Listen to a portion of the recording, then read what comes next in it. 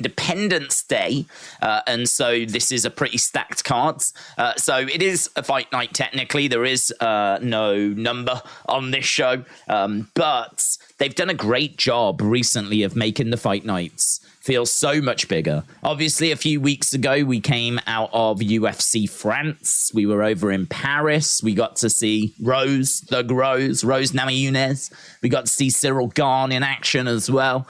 They stacked that card. The French crowd were absolutely incredible. Maybe the Mexican fans tonight are going to be incredible as well. There's a lot of places that have been desperate and have been starved for UFC action for quite a while. So to go back to these places and also get out of that empty Apex, getting out of the empty Apex is definitely a step in the right direction.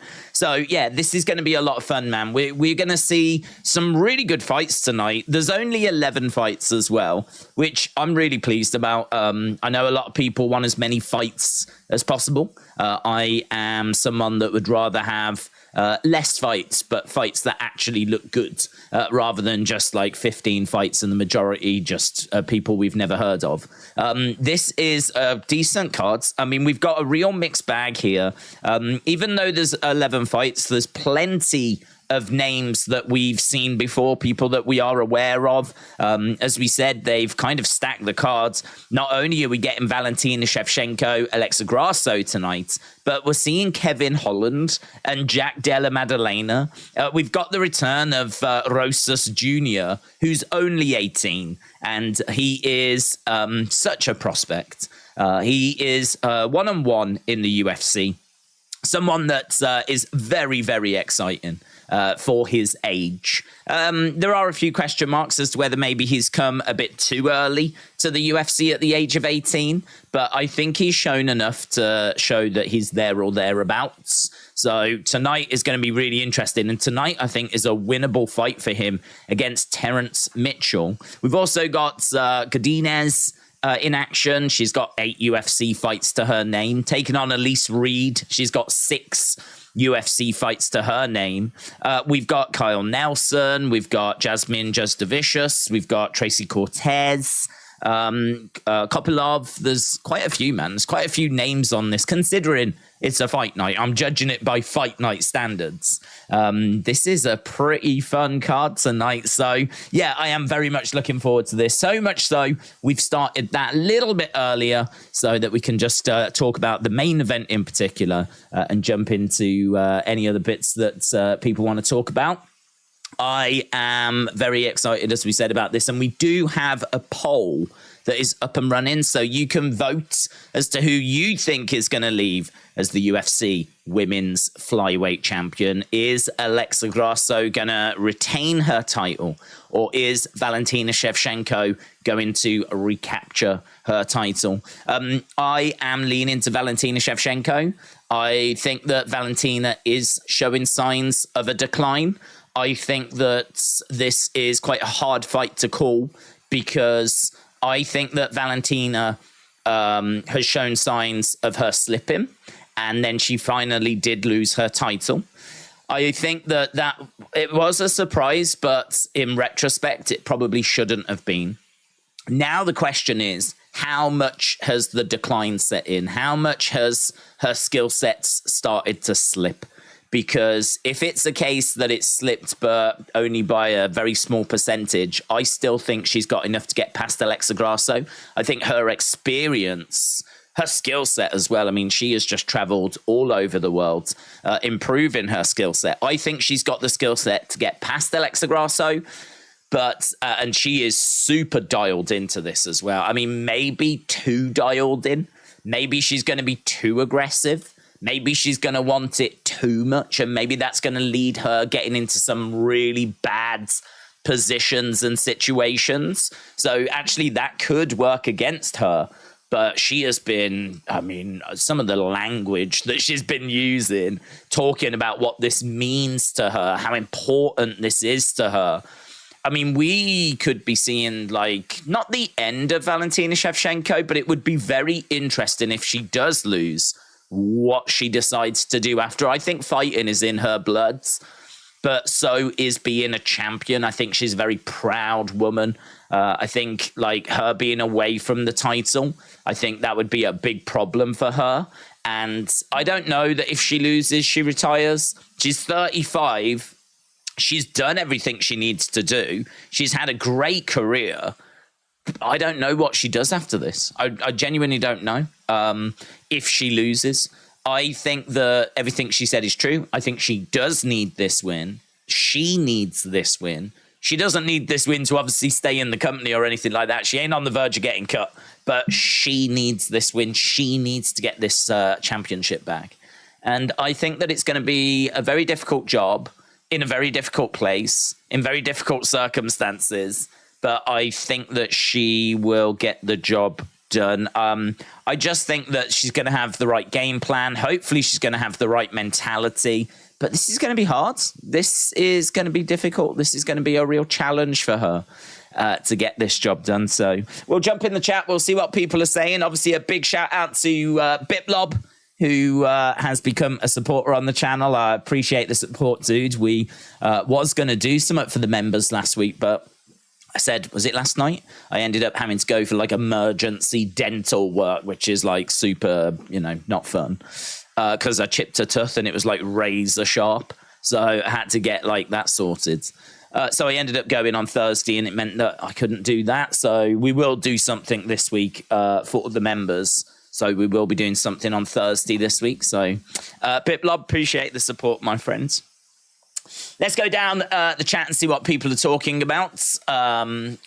Tim said, I'd rather have 11 fights going really good and somewhat longer than normal pace against 15 fights and a shorter time pace. Yeah, I think that's more than fair, definitely, yeah. I am very much a quality over quantity person as well. I do understand, though, that there's a lot of people that only watch UFC for betting. So for them, like, it doesn't matter about the quality of the fights. That's not really their primary focus. Their primary focus is picking the winner. So it doesn't really matter. It's a bit like horse racing. It doesn't matter if the horse racing is like gripping and all that stuff. They just want their horse to win. There's plenty of people that watch UFC for that reason, and that's fine. If that's you, that's absolutely fine. I've got no argument with that. I've got no problem with that, of course. We all watch it in slightly different ways. For me personally, I watch it for the enjoyment. So I watch it for the skill. And I watch it to watch, the best trying to work their way towards a title or trying to win back a title or whatever it might be, whatever their journey is. So I don't mind the odd early finish, of course. Why not? I mean, like, that's all part of it as well. But I'm very much in agreement. I would rather get 11 intriguing fights that actually grab my attention than a load of fights that I just really don't care about. But to be honest, I've watched plenty of cards that are going into them I don't care about. And then you watch the actual cards, and the great thing about UFC and the great thing about MMA is it really doesn't matter at the end of the day, because it doesn't matter if you've heard of them, not heard of them, if you like them, if you don't like them. Like, at the end of the day, it's two people locked in a cage trying to beat up the other person and get the victory. And that will always be interesting, unless it's Rose versus Carla Esparza, and then we've got a bit of a problem. But most of the time, it will always be interesting. Joe says, LA Knight, Sebastian Vettel retired. I think Mercedes are in with a chance tomorrow. Mercedes have looked quick this weekend. Days, how are you doing? I'm good, thank you. I'm good. LA Dark Knight said there are 11 fights, so they can fit in the Rock, Cena, Stone Cold, and Triple H segments. They're going to stack it. Of course, yeah. I mean, that is something that we can touch on, the fact that UFC is now in bed, is now a sexual partner of WWE, which is pretty wild for this channel, because we have obviously done both, and I've watched both for the longest of times. And I think we cater very well to that kind of crossover between those two worlds. So, yeah, it's really exciting for us. I love both. I grew up watching WWE. I probably got into UFC more in the 2000s. Certainly by the time that Anderson Silva is really kicking off and Brock Lesnar has moved over, like that's when my interest really goes to a different level. But we've been doing these watch-alongs since going back to like 2018. And yeah, I mean, just really, really enjoy it. I think there's nothing for UFC fans to worry about in regards to this deal. It's nothing more than a deal. They did ask Dana about, does he agree that they're trying to make all UFC fans and turn them into WWE fans, and they're trying to take all WWE fans and turn them into UFC fans? And Dana just sort of laughed the question off. Just laughed it off and said he thought it was one of the stupidest things he had ever heard. He said that his answer was a little confused because he said there is crossover, but there's not a lot of crossover.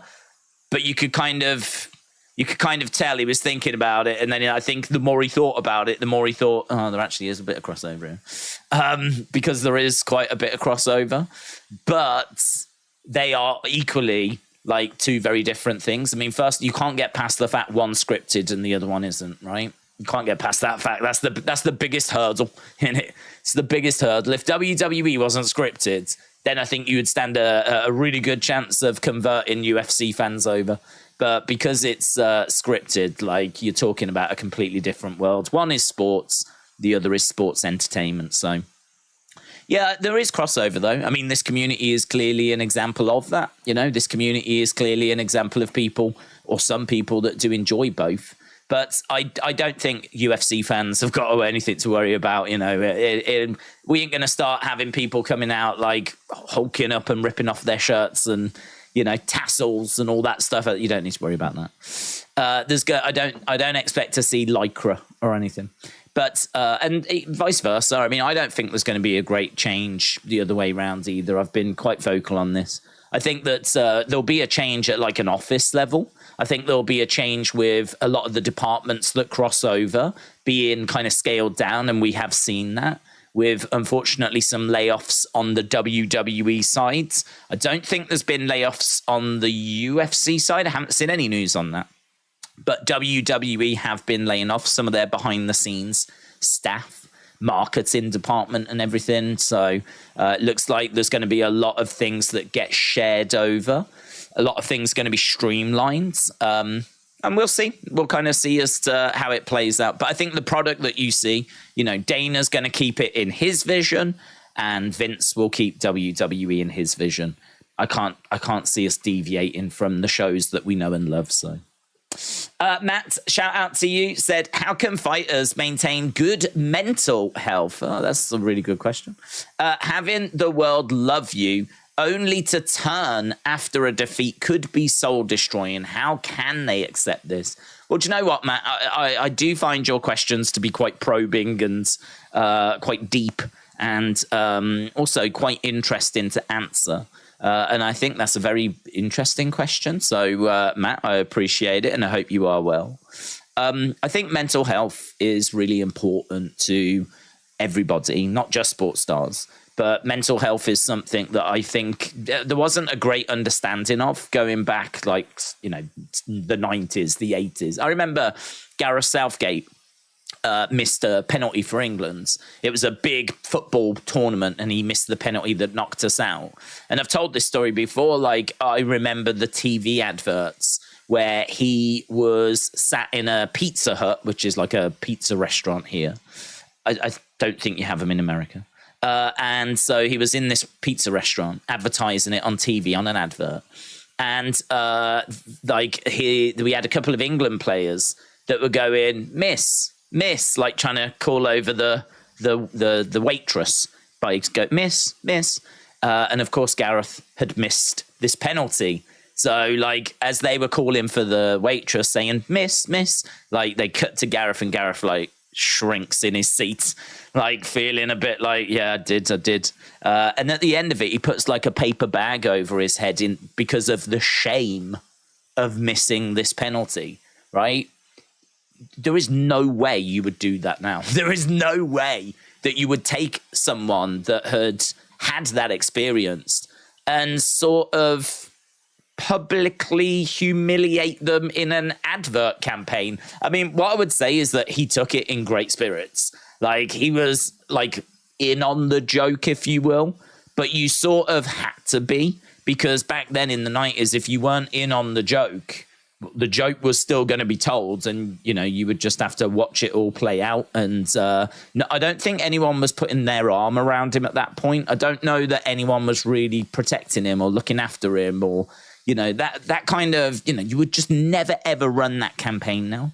You would never do that on TV now. You would never publicly embarrass someone that had missed a penalty that had knocked the country out. Like, you would just never do that. So I think when it comes to fighters, mental health is clearly important, but it is across sport and it is for everybody.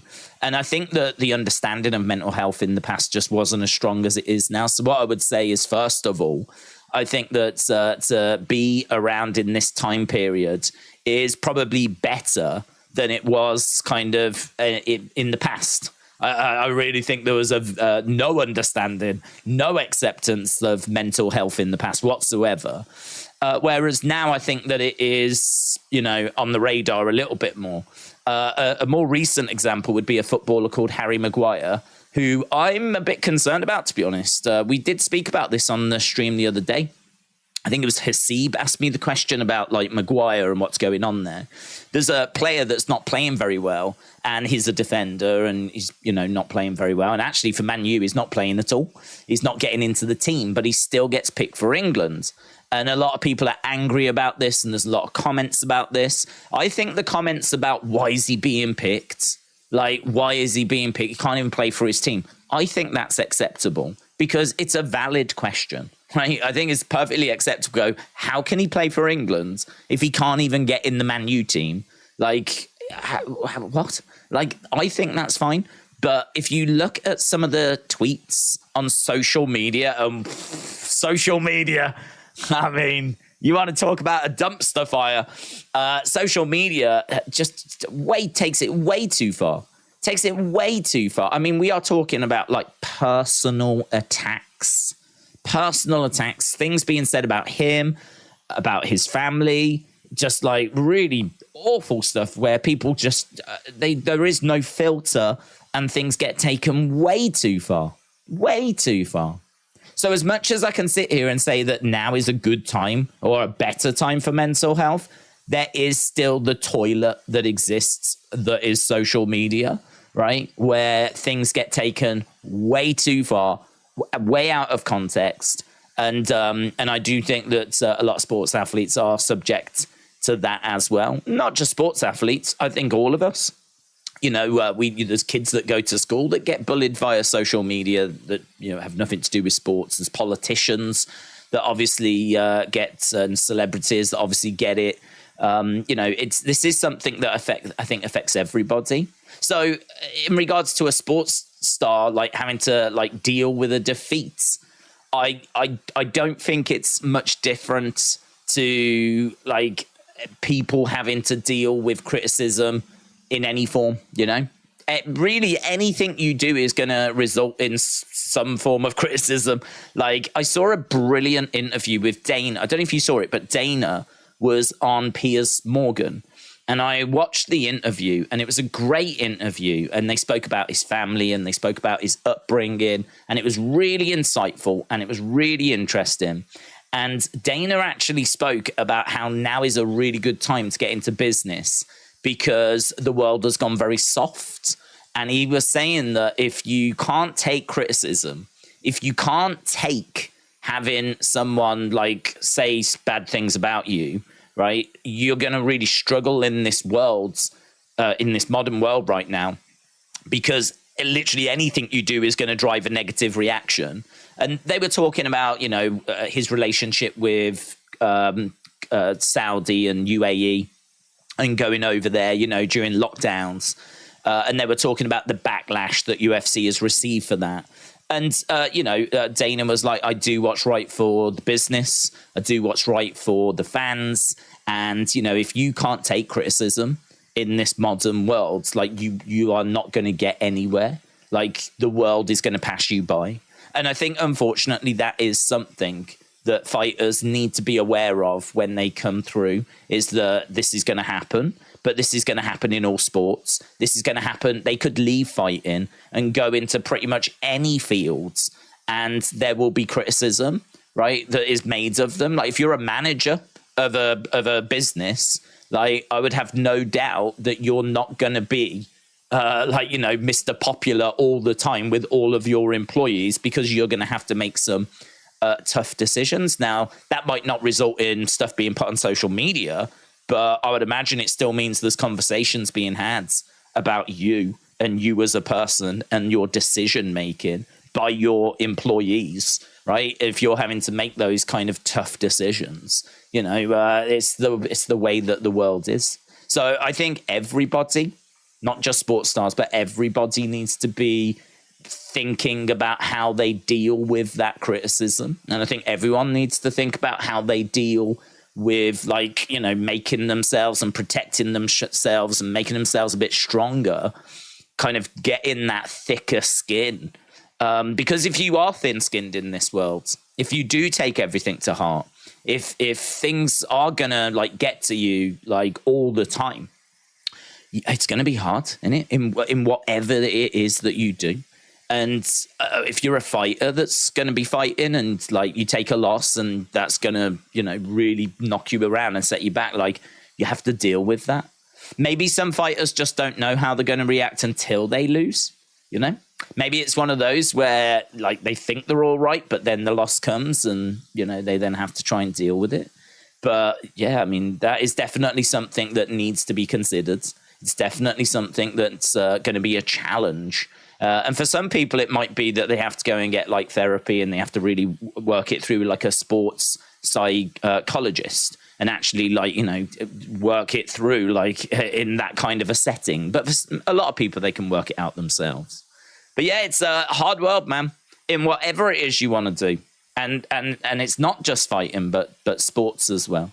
I think the important thing, and we were talking about this last night, the important thing is, for me, as someone that watches events and gives my thoughts on these live streams, and we react live and we talk about lots of different fighters and we talk about lots of different things that go on, either in these videos or in review videos, whatever it might be. For me, I think I try, and I'm certainly, I'm human. I'm going to make mistakes. I'm sure I don't get it right all the time, but I am definitely trying to make sure that my criticisms are constructive, and that if I'm saying someone's not good at something, I'm providing the reasons why, how they can improve, what it is that I would like to see from them, so that it's not just, God, they're trash, they're garbage, and there's not really anything further than that, But as I said, I'm human. I would definitely get it wrong. And I'm sure that, there's many people that are getting it wrong. But I think when it's gone too far. Some of the stuff about Harry Maguire is definitely too far. But the Phillies, another baseball team, has been booing a player for them that has been doing bad. They decided to give him a standing ovation every game, and he started rocking the ball. Said Chrome Cobra. That's interesting. Do you know Mark Goldbridge, who is a Man United streamer? He does watch-alongs for Man United things. I don't watch him because I don't really get time. We're obviously doing a lot of content ourselves, but I am aware of him. I think he's very good. I did see a little clip because he puts out some shorts. I saw a little clip where he was talking about an 18-year-old that plays for Man United called Garnacho. And apparently Garnacho didn't have a good game the other day, and the people were booing him. And he was really laying into the Man United fan base, which is his fan base as well. They share the same passion for the same club. But he was laying into him, saying, this is how you destroy an 18-year-old kid, by booing him. You are not allowing him to learn from his mistakes, because you are not allowing him or making it acceptable to make those mistakes in the first place. You are just expecting a fully well-rounded player at the age of 18. He's got to the point where he's done the learning he needs to do at the youth levels. To further him along on his path, he needs to be in the first team. But he's 18 years old. He's going to make mistakes. That translates into fighting. It'll translate into wrestling. It'll translate into, as you said there, the Phillies have got a player as well. But I thought that was very interesting how, Mark Goldbridge was speaking about this young player and about how you've got to allow them room to breathe, room to make mistakes. Because if they don't get a chance to do that, they can't learn from them. So, yeah, there's so many examples I can provide of things that I've seen along those lines. It is definitely a very interesting conversation, not one that we tend to have, like the mental side of things and how fans, I think, can really play a part in that. Man United today, I know I keep talking about Man United. It is the team that I support, though. That's why that's my go-to reference. I can't talk to you about baseball or anything. I don't watch it, but I'm sure I would love it because I really like cricket. But Man United had a disastrous day today. They lost 3-1 to Brighton. And there's a lot of complaining and all this kind of stuff. But again, my feelings are that it's bad and that they need to improve. But if you're going to get anywhere, they're going to have to learn to go through this adversity. They're going to have to learn to kind of work as a team. You've got a lot of players that haven't played together. You've got a lot of players that's just a little bit off form at the moment. We've got a good manager that's trying to work out the way forwards. It's clearly not there. It's clearly not clicked. There's clearly issues that need to be worked out. I don't see how booing and saying that the manager needs to go and just negativity, I don't see how that has any impact on improving the team. I don't see how that is going to result in a better performance next time. That adding on the extra pressure, they are fully aware that they are not performing to the level that they need to. They're fully aware that it's not good enough and that they need to get better. So it's just frustration, isn't it? It's the frustration of the fans. The fans want better than what they're getting at the moment. And so they're making their voices heard, which is fine. As we said, that's fine. You pay your money. You're allowed to do that.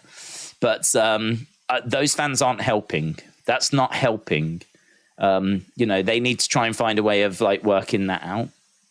But it's disappointment. It's frustration. You get it in all sports.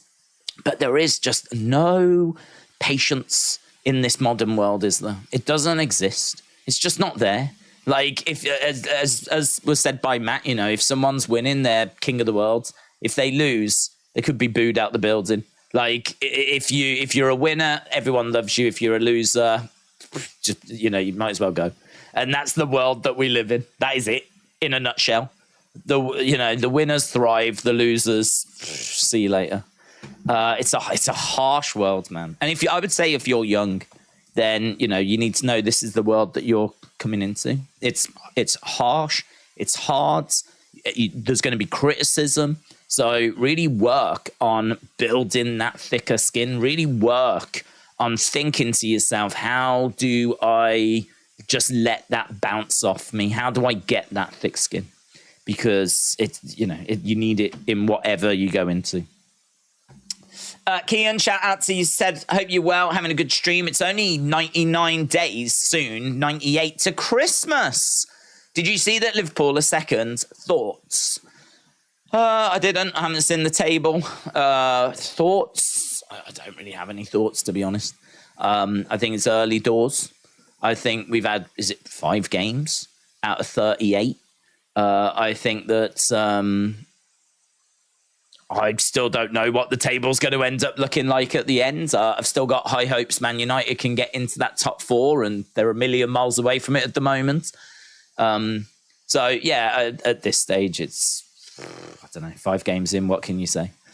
It's 98 days till Christmas. Does anyone know what they want for Christmas at this stage? Right? I know it's a random question, but it's mid-September. Has anyone thought about what they want for Christmas? I haven't. And right now, there's nothing that I would be after. Nothing that I would want. So there's nothing. I can't think of anything. Not one single item. So I'd be interested to know if anyone's got anything that they would be after. Works for Roas tonight too. After his first loss, how do the fans treat him? How does he handle it if it's bad, which won't be on Noche? Yeah, it's a good point. So Rosas Jr. did lose last time. I mean, look, they're going to love him. I think if you're a Mexican fighter, you're going to be like, everyone's going to cheer for you, root you on, because they're not thinking about what has been. They're thinking about you stepping up now for tonight, for them tonight. So it'll be interesting if he loses as to what the reaction would be. I actually don't know what the Mexican fans or how the Mexican fans would react. But I can't say that I would know how the English fans would react, if there was an 18-year-old that... I think it would probably depend on the performance. I think if it was going to be a dull, boring fight, I just think the fans would get on them and boo them and not take into consideration the age at all. Because then it opens it up to, when do you stop doing that? Like, when do you stop taking into consideration the fact that they're 18? Do you do it when they're 20? Do you do it when they're 21? Do you do it when they're 22? Do you do it more on how long they've been in the promotion? Well, how are people going to know that really when they go to a show? I think, to be honest, like it's probably more primal, isn't it? It's probably more like, if you are saying you are good enough to be at this level, I am going to judge you on this level, right? But I do agree that there has to be a little extra consideration for someone that is so young. It's kind of unfortunate because he's in that position where he's too good for the regional scene and he's beaten people on the regional scene. He's shown that he's got some skill and he's got a win in UFC as well. So he belongs in the UFC, in my opinion. But he is like bottom of the barrel. He is someone that is gonna have adversity because he has come in so young.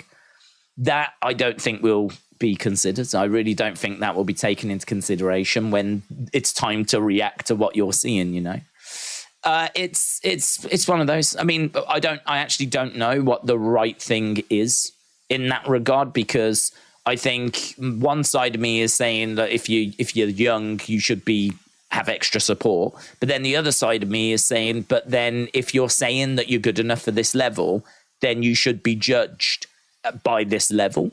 And you should be judged and treated the same way everyone else is treated. Why should they get special treatment if they are saying they are good enough for this level?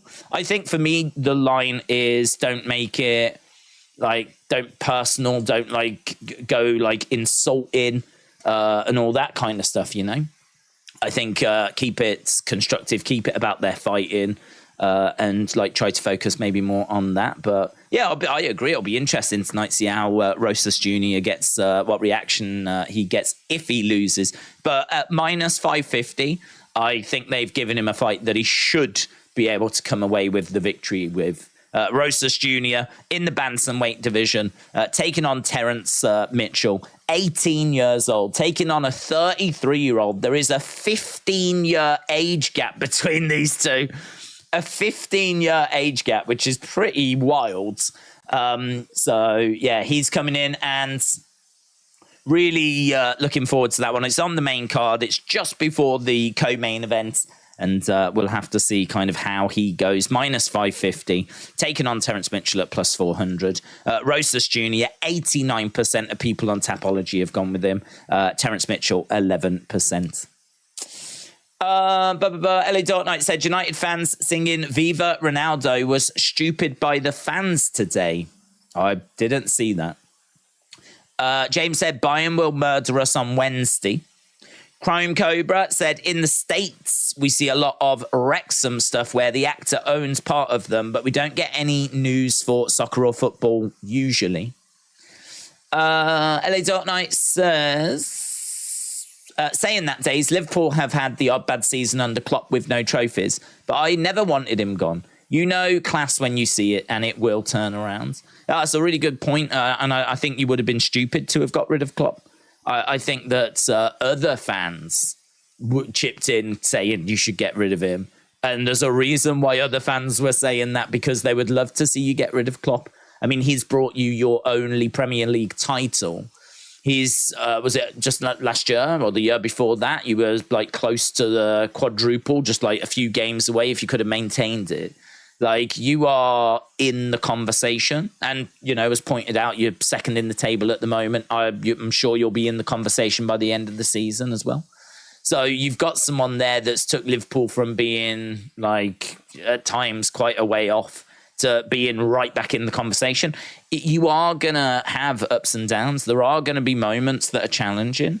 I think it's how you kind of react to that. There is a point where you have to pull the trigger, and everyone's got a different point as to when that needs to be.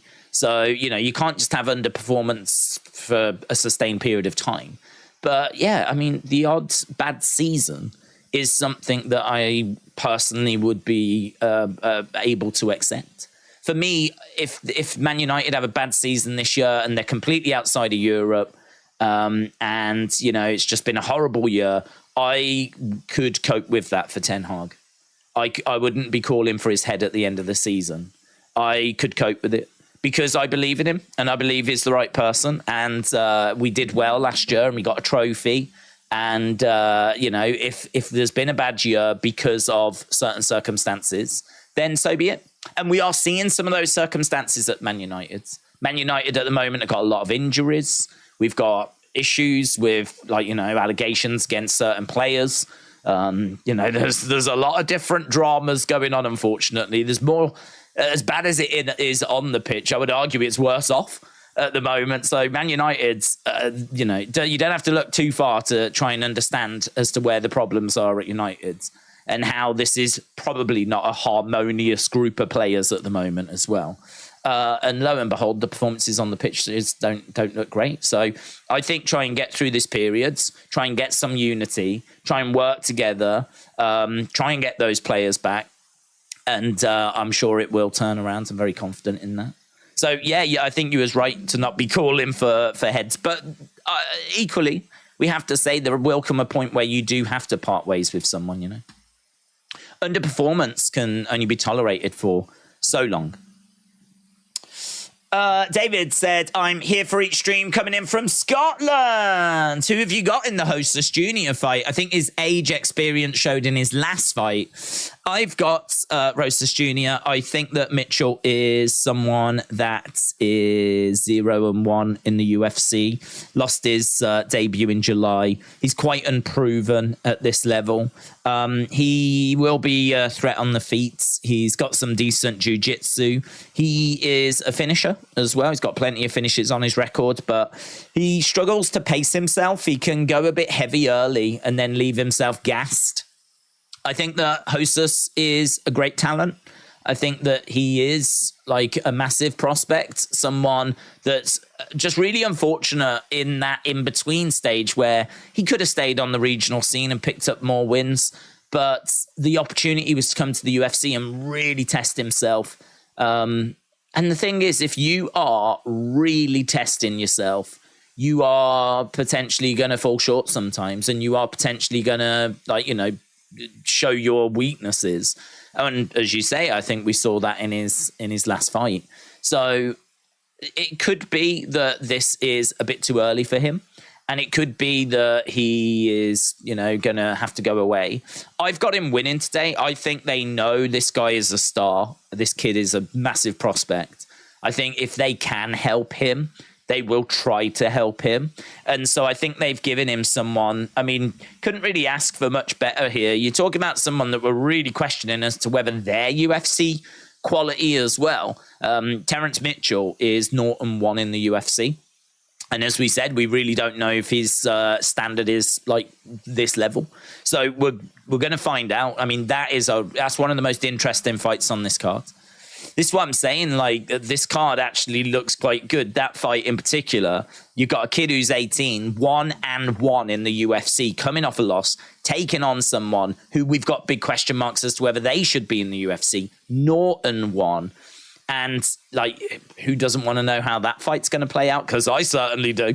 I certainly want to know who gets the win in that one.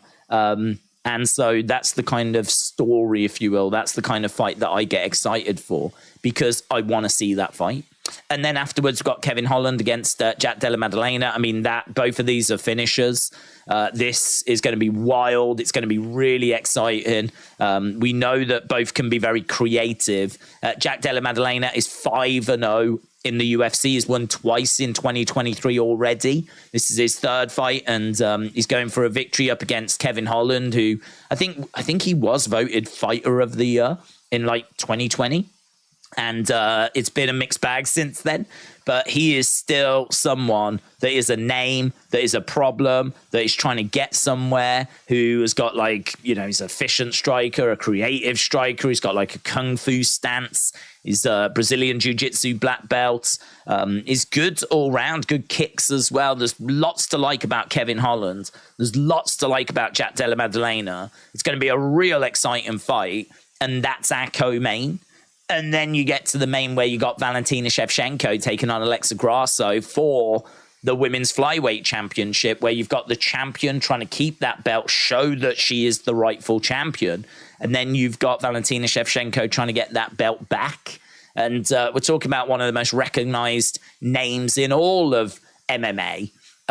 Dare I say in all of female sports. Valentina Shevchenko is just an absolute, maybe not the GOAT of MMA, maybe Nunes takes that, but Valentina Shevchenko is right there with her. She's right there with her.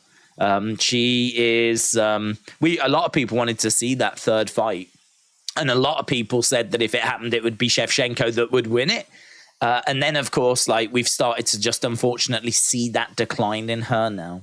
So again, that adds an extra wrinkle, because how is she going to do in this fight now that we've started to see her have close fights and then lose the title last time out? Can she actually get the job done tonight? Are we going to see her retain that title tonight? And with that being said, let's take a look, shall we, at the poll. We've had nearly 200 votes come in. Shevchenko, 66% of you have said that Valentina Shevchenko is going to leave as champion tonight, and 34% have said that Alexa Grasso is going to be leaving and retaining that title. So, yeah, it's we'll keep an eye on that poll. It's a very interesting one, and as we said, for a fight night, can't really ask so much more here. We're being fed well tonight. We're being fed well. James said there's more drama at Man United than on the cobbles at Coronation Street. Very true. Kian said, I might get a PS5 and a Liverpool shirt. Oh, for Christmas, PS5 and a Liverpool shirt. Hopefully the new Marvel Spider-Man 2 and Red Dead Redemption and a few clothes. I like the fact you've already got an idea of a few bits that you have to. I got something the other day, treated myself. I got this box, like a computer, and it's got 70-odd thousand games on it. It's got the Mega Drive games, the Master System games, the Nintendo 64 games.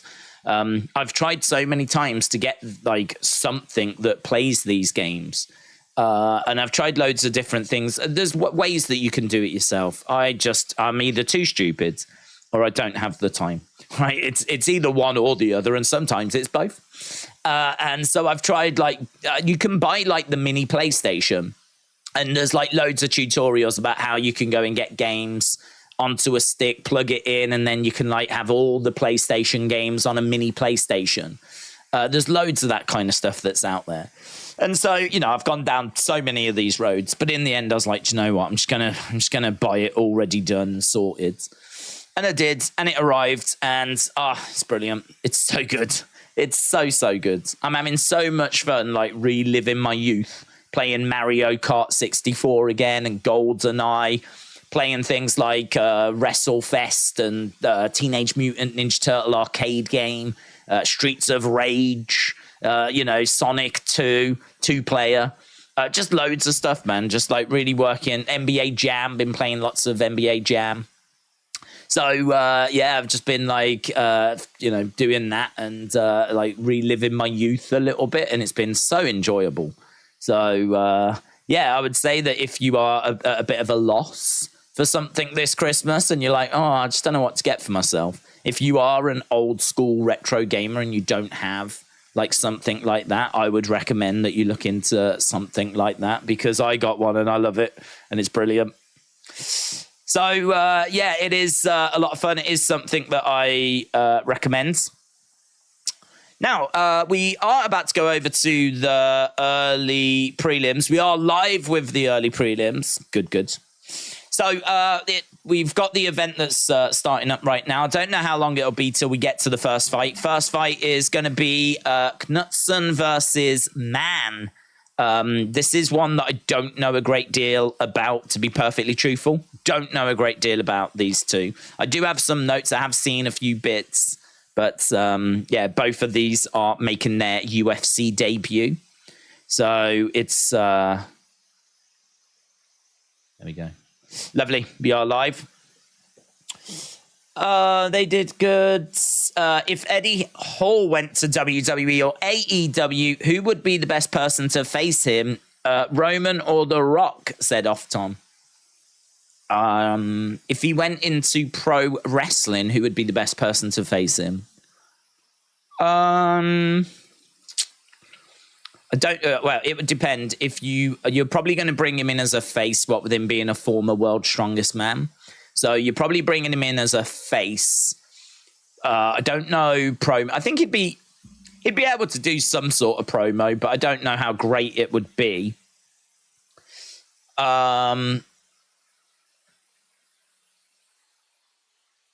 Mexican Independence Day.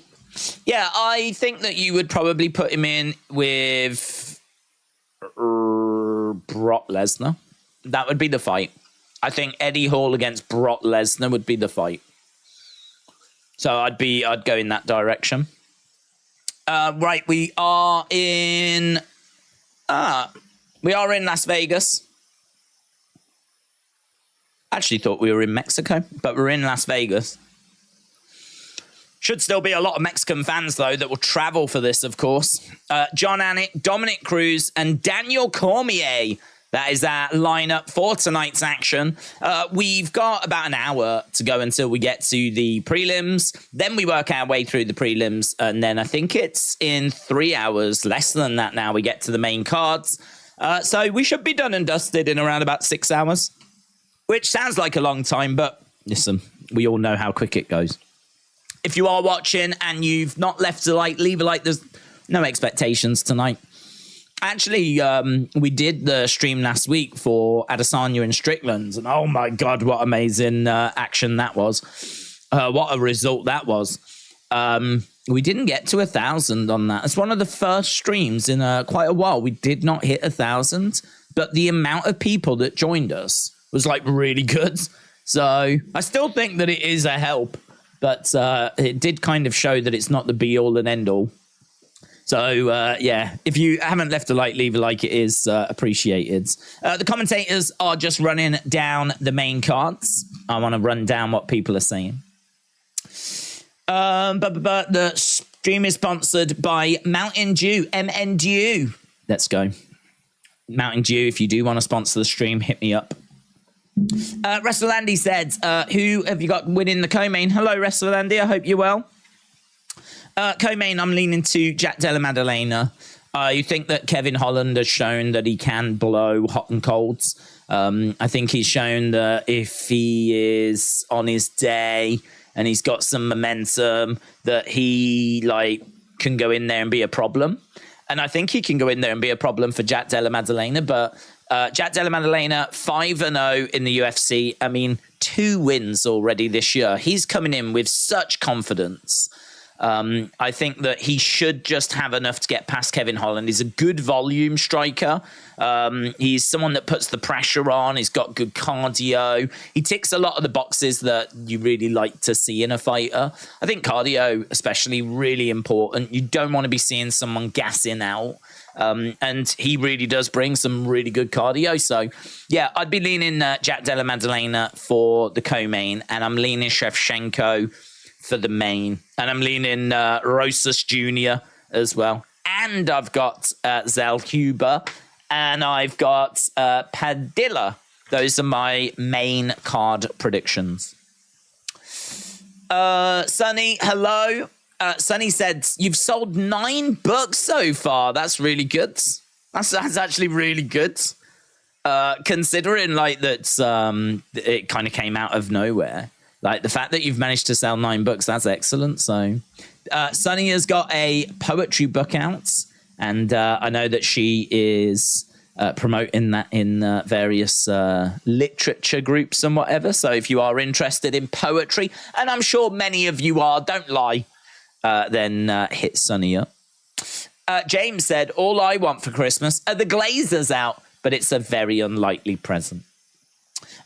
Sneaks asking the big questions. Finally, someone coming in with a big question. What's your favorite Michael Jackson song? Boom! What a better way to celebrate Mexican Independence Day than by talking about the great Mexican singer Michael Jackson. Favorite Michael Jackson song? I don't care for Ben because I believe it's about his pet rats, and we all know that rats are dirty. So screw that song. In regards to the best, I've always had a soft spot for Dirty Diana. Dirty Diana. Oh, that is a tune, man. That is a tune. I've always had a soft spot for that. What's that? Leave me alone. That one. Leave me alone. Just stop dogging me around. I think it's that. I don't know what it's called, but I do like that one as well. But because I can't remember, it might just leave me alone, to be honest. But I don't know the title of that one.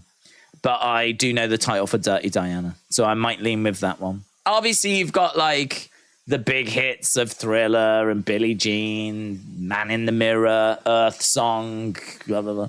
But yeah, I think if I had to pick one, a Smooth Criminal as well, though. That's a great tune. That's a great tune. Billie Jean's a great tune. He had loads, didn't he? He did have loads.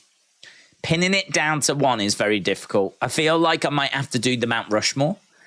We were talking about this yesterday. When it's hard to pin it down to one, just Mount Rushmore it, because at least then you've got an array. I think Mount Rushmore... Mount Rushmore of my favourites, not Mount Rushmore of Michael Jackson songs, because I think you'd have to put Thriller on it. I wouldn't put Thriller on. But Mount Rushmore of my favourites, I'm going to go with that Leave Me Alone song. Going to go with Dirty Diana. Going to go with Smooth Criminal. And then I feel like there's probably another big one. His last song, This Is It. But I do... I was hoping people were firing in. Dirty Diana is the best. The Way You Make Me Feel. Billie Jean. Billie Jean's good. Smooth Criminal, yeah. Thriller. It ain't making my... I appreciate it, but it's not making my Mount Rushmore. There's a lot of good MJ songs. There is. There really is. Is one of the greatest of all time. For many people, he is the greatest of all time.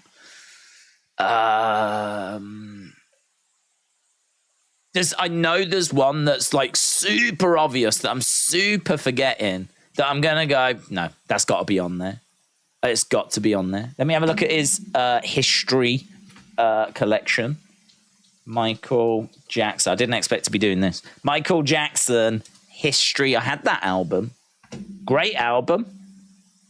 Great album. Came out in 95. Double disc. Can't go wrong with double disc.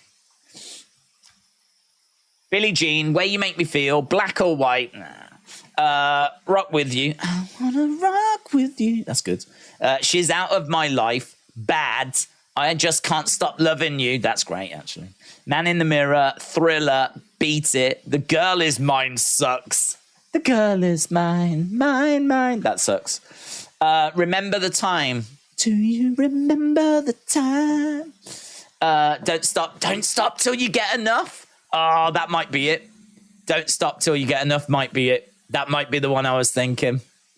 Don't Stop Till You Get Enough. Come on. Come on. That's a jam, man. That's a jam. Can't Stop Till You Get Enough. Scream. I like Scream. Scream was everywhere when I was a kid, you know. That promoted that. I think that was the single from this album, Scream. I remember the video. being really like futuristic, and they're like, I think he was playing some kind of futuristic sport on a spaceship, and you had like Janet Jackson in like on the screen and everything. It was all white. It's a cool video. It's like something from flipping 2001: A Space Odyssey. They Don't Care About Us, Stranger in Moscow. Oh, do you know what? I need to listen to this album again, man. This is a great album. Earth Song. Great. Come Together. Yeah. You Are Not Alone with R. Kelly. That has aged very well. Childhood, Tabloid Junkie, Too Bad, History, Little Susie, and Smile. I must admit, like, some of the final songs there I don't actually remember. This second side, I think it was like newer stuff. Scream was good. They Don't Care About Us. Stranger in Moscow's good. Earth Song, I got time for that. Come Together, amazing. You Are Not Alone, amazing. But some of the stuff at the end I don't remember. But yeah, I reckon it's Don't Stop Till You Get Enough I was thinking of. Don't Stop Till You Get Enough, Smooth Criminal, Dirty Diana, and that's Leave Me Alone song, whatever it was called. Leave Me Alone. Love that. Amazing. It's the 9th album. It was his 5th album. It was a greatest hits comprising of new material. That came out in 95. So it was a greatest hits on the one side, a new material on the second side. Stuff that was recorded between 1986 and 1995, and then they released it in 95 on the second side. Singles that came off it: Scream, Childhood. I don't remember Childhood. Don't remember that track. You Are Not Alone, Earth Song, This Time Around. Don't remember it. They Don't Care About Us, Stranger in Moscow. They had some jams on it, man. I need to revisit this album. I remember them. The front cover of it is a big statue of Michael Jackson. I remember them floating it down the Thames. Like, I remember that they probably did it in America as well, but I distinctly remember this giant statue of Michael Jackson like being like floated down the Thames to promote the album in like the mid-90s, and it was on the news and all that kind of stuff, you know. It was like to grab your attention. Worked, got my attention. I bought the album. I obviously have then gone on to buy his older albums and other albums. I've got, Thriller Bads, all that kind of stuff, but I didn't buy This Is It. I didn't get that. I don't even know if I think I heard it. Because he was going to do a tour, wasn't he, at the O2? And then that's when he passes away. He had like a residency booked at the O2 and then he decided to die. Bit inconvenient. The Pepsi advert song. I don't know if I know that. Pepsi advert song. Days, my favourite female singer is Selena Gomez. I've had a big crush on her since I was a kid. My Mount Rushmore for her songs are Lose You to Love Me, Sober, My Mind, and Me and Baila Conmigo. That is not a world I'm aware of. Right. Selena Gomez, I think I can picture her, but I couldn't tell you any of her songs. So sadly, none of those come to my mind. But I know she is very popular, and I'm sure she is brilliant. I don't doubt that for a second. John said, let's get down to business. When are we going to see a throbbing and sweating Yudong in action? Yeah, shout out to you, my friend. When is Yudong in action? I'll have a look, see if we've got anything lined up. Yudong, I don't know that he's going to be throbbing and sweating, but he was meant to be at UFC 292, but picked up an injury. Doesn't look like anything else has been reset. So at the moment, Yudong is out of action. Unfortunately, Yudong is out of action, my friends. So we're going to have to wait. Yudong is being left waiting. We're not going to be left waiting, though, because we are going to our first fight, finally. No more talk of Michael Jackson, although we absolutely might go back to it. I really don't know. We're going to go over to the first fight. So the first fight is going to be Knutson taking on Marnik Man. Knutson is physical, hits hard, great kickboxing. UFC debut, came through contenders, got good control, good strength, good agility. Looks mean, looks intense, certainly going to bring the fight. 6-0 and minus 450 favorite. Taking on Marnik Man, who is also mean, also tough, also making her UFC debut, but she lost on contenders in 2022. Likely going to be out-muscled here. Not great striking, not great wrestling either, to be honest. Can get taken down, can be controlled. Sort of feels like we're bringing her in because we need someone for Knutson to get a win against and get the ball rolling against. So we've got two people making their UFC debuts. One is 6-0. The other is 6-1. I've got Knutson, who's 6-0 winning. 95% of Tapology have got Knutson winning as well. So very much that's the play. That's the side. That's the way that we're leaning. If you see it differently, let us know, though. I've got Josephine Thunder Knutson taking on Marnik, the sword-off savage. Man. Very good.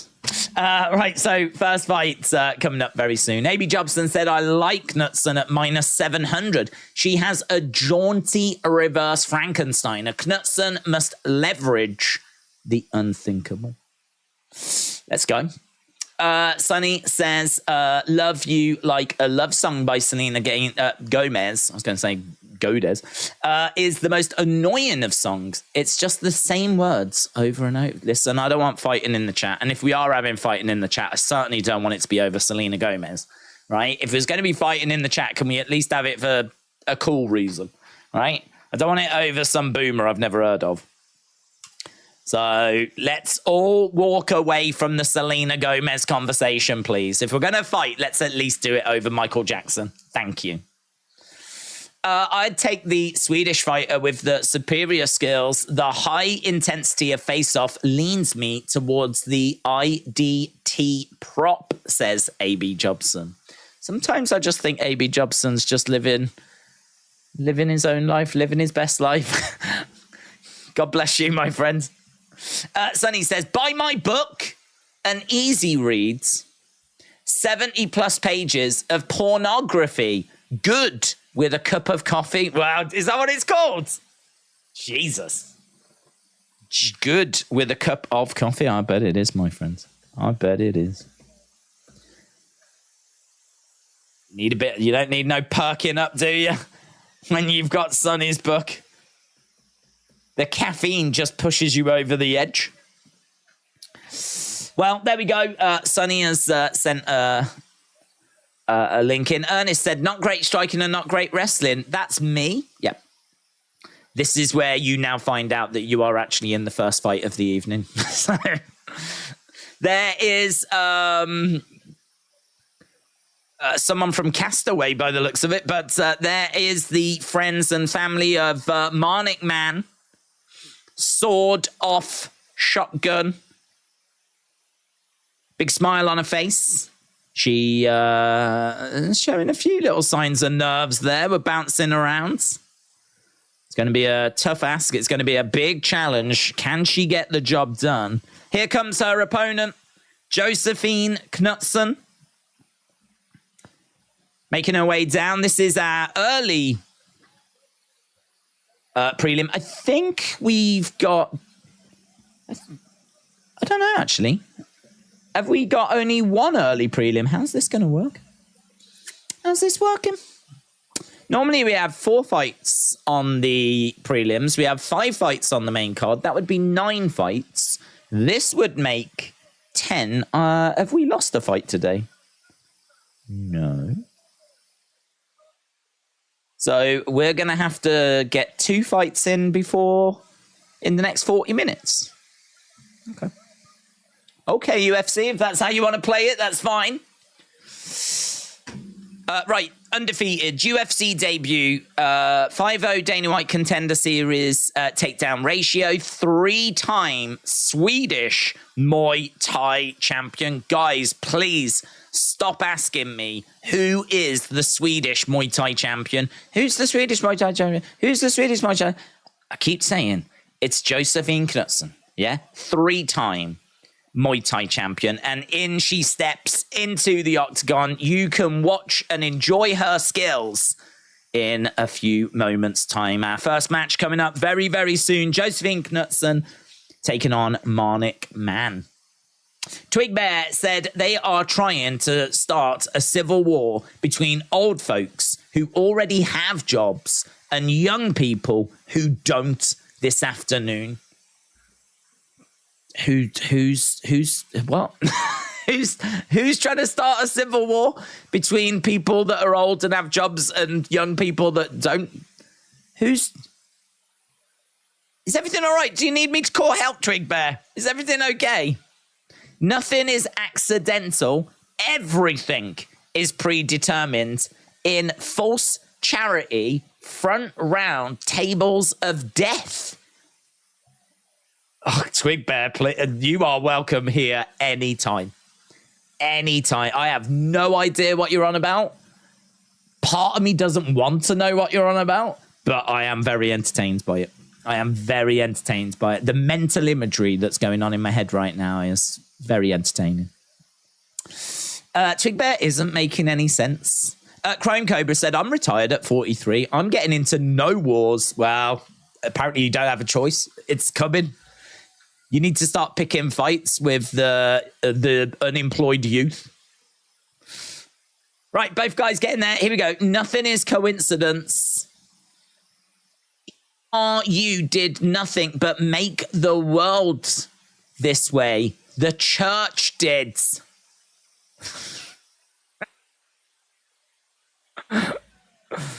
The church did it. Bum, bum, bum. That feels like a big reveal.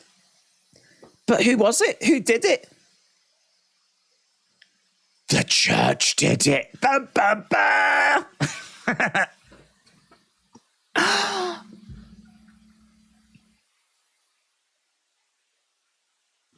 Okay, here we go. God, it's taking ages. We've been journeying into the world of conspiracies. Boom, we are underway. Let's get the stats on screen. Where are they? There we go. Knutsson versus Marnik Mann then.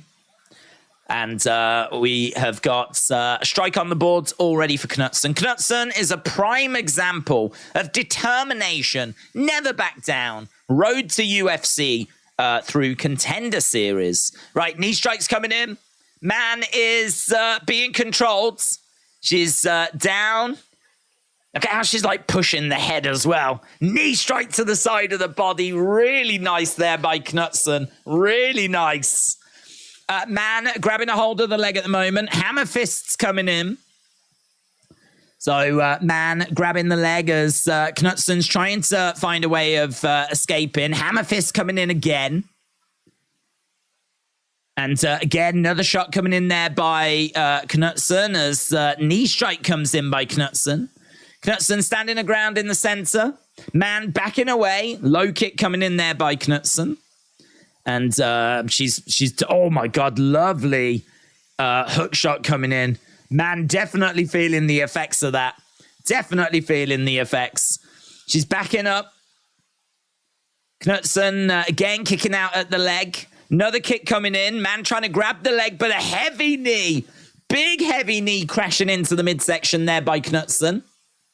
Knutsson again backing Mann against the cage. Couple of shots coming in into a clinch, looking for a judo throw, but no joy there by Mann. She finds herself down on her back with Knutsson on top. So we've just nearly 2 minutes gone so far. Hammer fist to the side of the head. Heavy hammer fist as well. Knutsson is keeping Mann grounded. Mann is turned over on her side. She's trying to find a way of making this difficult for Knutson to progress on the ground. So she's put half guards by Knutson. She's in half guard at the moment. She knows what she's doing down on the ground. She's very competent down there. Man is getting smashed in the side of the head at the moment. Few shots raining in, but she's keeping it chest to chest. So what we're seeing from Man is we're seeing her keeping Knutson close so that Knutson hasn't got the room to progress and find a way forward. At the moment, we've got a little stalemate going on. This Knutson needs to show that she is making progress, otherwise the referee will stand them back up. Sometimes you can find the refs just let the fights just go, I think, a little too long on the ground.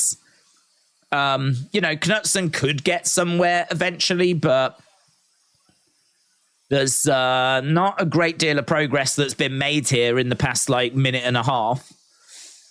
Still in half guards, still keeping it quite close. If we look at the numbers, it's 15 significant strikes to 2. She's keeping it chest to chest right now. Again, we've got Knutson, chest to chest, a couple of shots coming in. She's keeping Man down. Again, you know, you can look at the clock. There's been about 2 minutes, over 2 minutes of very little that's developed here. At what point does the ref come in and stand them up? You can hear the fans are booing. Fans definitely not happy with the action they've seen so far. They want something a bit more exciting than this, but this is MMA. Look, we're doing some work on the ground. She has managed to get into side control right now. Now she's fully mounted. Top position for 3 minutes. 3 minutes it's taken her to get to this like mount position. So she's on top. She's raining down some shots. Man is trying to get Knutson off of her. We are at a phase in the fight where this could be quite interesting now. Because now she can throw in some elbows. She can throw in some ground and pounds. Man's got to try and find a way of exploding out of this. The hooks are in there by Knutson. So she is controlling her with her legs. She's got the hooks in, but there's only about 5 seconds to go. It's an undeniable round, this, for Knutson. Undeniable round. And there we go. End of round 1. Knutson takes it. I think we're going to be in for 2 more rounds of probably largely the same. Sonny said, if you have teenagers that like reading, perhaps this book might be for them. The Thoughts Within, a collection of pornography. A.B. Jobson said, I'm glad I warned everyone in time about getting minus 500 fighter. Never mind, she's now minus 750. I will put even more effort into this next time. Please accept my deepest apologies. I didn't see. I mean, about 48 hours ago when I did my research, she was at minus 450.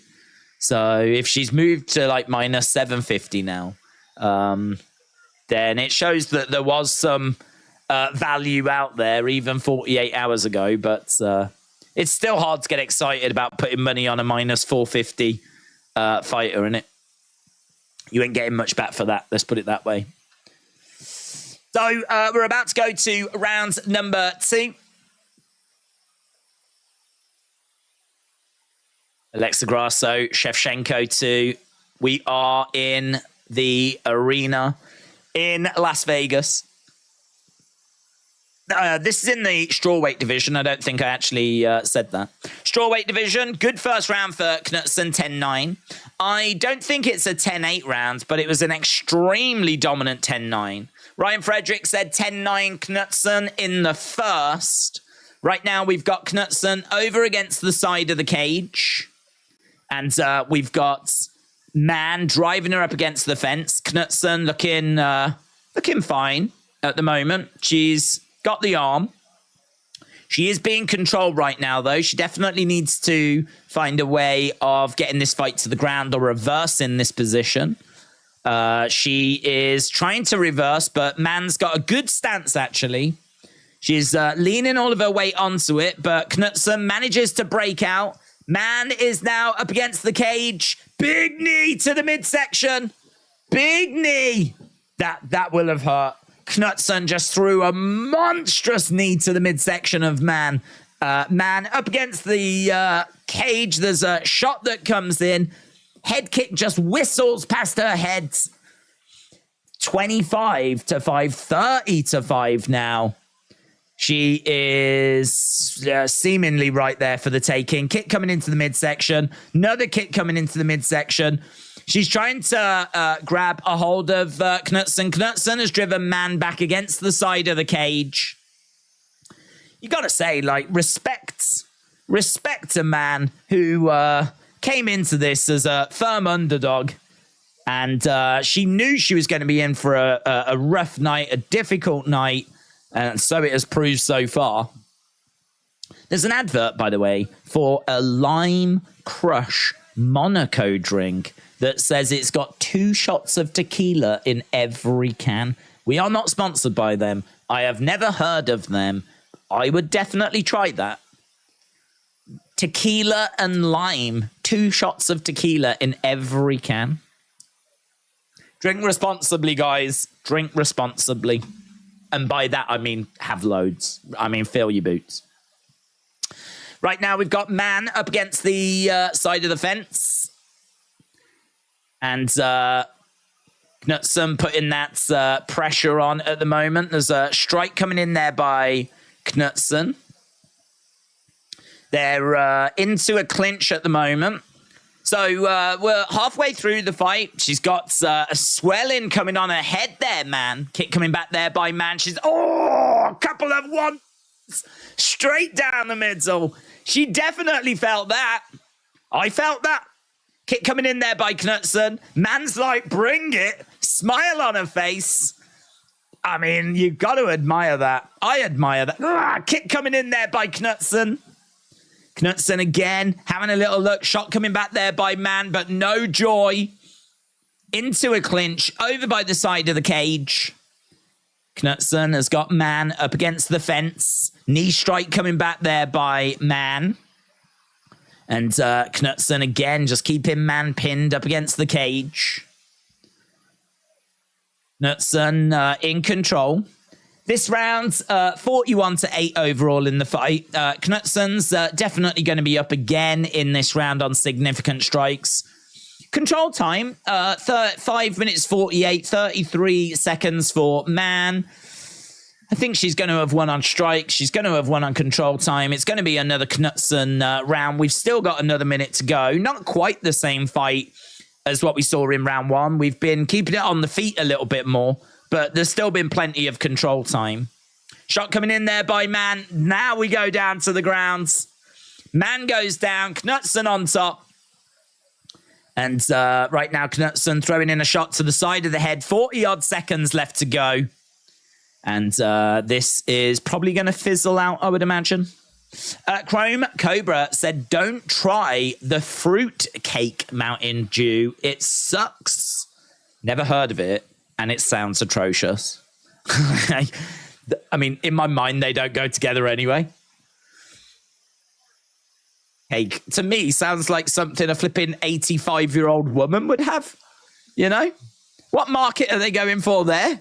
Flipping the retirement home market. Shot coming in by Knutson. She's fully mounted, Man. She's smashing away, but she's going to run out of time. End of the round. Man looks up at Knutson, little smile on her face as she tries to jog back over to the corner. I mean, she's still got wits about her, you know. That's twice, though, 2 rounds in a row that she's been getting smashed.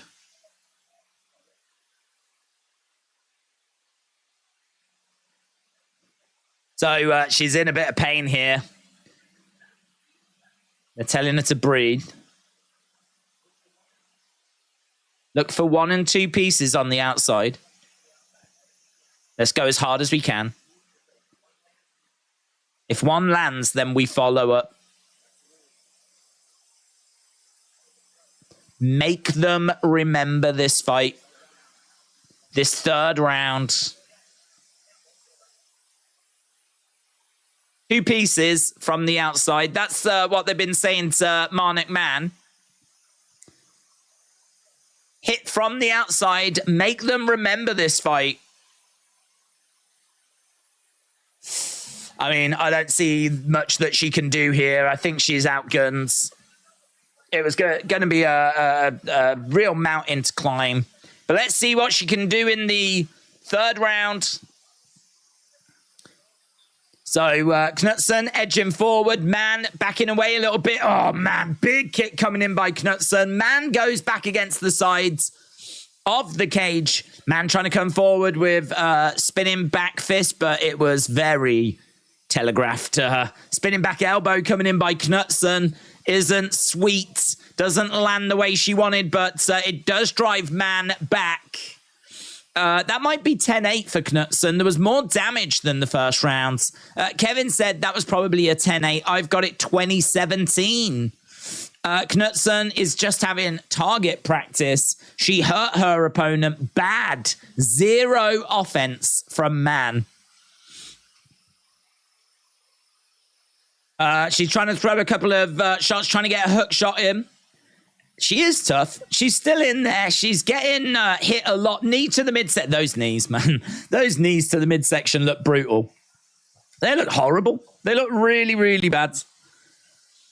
Like painful. But she eats them. Right now we're in a clinch over by the side of the cage. Another big knee strike coming in. And a takedown. We didn't need that. That's probably just killed the fight, to be honest. Because Man needed to get something from this round. And, yeah, she's down on her back. She's going to get controlled. This is going to be very, very difficult for her to get anything out of this now. So, down on the ground, being controlled. And I think this is probably the end of this fight. This fight's probably done now.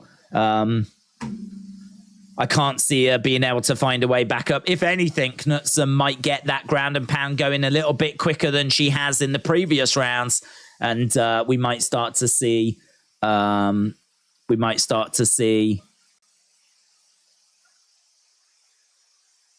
beginning of the end here.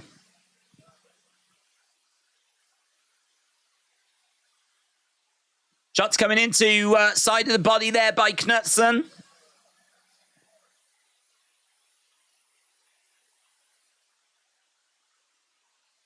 So, chest to chest at the moment. They have a flaming hot Mountain Dew, which also sounds disgusting, said young Heath Ledger. They have a flame... I've never heard of flaming hot Mountain Dew. Shots coming in by Knutson.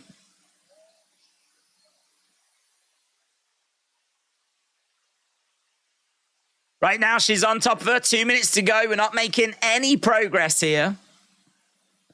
I'm waiting to see if she can get over to the side of the cage and can, like, get to, like, a seated position, get back to her feet, at least try. They did say to her, make sure people remember this fight. There we go. She gets back up to her feet. Knee strikes coming in there by Knutson. Takedown by Knutson.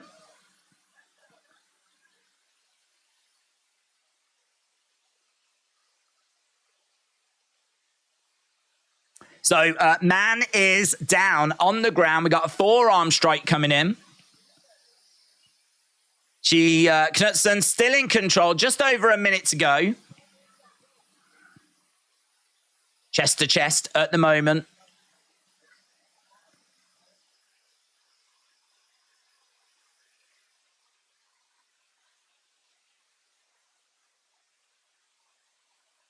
Yeah, this is just drifting. If you go to FYE, they have different kinds of Mountain Dew. I love FYE. I love that place. I've been there a few times whenever I've been to Florida. I really like it. It's my kind of a shop, man. I used to work in an entertainment store like that sold like CDs, DVDs. I mean, those were always my favorite shops to go to. Yeah, FYE is right up my street. Right up my street. So I will go to an FYE when I go to America next year. Right now, Knutson and Mann are chest to chest. Mann is down on the ground. Shots coming into the side of the heads. 10 seconds left to go. This fight, unfortunately, going the way that we thought that it would. As soon as this went down to the ground, we knew that she was going to struggle. And so it's proved to be. She tries for a rear naked choke right at the end. She doesn't get it. We're going to go to decision. And there we go. End of the fight. It's going to be an easy win for Knutson. Easy win for Knutson. Right, might as well change this over. Second fight coming up. Cult of Personality said, stop the fight! Got Hardy in the chat. Campbell versus Reyes is coming up next. 10 minutes of control time in a 15-minute fight and has 3 times the strikes. It's not a good look for Mann. Chrome Cobra said they've got all kinds of weird stuff from them and Pepsi. Dr. Pepper sticks to normal stuff like cream soda. Yeah, that does sound pretty strange. I don't mind a bit of Mountain Dew, but I wouldn't really like been faffing around with different flavors and all that kind of stuff. Just give me the normal one. But that is something that I enjoy when I go to America, is trying like the slightly quirky stuff. You guys have so many more different flavors of M&Ms than we have as well. Like you've got like so many different flavors. That's also something that's quite interesting. Like just checking out like your drinks, your candy, all that kind of stuff.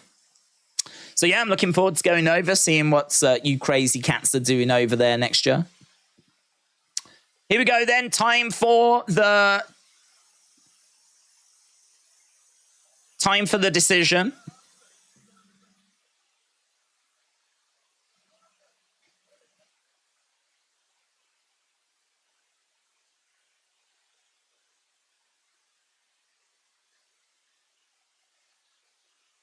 So, of course, unanimous decision.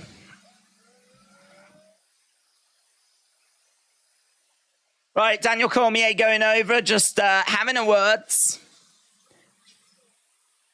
How long have we got? We've only got, I don't get this. I don't understand. We've only got 17 minutes till we've got to go to the prelims. We've still got, I worked out we still got one more fight to get to until we get to the prelims. Your Reese's cups come in 3 packs, as are 2 and 4, unless it's a 10-pack of individually wrapped cups. I don't know if we have Reese's cups, to be honest. I genuinely don't know. Big Time said, people are dramatic. I saw the tweet of the YouTube video regarding did WWE waste The Rock, and people in the quotes are struggling to handle criticism. I haven't seen any of that, to be honest, mate. Do you know, it's funny. I was talking about that earlier. I was talking about like how people have to learn to take criticism. It's funny, actually, that we were just talking about it.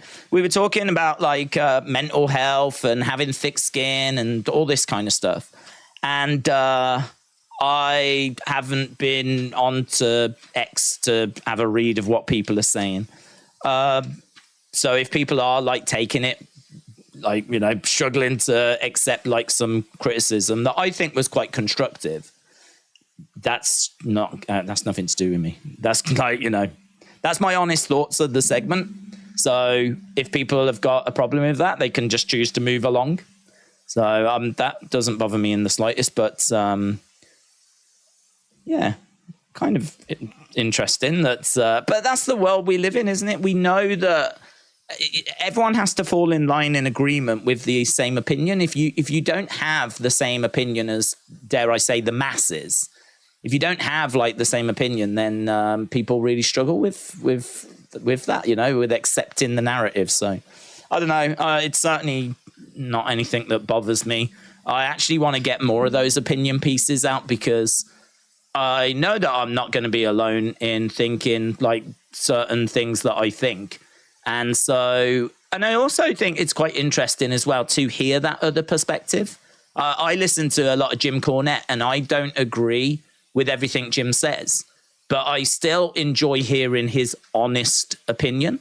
I think his honest opinion, his honest thoughts, I think that's still really interesting to listen to. So I think as long as you're being honest, I think that there is real value in that. So yeah, I'm actually interested in, like, you know, putting more of those out. We're going to start doing reviews of Raw and SmackDown. We've been doing it for a little while now, but yeah, today I started looking at, like, putting a little short out, a little, like, if you do watch the video or want to see more of the video, like, this is the kind of thing that you could see. So I suppose in a way it acts as just like a little advert for the video. So yeah, I'll be looking to do more of that. So those people might want to block my account. That's probably the best advice I've got for them if they're struggling. Right, coming up next, we've got Campbell versus Reyes. Coming up next, this is in the lightweight division. So Campbell is a prospect with clean striking, making his UFC debut. He can be wild. He swings away. He likes to move forwards. He's got good fight IQ. He's very calculated. He's very smooth. He can break people down with his leg kicks. He's long, he's rangy. Reyes has not competed in 6 years. We haven't seen this guy since 2017. He's 0-1 in the UFC. He lost to Perry in 2017. He is likely here as a beatable opponent for Campbell. Light on the feet, doesn't like getting hit. He is a massive underdog here. 93% of people have gone with Campbell on Tapology, minus 400 favorite. 7% of people have gone with Reyes. He is a plus 300 underdog. So I've got Campbell, as we said, making his UFC debut. He is a prospect. He has got good striking. He's taken on Reyes, who is, as we said, I think just being brought back and being fed. I think, you know, we haven't seen him in 6 years. His last fight was in 2017. He's 0-1 in the UFC. So let's see what he can bring to the party. Charlie Campbell in the lightweight division is the pick on this next one. Sonny said, we no longer have chubby sodas. I miss them. A couple of well-known blue tick marks and an account is getting involved in the comments. Mate, let them fill their boots. I don't give a flip. That tab clear shut down the Crystal Pepsi because it tasted so bad, says Chrome Cobra. Chrome's Chosen said, if you really want to see people cry, then criticize Becky. Well, I'm certainly not going out of my way to criticize people for the sake of it.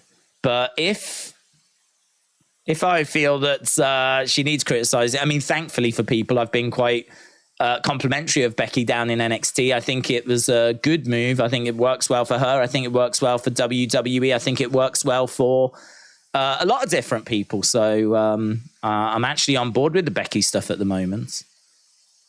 That might change. I don't know. We'll have to see.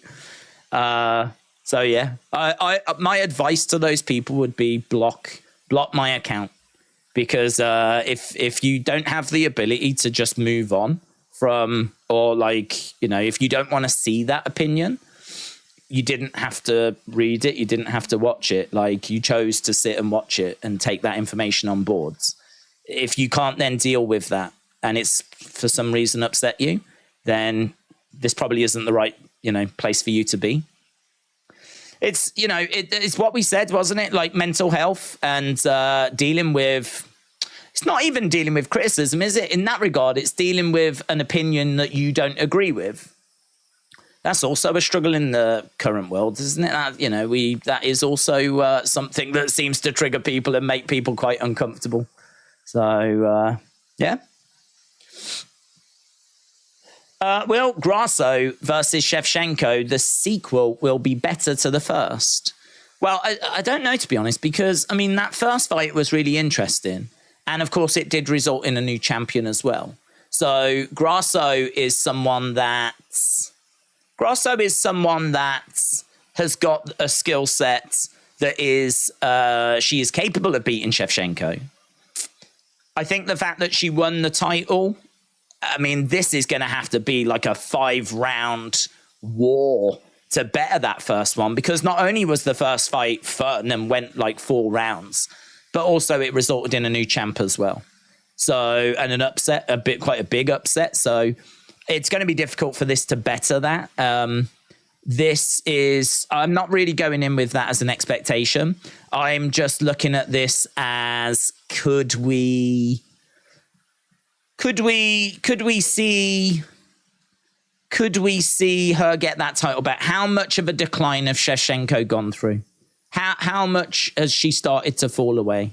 I am definitely aware that there's been a decline there. I think a lot of people are, but it's hard to get a read as to how much she's declined. I think she's still got enough about her to get this title back. So Shevchenko is my pick. Shevchenko is certainly the person that I'm expecting to get the victory, but I do think it's going to be close. And I think there's ways forward for both fighters. So, but Shevchenko is my pick. Coming up next then is Reyes versus Campbell. Both fighters are inside the octagon, and Bruce Buffer is about to do his announcing. 8-year edge. The younger fighter wins more than 66% of the time. William said, I'm off to grab dinner. Be right back. William, shout out to you. What is Dr. Pepper? Said Cult of Personality. Dr. Pepper? That's still a thing, isn't it? I mean, are you asking, like, actually what is in it? Because my I think I read it was like a fruit drink. It is a weird taste. That's a good question, actually. Now I need to have a look and see what Dr. Pepper is. Let me have a look. Dr. Pepper. It is a carbonated soft drink. It is...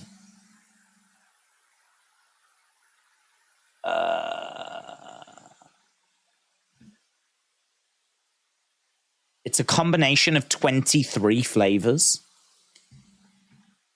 The formula is a trade secret. I'm sure I've read somewhere that it's a fruit drink. I'm sure I've read that somewhere. Listen, we're going to have to park that one because we need to get to our next fight. So we've got Reyes on the outside. We've got Campbell in the middle. Reyes bouncing around on the outside. Campbell standing his ground in the center. Kick coming in. Kick coming back there by Reyes. Campbell on the outside.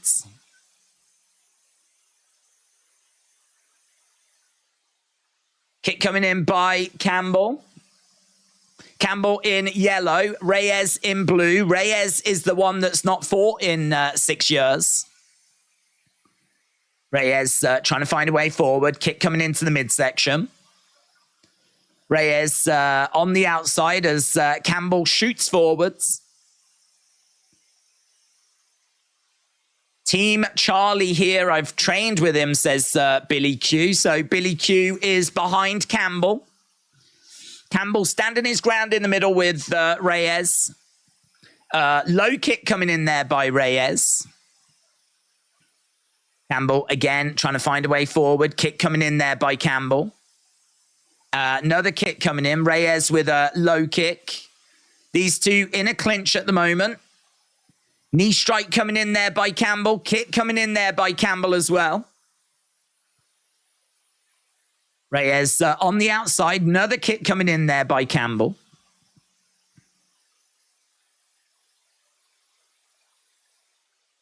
Reyes trying to throw in a couple of shots as Campbell bounces around. Kick coming in. Lovely shots coming back there by Campbell. Looking really good. Reyes on the outside. Lovely right hand there by Campbell. Down goes Reyes. Knees coming into the midsection by Campbell, but that was a beautiful right hand straight down the middle, clip Reyes. Reyes gets right back up to his feet, though. He's staying on the outsides.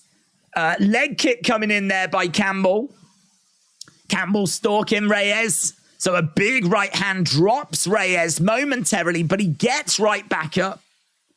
Campbell in the center. Kick coming in there by Campbell. Reyes on the outside. Couple of shots coming in. Reyes with a few shots coming back. So Reyes is circling round Campbell with a shot to the midsection. And again, Campbell going straight down the middle. Kick coming in there by Campbell into a clinch. Campbell goes back against the side of the cage. 39 strikes by Campbell, 8 by Reyes. Spinning back elbow coming in there by Campbell.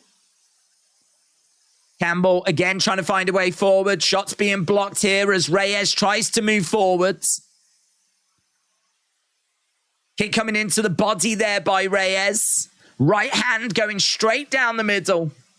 And I think there's a bit of a busted nose here for Reyes. You can see some blood. Campbell stalking Reyes. Jab coming in there by Campbell. Movement coming in by Reyes. Uppercut just misses. Oh, he catches him. Reyes is done. Reyes is done. That's probably why they started this fight so late, because they knew that Campbell had enough about him to get an early finish, and he gets that early finish, a first round finish. Great work. Great work by Charlie Campbell.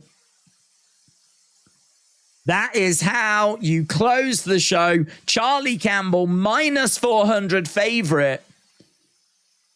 Bang, straight down the middle. He's got him over by the side of the cage. Couple of shots raining in. Uppercut just misses. Hook shot comes in. And it's a beautiful little right that drops Reyes. He goes down. He covers up. And he gets smashed by Charlie Campbell, making his UFC debut. It's really hard to judge like how good of a performance that was, because as we said, Charlie Campbell was a minus 400 favorite anyway. Charlie Campbell was someone that we was expecting to get the victory and thought it would be relatively comfortable. So it's hard to like put too much praise on or say he's going to be this big, massive future star. But yeah, he picks up the victory there against Alex Reyes. Charlie Campbell, 93%. Alex Reyes, 7%.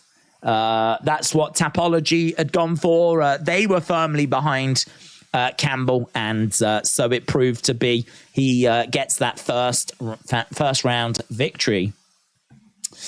Ellie Dortnight said, I might be wrong. I don't read loads of negativity. Oh, I think he was talking more about social media big time, Baxter. I think was talking more about over on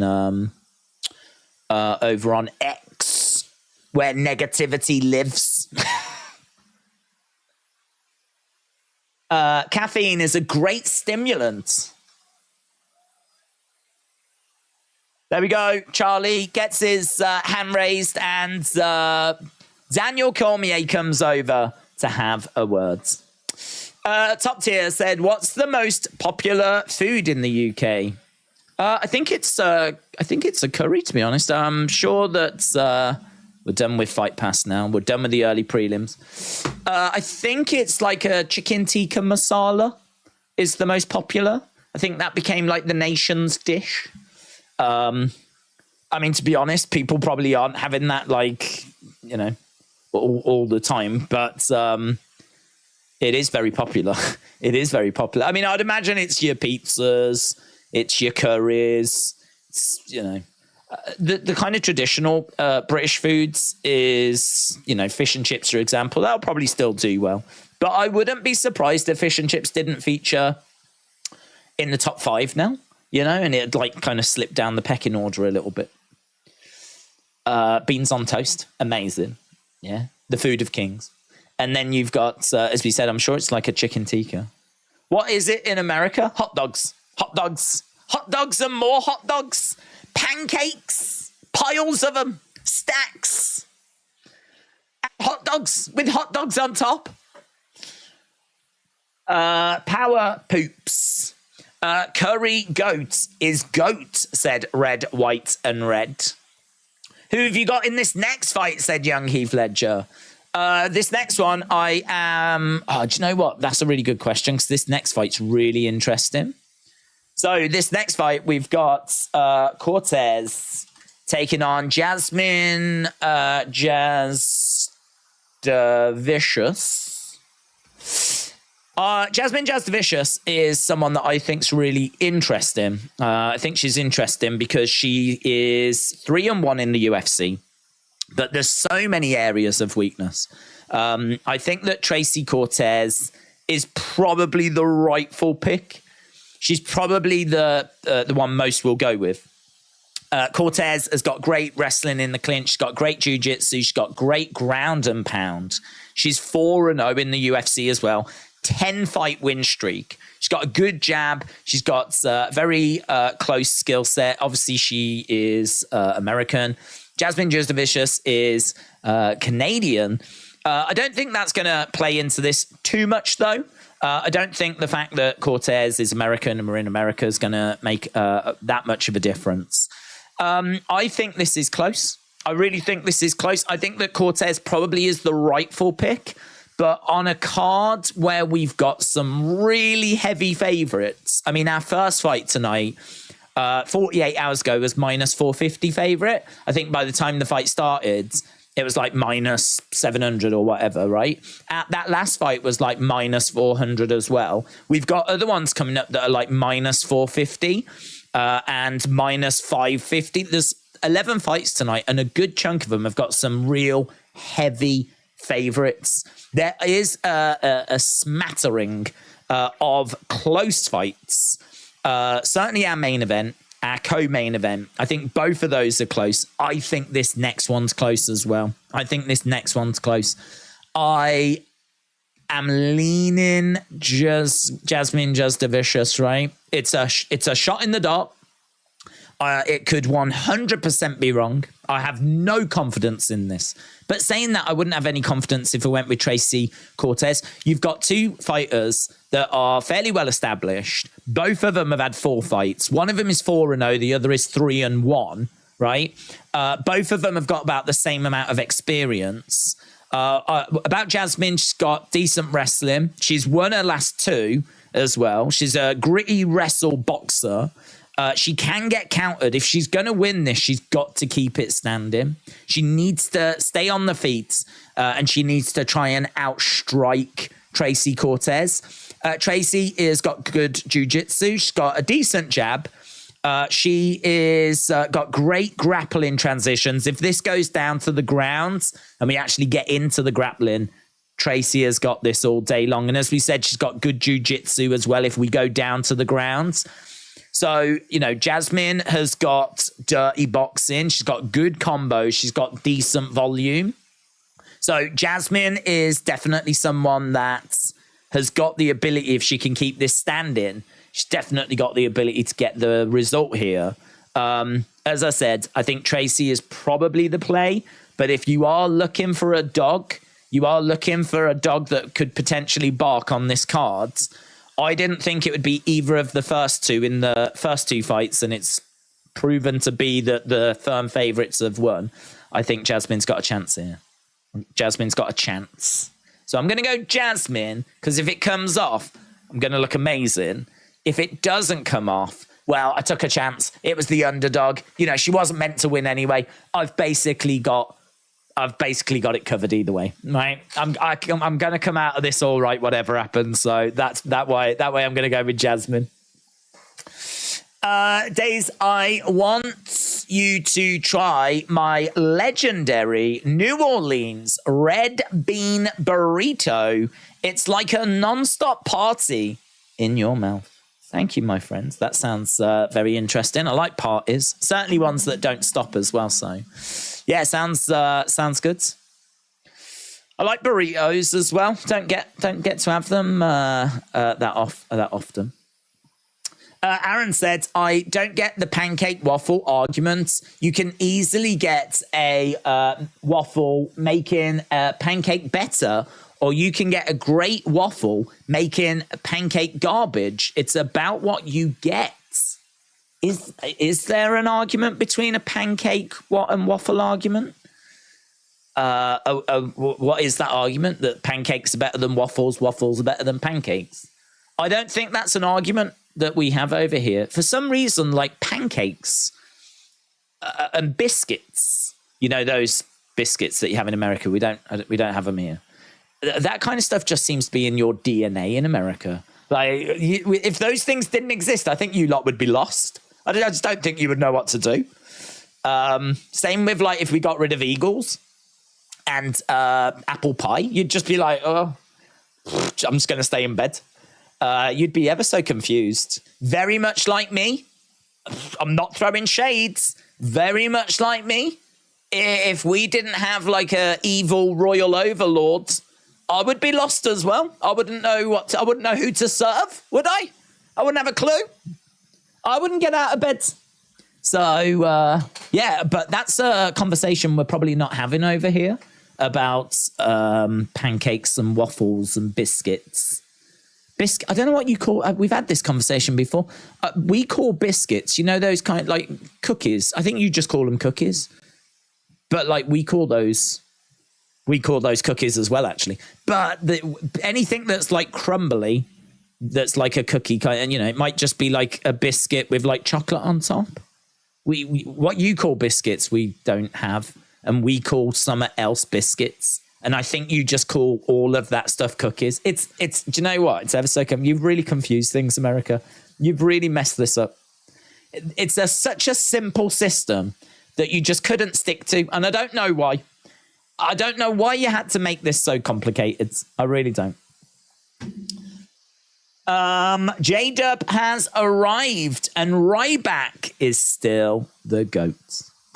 Who have you got in the Holland and Grasso fight? I've got Shevchenko and I've got Della Maddalena. So I think both have got past the victory. I think both could absolutely get the win. But Grasso is someone that has got the ability to get the victory. She got the victory last time. I think it was a mistake from Shevchenko. I think Shevchenko is going to be a lot more conservative, a lot more careful. She could still get caught. She could still get out-volumed. She could still lose the fight. But I think that Shevchenko is going to have enough to get the job done. This means so much to her. It means everything. If she doesn't get the win tonight, then, we're probably looking at the start of the end for her. Because everyone can have a bad night. And I think she's put the defeat down to a bad night. But if you have like two bad nights and you lose again here, I think then, there will be questions that are being asked. And to be honest, those questions are being asked anyway about whether she has started, like the decline has really started to set in. And Kevin Holland against Della Maddalena, man, Kevin Holland is so hard to put money on him, so hard to back, because you just never know what Kevin Holland you're going to get. You just never know, like, what version of Kevin Holland's going to come in. I feel like this Kevin Holland is probably in a better place now. We saw him before being very arrogant and trash talking and being a bit distracted. I don't know that this Kevin Holland is as distracted now, but he's taken on someone that's 5-0 in the UFC. He's taken on someone that's 15-2 overall, that's got good volume and wins rounds. Like it's gonna be hard for Kevin Holland to get this victory. The bookmakers, as of 48 hours ago, had Kevin Holland at -115 and Della Maddalena at -105. So, yeah, it's definitely something that's going to be close, both of these fights. It's definitely something that I think is going to divide opinion. Some people will go with Grasso, some people will go with Shevchenko. Some people will go with Holland, some people will go with Della Maddalena. It will divide opinion. But, it's going to be a very interesting end to the card because, as we said, it could go either way. And talking about our main event, we've had over 500 500 votes now. Over 500 votes. 64% of people have gone with Shevchenko. 36% of people have gone with Alexa Grasso. So I think the consensus is that she should be able to get her belt back, or we think she'll get her belt back, but it's going to be difficult. It's definitely going to be difficult. That's why US food is better, said Chrome Cobra. We are a conglomeration of all cultures, and we have some good-ass food combos. Outlier says, I do want fish and chips from the UK. I like fish and chips. I think fish and chips from the UK is okay. I think it depends where you go. There are some really great, like really good fish restaurants, fish and chip restaurants. I reckon if you was to get them from like the local chippy, I mean, it's fine, but I don't know that it's going to be anything that's going to blow your mind. Although saying that, I don't know how. Do you have fish and chip shops in America? I don't know. I mean, like they're everywhere here. Pretty much every town in this country has got a fish and chip shop where you can walk in and get, fish, chips, sausages, battered sausages. You can get pies, which have got meat in, like a meat pie. You can get kebab meats. They do lots of different things inside a fish and chip shop. It's not just fish and chip. And obviously you can get haddock, cod, different types of fish as well. But I'm probably not going to advertise it very well, and perhaps it's just because I've grown up with it, but it's a nice dinner. It's a pleasant eat. If you was coming over, I would say, yep, do it. You can't go wrong.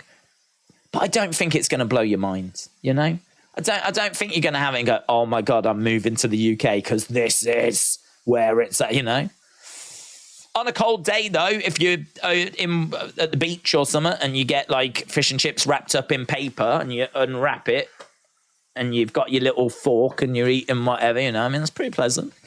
Bit of vinegar, bit of salt on there, Certainly worse things in the world. But, in a country where you go bananas for foods and you've got like some of the craziest, as you said, meals I've ever seen. I don't know how the humble fish and chips would stand up. We're a simple country. Right, Jasmine is in the Octagon. I've never tried the battered Mars bar, but I know places that do them. I would try it, yeah. Can you even call yourself Scottish if you don't have a battered Mars bar and an iron brew? I mean, even if you tried it and hated it, I think that, there'd be serious questions about your nationality if you didn't have a battered Mars bar. Yeah, I mean, I could imagine it being quite nice, actually. I like Mars bar. I don't mind batter. I'm not crazy about batter. I don't shy away from it. So I think a battered Mars bar, that seems okay to me. A fruitcake Mountain Dew seems like a flipping disgrace, right? Now we're having a very different conversation. So that is definitely something that I would question, but a battered Mars bar, it does sound quite crazy, but it sounds acceptable as well. Right, we are getting to our third fight coming up. So Cortez versus Jasmine Jasdavicius. Cortez is on a 10-fight win streak. She's taken down all 4 of her UFC opponents. 10-fight win streak, awarded a UFC contract on Dana White's Contender Series. I've eaten cow brain tacos, no caps. Some people put British chocolate that's better than American. Sorry, people, British chocolate is better than American. Hershey's is awful. Do you know, Hershey's, I've heard, is made from something, or it's made in a way that is different to the chocolate that we have here, which is why to the British palate, it doesn't taste quite right. Like there is a reason as to why that is. I can't remember what it is, but I saw a little documentary on it. because the question was, why do British people not like take to American chocolate? There's so much about America we like and appreciate, but like the chocolate is something we struggle with. And it turns out that it's because like it's done in a different way, and it's our palates are just not aligned. It doesn't work for us. So yeah, it's that is an interesting one. I don't even know if they sell Hershey's over here. Certainly, it's if they do, it's got 0.1% of the market. British people are very fond of the chocolate they have, and Hershey's is not in that conversation. Bruce Buffer in the how's the free cotton? How's the free? I feel like I should know what this means, but I don't know what it means. How's the free cotton? What does that mean? I don't even know what that means. Coming Cobra says, get it on Audible. I will get it there. I'm more of a listener to books. Yeah, I'm the same, actually. I've started to get Audible. It's good to just have on in the background.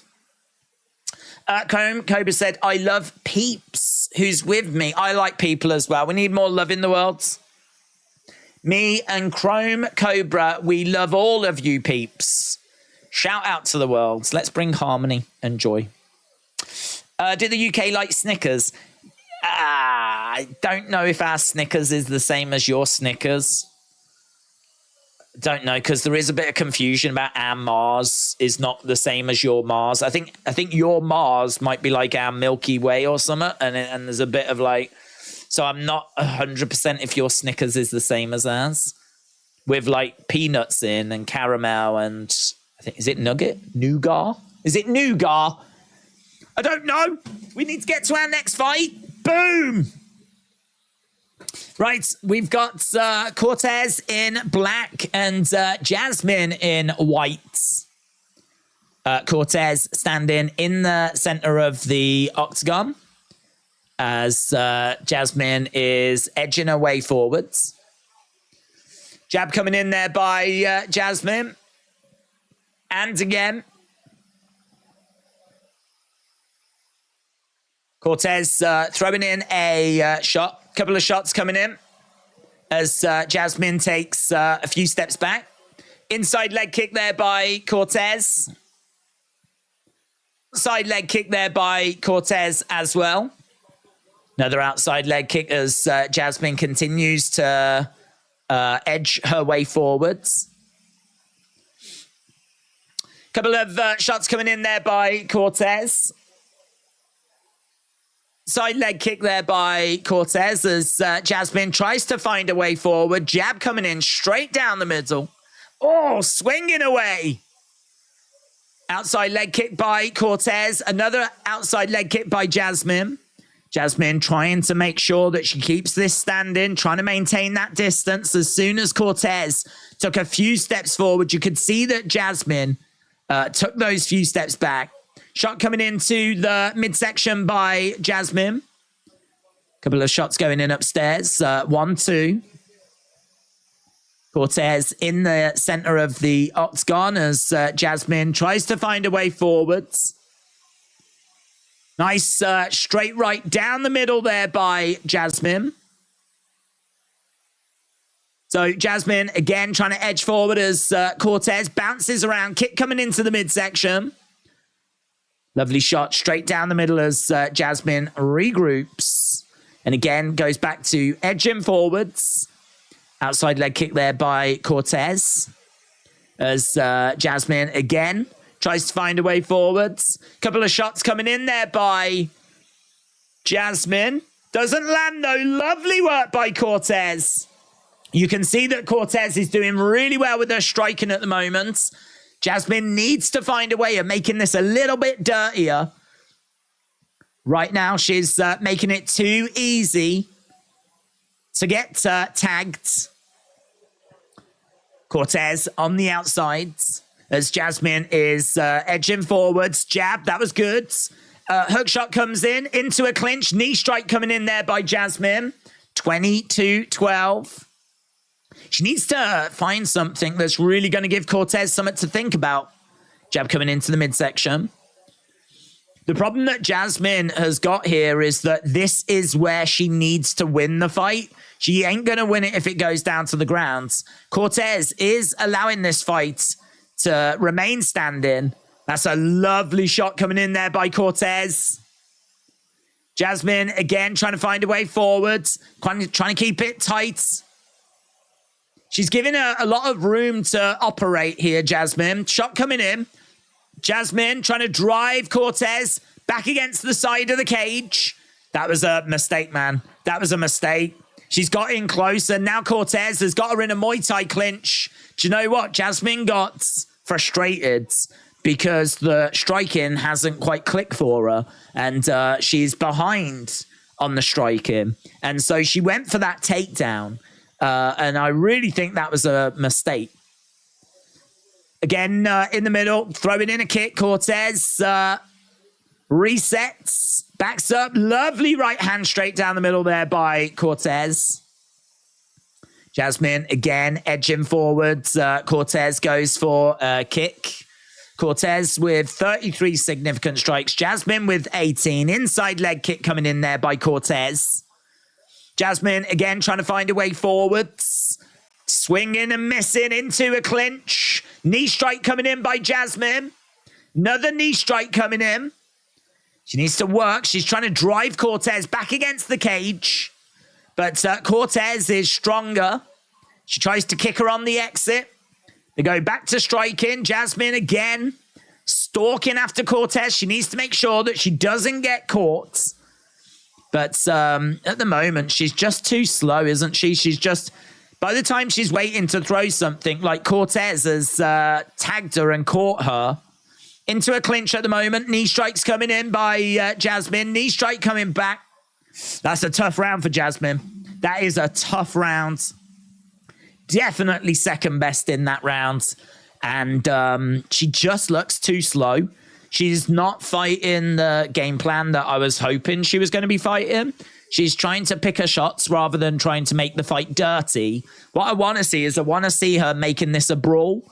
I want to see her like really getting into Cortez's face and really trying to work in that pocket, really trying to make it dirty. And while she's trying to pick her shots from distance, she's way too slow. Way too slow. By the time she's actually thrown some, Cortez has got onto the inside and has managed to get a couple of shots off on her own. She managed to keep it standing, though. At least the fight didn't go down to the ground. But then saying that, Cortez didn't look to get it down to the ground. So, yeah, difficult first round that for Jasmine. Let's see what the second round can bring. Cortez is looking fantastic, says Vicky May. World's largest combat sports library. Boom. Let's go. Round number 2. We've got Jasmine trying to find a way forward. Cortez in the middle, throwing in a few shots. Knee strikes coming in there by Cortez. Cortez ranked number 14 in the flyweight division. Jasmine outside of those rankings. A couple of shots coming in there by Cortez as Jasmine edges forwards. Kick coming into the midsection by Cortez. Outside leg kick there by Cortez as well. Cortez is looking crisp with the hands. Aaron said she's found her rhythm. Cortez takes the first round 10-9, landed a lot of clean headshots. Jasmine edging forward, outside leg kick there by Cortez. Knee coming into the midsection there by Cortez. Jasmine with a couple of shots coming in. Cortez is backing up. There's a lovely hook shot that comes in there by Cortez. These two break apart. Kick coming into the body. Jasmine again edging forward. Shot coming into the midsection. We've got Cortez circling round on the outsides as Jasmine goes to put that pressure on. So over a minute gone in this second round, and Jasmine is trying to bring the fight to Cortez. Knee to the midsection, knee coming back there by Jasmine. Jasmine stalking after Cortez. She's definitely taking the fight to Cortez. Cortez, again, no quicker with the shots. There's a lovely right hand that comes in there by Cortez. Cortez, again, resetting. They touch gloves. Cortez trying to jab away. Kick coming back there by Jasmine. Cortez backs up. Lovely strikes. Oh, head kick comes in by Jasmine.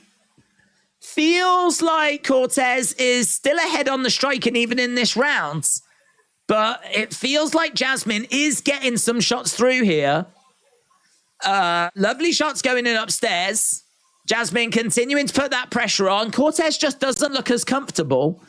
Bouncing around on the outsides. Trying to throw in some shots. She tries to grab her and a takedown by Jasmine. Takedown by Jasmine is interesting. She needs to be careful. That's risky, man. It's risky. She's got Cortez in a seated position over against the side of the cage. And right now, Jasmine is trying to keep Cortez up against the cage. So Jasmine has got Cortez, but Cortez has managed to get back to her feet. Jasmine's making it a little dirtier in this round, which is good to see, to be honest. I want to have a look at the round-by-round breakdown stats. Again, another takedown here by Jasmine. Jasmine is keeping Cortez grounded at the moment. So that was good. She's really not allowing her to get right back up to her feet.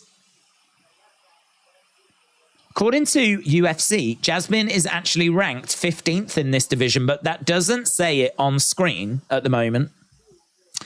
Right now, in this round, it's 31-19 in this round. So Cortez is ahead on the striking, but there has been 2 takedowns. We are seeing control time as well. We are seeing total strikes, 31-29 in favor of Cortez. That is closing. We are seeing Jasmine trying to make progress here, but both fighters are standing over by the side of the cage. Jasmine with a knee to the midsection. Knee coming back there by Cortez, though. It's 31-20. Cortez has reversed the position. Cortez showing just how much stronger she is. She's been able to get back to her feet, and she's the one that's in control of Jasmine right now. It was a risky game, to be honest, looking for that takedown. I don't know how much she got out of it. She did get 2 takedowns out of it. But if you don't do anything with those takedowns, then I don't know that the judges really care. Definitely first round to Cortez. This round is closer, but it might still be a Cortez round. Couple of shots coming in there by Cortez right at the end. 38-22. Yes, that second round is hard to score. Let me know in the chat. How are you seeing it? How are you scoring it? I think it could be 2-0 Cortez. I know that Jasmine got those 2 takedowns, but did she really do anything with it? And the gap between them, 40-22 on significant strikes, that is considerable.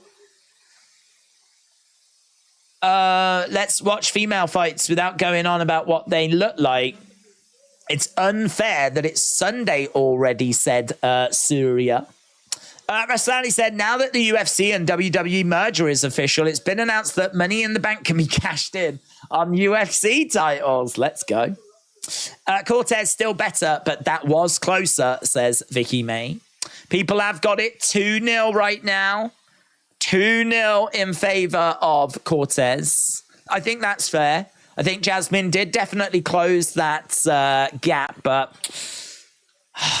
it's difficult because I think on the feet, that is where she would get the joy, but she's just not finding the joy. So I think it's very frustrating for her. So, you know, she went for that takedown to see if she could get anything down on the ground. She didn't really find anything there either. It does beg the question, though, of what is she going to be able to do in this third round? Because that second round was closer. In fact, Aaron has got it 19-19, but Kevin has got it 20-18. Hit coming in there. Hiko said 1-1 as well. Very technical and entertaining fight. Jasmine trying to find a way forward, looking for a takedown. Knee strike coming in, being driven back against the side of the cage. Jasmine is trying to get Tracy down to the ground. So Jasmine, again, trying to get her down, trying to drag her down. Grabs a hold of the leg, and at the moment, Cortez over by the side of the cage. Jasmine's got to find a way of getting this fight down to the ground, or if it's going to stay standing, she needs to land something significant, because we know that Tracy is strong, and we know that she's got great hips, and we know that this is going to be a problem for Jasmine if she can't get something while she's got this slight advantage, this slight momentum, but she couldn't get anything. Tracy breaks apart, goes back to the middle of the octagon. Jasmine bouncing around, trying to find a way forwards. Jasmine looking for anything, any kind of counter. Outside leg kick there by Cortez. Jab coming in there by Jasmine. Going straight down the middle as Cortez circles round on the outside. Knee to the body there by Jasmine. Again, Cortez circling round. Jab coming in there by Jasmine. Again, shot coming in. Into the clinch. Cortez over by the side of the cage. Knee coming into the body. And Jasmine continuing to move forwards. A couple of shots coming back. Kick coming in there by Cortez. Jasmine, a couple of shots coming in. Knee strike coming in there by Jasmine. Jasmine has got Cortez up against the cage. What I would say about Cortez is when Jasmine has needed to get a hold of her and drive her back against cage, it has seemed quite easy for her to do that. Hasn't seemed very easy for her to progress the fight past that point. But to actually grab her and get her over by the cage, like Jasmine has been getting a lot of success with that. The problem is you don't really score anything for that. Like the judges ain't going to give you anything for grabbing your opponent and driving them back against the cage. Control time just doesn't really mean anything. Jasmine is definitely the one that's taken the fight to Cortez. Knee coming into the midsection. I don't know, though. Even in this third round, we are seeing Cortez land some really nice shots. I've got Cortez 2-0 up going into this third round. Again, kick coming into the midsection. Cortez 34 significant strikes to 25 for Jasmine in this third round. But it's a good little scrap. It's a good little fight. And Jasmine ain't going anywhere. And she throws a big knee. And a kick comes in. And Cortez goes back against the cage. I think they're talking about hair pulling. These two are really trash talking right now. The crowd are getting all kinds of fired up because Cortez is claiming that Jasmine pulled her hair. Jasmine was very clear that she either didn't or didn't care. And now we've got some shots coming in by Jasmine, really mixing it up. Couple of strikes upstairs. She looks for a takedown. Cortez trying to get Jasmine down. Both of these women are quite gassed, but what a fun fight. This has proven to be right now. Cortez up against the side of the cage. Jasmine all over her at the moment. They break apart into the center of the octagon. Jasmine moving forwards. Kick coming into the midsection. Shot coming back there by Cortez. What a great fight this has been. Shots coming in. Heavy shot coming in there by Jasmine. She's continuing to move forward, but the counter shots coming back by Cortez.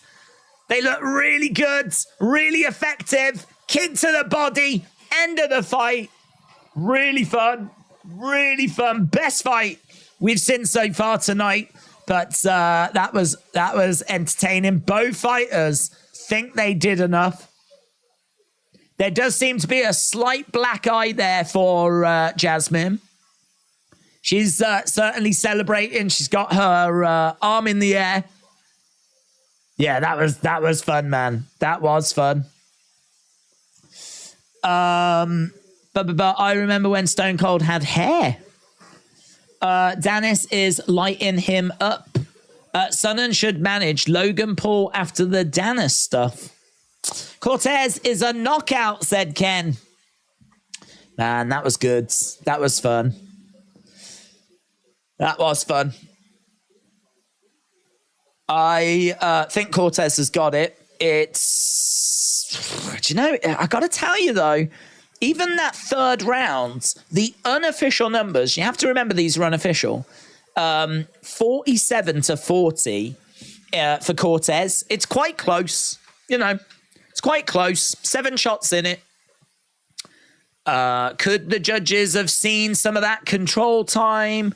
Both have got marks on their face. There's a mark certainly on Jasmine's face. Looks like she picked up a black eye. Yeah, she did. She looks a bit frustrated as well. Let's see.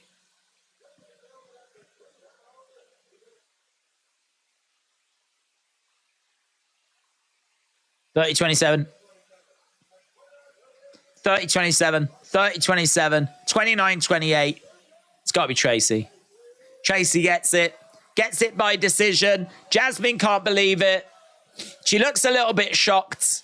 But she looked a little bit in doubt, actually, to me, before that got read out. 30-27.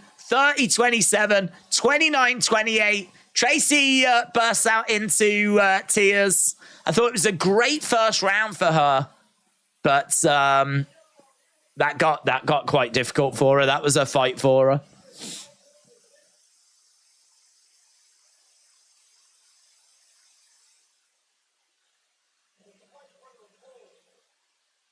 It was a pro. Tracy crowd. Whatever life throws at me, you can't break me. It is true, she's a wrestler. Didn't use her wrestling. She went for one takedown, didn't get it.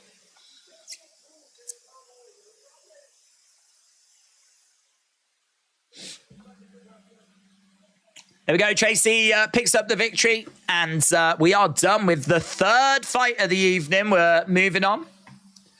We are 1 hour, 20 minutes away from getting to the main cards. If you are watching and you've not left a like, leave a like. It is greatly appreciated. As we continue to work our way towards that main card. And, of course, our title fights coming up in a few hours' time. We've got a little way to go. Green Shark Media says, I enjoy Jeff Hardy's TLC matches. I was such a sad kid growing up. I would put my mom's tights on my arms like Jeff. Please don't put that on the internet.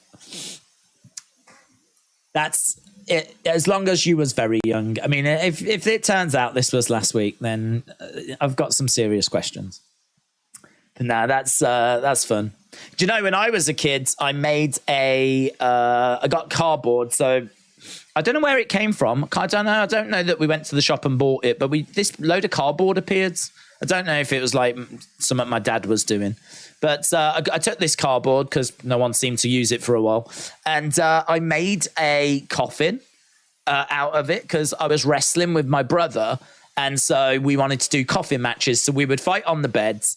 And then the winner would be the person that could push the other one into the coffin that I had made that was on the floor. And I put like pillows in there so it was soft, you know. Thing was, my mom didn't know what was going on. And so she would come into my room and see this coffin that I had made. And she was like really worried about what I was up to. And like, is everything okay? Like, why is he so fascinated with death? Why has he made a coffin? She like spoke to my auntie about it and everything. There was like crisis meetings because I'd made this coffin. All I wanted to do was recreate a coffin match. Why no one could just have a conversation with me about it, I have no idea. But some of the stuff that we do as kids when we're WWE fans is it's pretty wild. Pretty wild.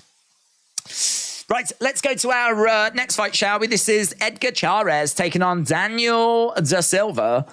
Chairez is a conventional stance striker, 0-1 in the UFC. He lost his last fight by unanimous decision back in July. He's got good head movement on exits. He's got a good check left hook. He chips away at his opponent's lead leg, and he is a very aggressive counter striker.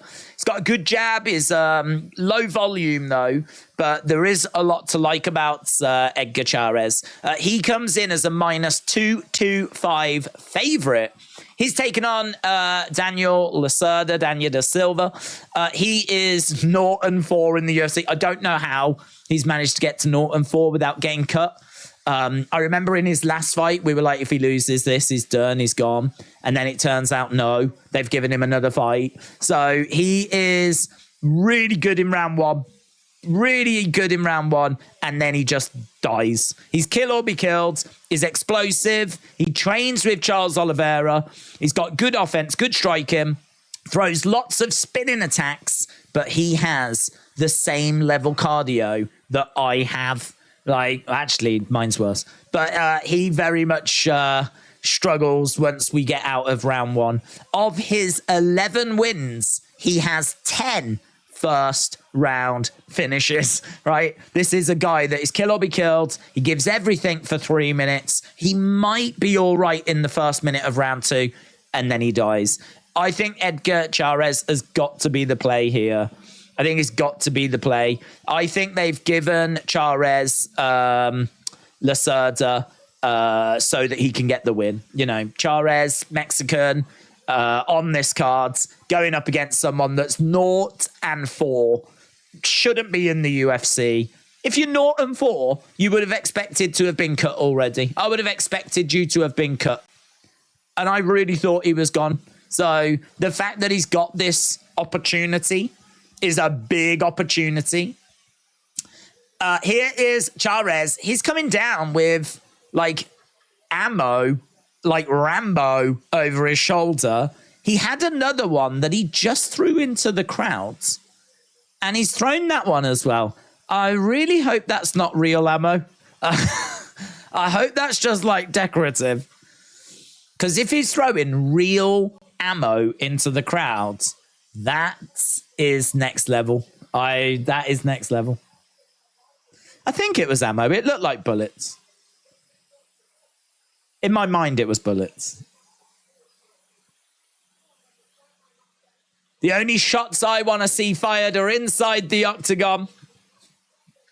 Chairez has won 2 of his last 3. He's finished all 10 wins, 4 by knockout, 6 by submission, 7 first round finishes. Green Shark Media said, I appreciate the watch-alongs. Holland, round 2. Green Shark Media, shout out to you dudes. Appreciate the kind words. Holland, round 2. Yeah, couldn't see it. I have got Jack Della Maddalena winning, but I keep saying it, it's a very close fight. Both fighters are finishers. I think if you feel strong on either side, I think follow your gut, because honestly, it can go either way, that one. They probably cut 10 more pounds than the ladies and gained more back. Godfather's Ho, hello. Roll in that Rocky Maivia. It's got purple strains and curly hair. How do you feel about Cody getting shoved now with a possible Roman Mania match? Very drank up. R.I.P. boobs. Well, I don't mind it, because I think Cody is the one. I think if you get Roman wins. I think that Cody's the one that I think will beat Roman. If it doesn't happen at WrestleMania, that's okay. The question becomes, when do you do it, though? If you're not doing it at WrestleMania, when do you do it? Like, it would sort of feel like if you're not doing it at WrestleMania, do we have to wait till SummerSlam? Maybe we do. Maybe it's SummerSlam then. If the Rock match happens, I think that's fine. But then I would go that Cody wins the title at SummerSlam. So it's It's all right. I don't mind it. You know, I think it's going to be a little challenge to try and find something for Cody to do. He does sort of feel like he's a bit lost at the moment. His momentum sort of stalled. So we'll have to see. That is going to be a challenge. He needs a really interesting feud, something that's got a really good story to it. Someone that can like get under his skin and, do you know what I mean? Like someone that could really have some fun with the promos and everything.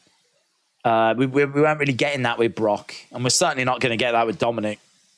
I think him and like Carrion could be great. Him and Carrion Cross, I think that could be an interesting feud. I think that could be interesting. Carrion can talk, and I think he'd have some interesting stuff to say, what with the AEW stuff and whatever.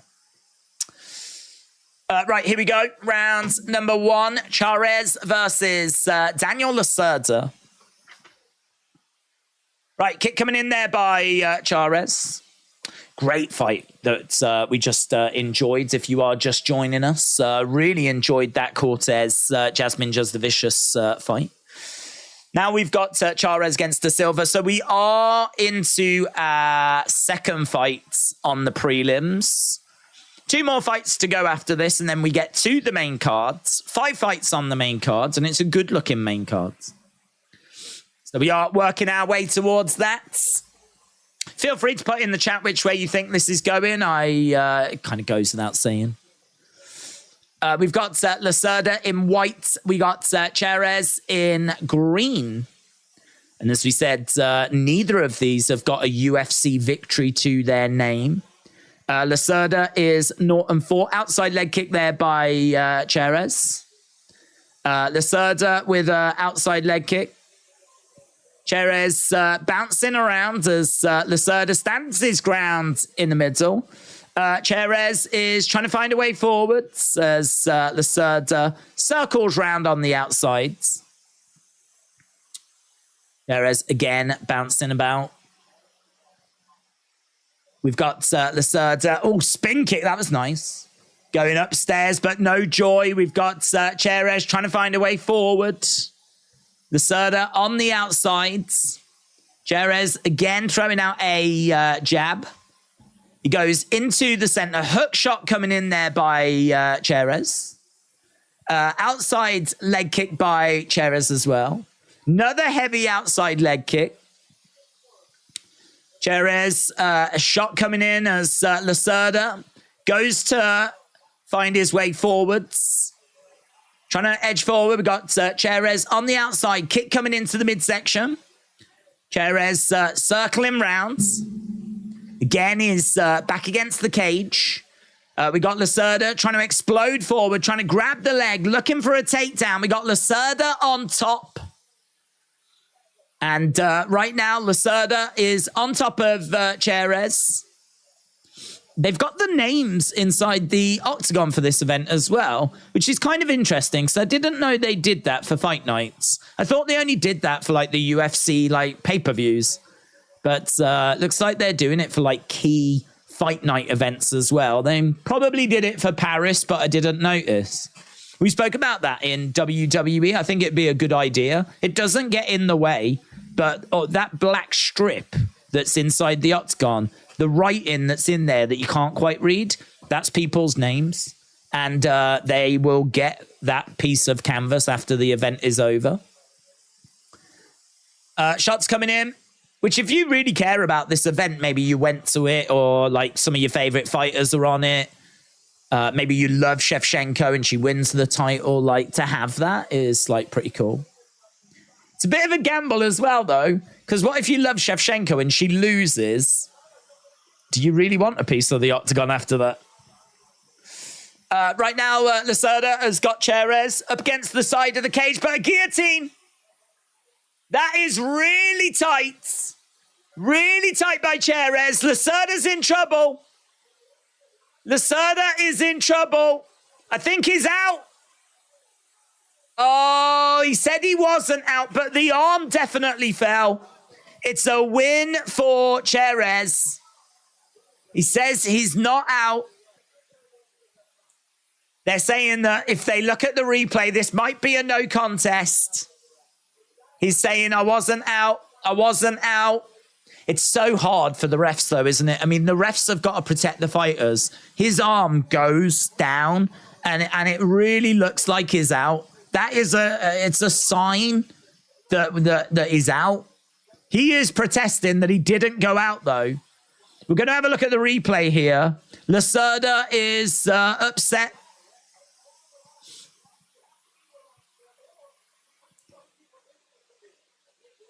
So the choke's applied. Oh, we can't see around the side. The referee is right there, though.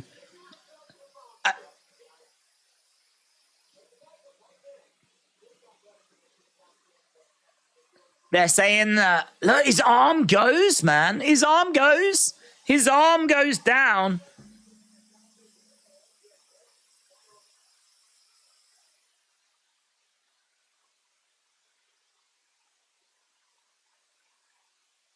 They're saying, it's very interesting. I mean, I can see why the refers looked at it, and it looks, because the arm dropping makes it look like he's out.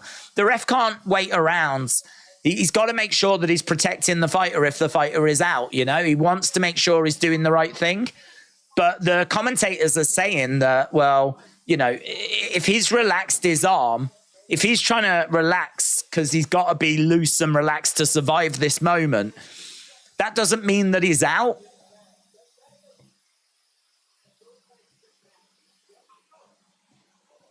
Let's have a look again. Referee is right there. Look, he's right there.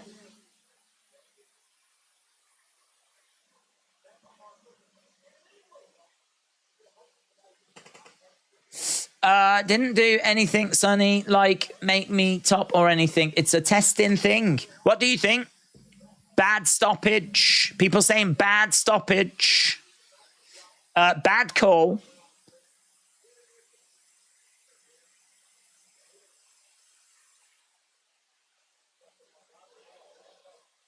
Well, they're going to have a look at it. This is going to be interesting. I can understand why the referee has done what he's done. The arm dropping down, and the ref was there, so I don't know if the ref saw any other signs as well. But he was right in there. It's not like he was a million miles away. He was right in there. The arm drops down. He's having a little look. And he has deemed that the fighter has gone out. Now, the fighter has made it very clear he did not. He's not happy with it. It's now being reviewed.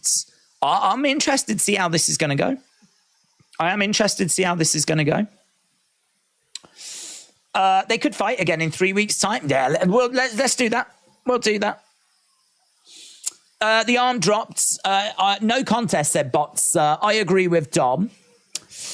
But the body didn't drop, says Aaron. No, but if the ref has deemed him to be out, if the ref has deemed him that he's gone, because we don't know if, I mean, maybe that's something they'll be looking, but maybe because of how tight that squeeze was, like, was it that a lot of his weight was being supported at that point? I mean, it is true that it's not like he crumpled down, but the ref was in there quick. We don't know if that had stayed on just a few moments later, if that would have followed, you know? Some words here between Lacerda and the ref. Let's see what they come up with. There's a handshake between those two. I think there's an understanding. I think the ref has pointed out that, you know, he acted quickly on his behalf.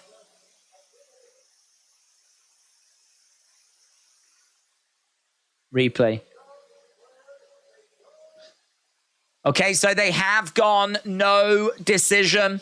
So they've reviewed it and they have called it a no decision.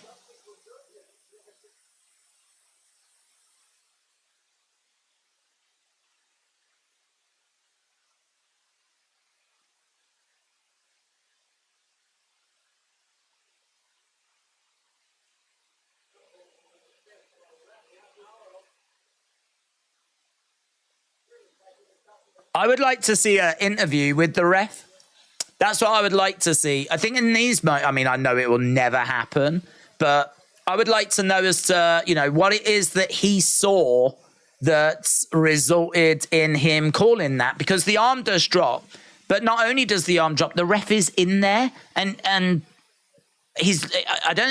not really looking at, it's not like it's only the arm. He seems to be looking at his face as well.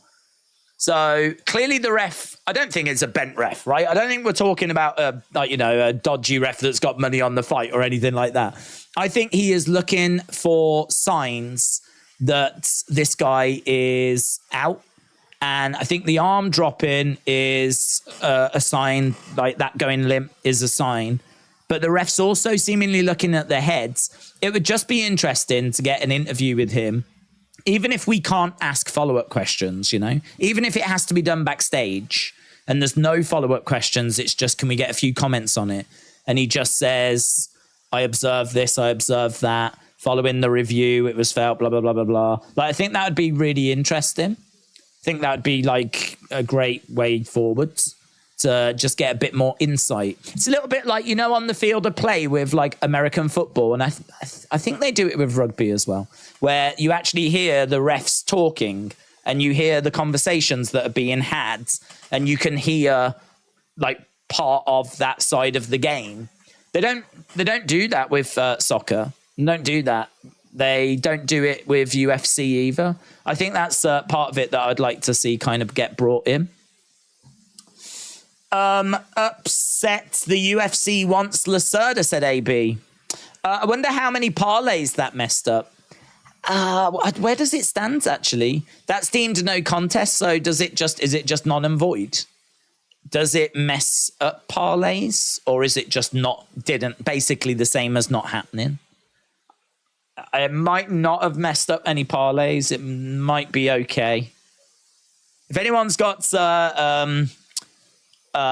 got any experience of that, of having a fight that's been deemed no contest with a parlay, let us know. I think the parlay would be okay, but I could be wrong on that.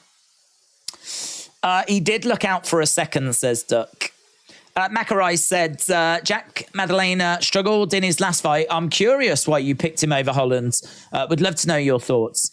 Yeah, I think that Holland, I think it's more to do with Holland being so unpredictable. It's not so much to do with Jack Della Maddalena. I think Jack Della Maddalena is a great fighter. I think he's a point fighter. I think he's someone that can win rounds and outpoint his opponents. I think Kevin Holland can be a bit wild at times. I think that his fight IQ has been brought into question quite a few times. I can just see Jack Della Maddalena pulling ahead with the volume, and then Kevin Holland being forced into playing catch-up and kind of being forced into trying to land something really juicy and eye-catching. And we know that Kevin Holland in the past has said that he wants to, find those kind of highlight reel finishes. He's also someone that we've seen like trash talking during fights and talking to commentators during fights. He's someone that seemingly can get easily distracted. And even though I do think he's a very good fighter and I enjoy watching his fights, I do struggle to back him. So I think this isn't so much to do with Jack Della Maddalena. I think it's more to do with Kevin Holland and the fact that I just struggle with him and his fight IQ and how he gets distracted. Plus, Jack Della Maddalena he's got good cardio, which is something I look for. I think if you can do it for a round, like, you're probably not going to win that many fights in the UFC. You need to, be ready to go the distance. And Jack Della Maddalena can do that.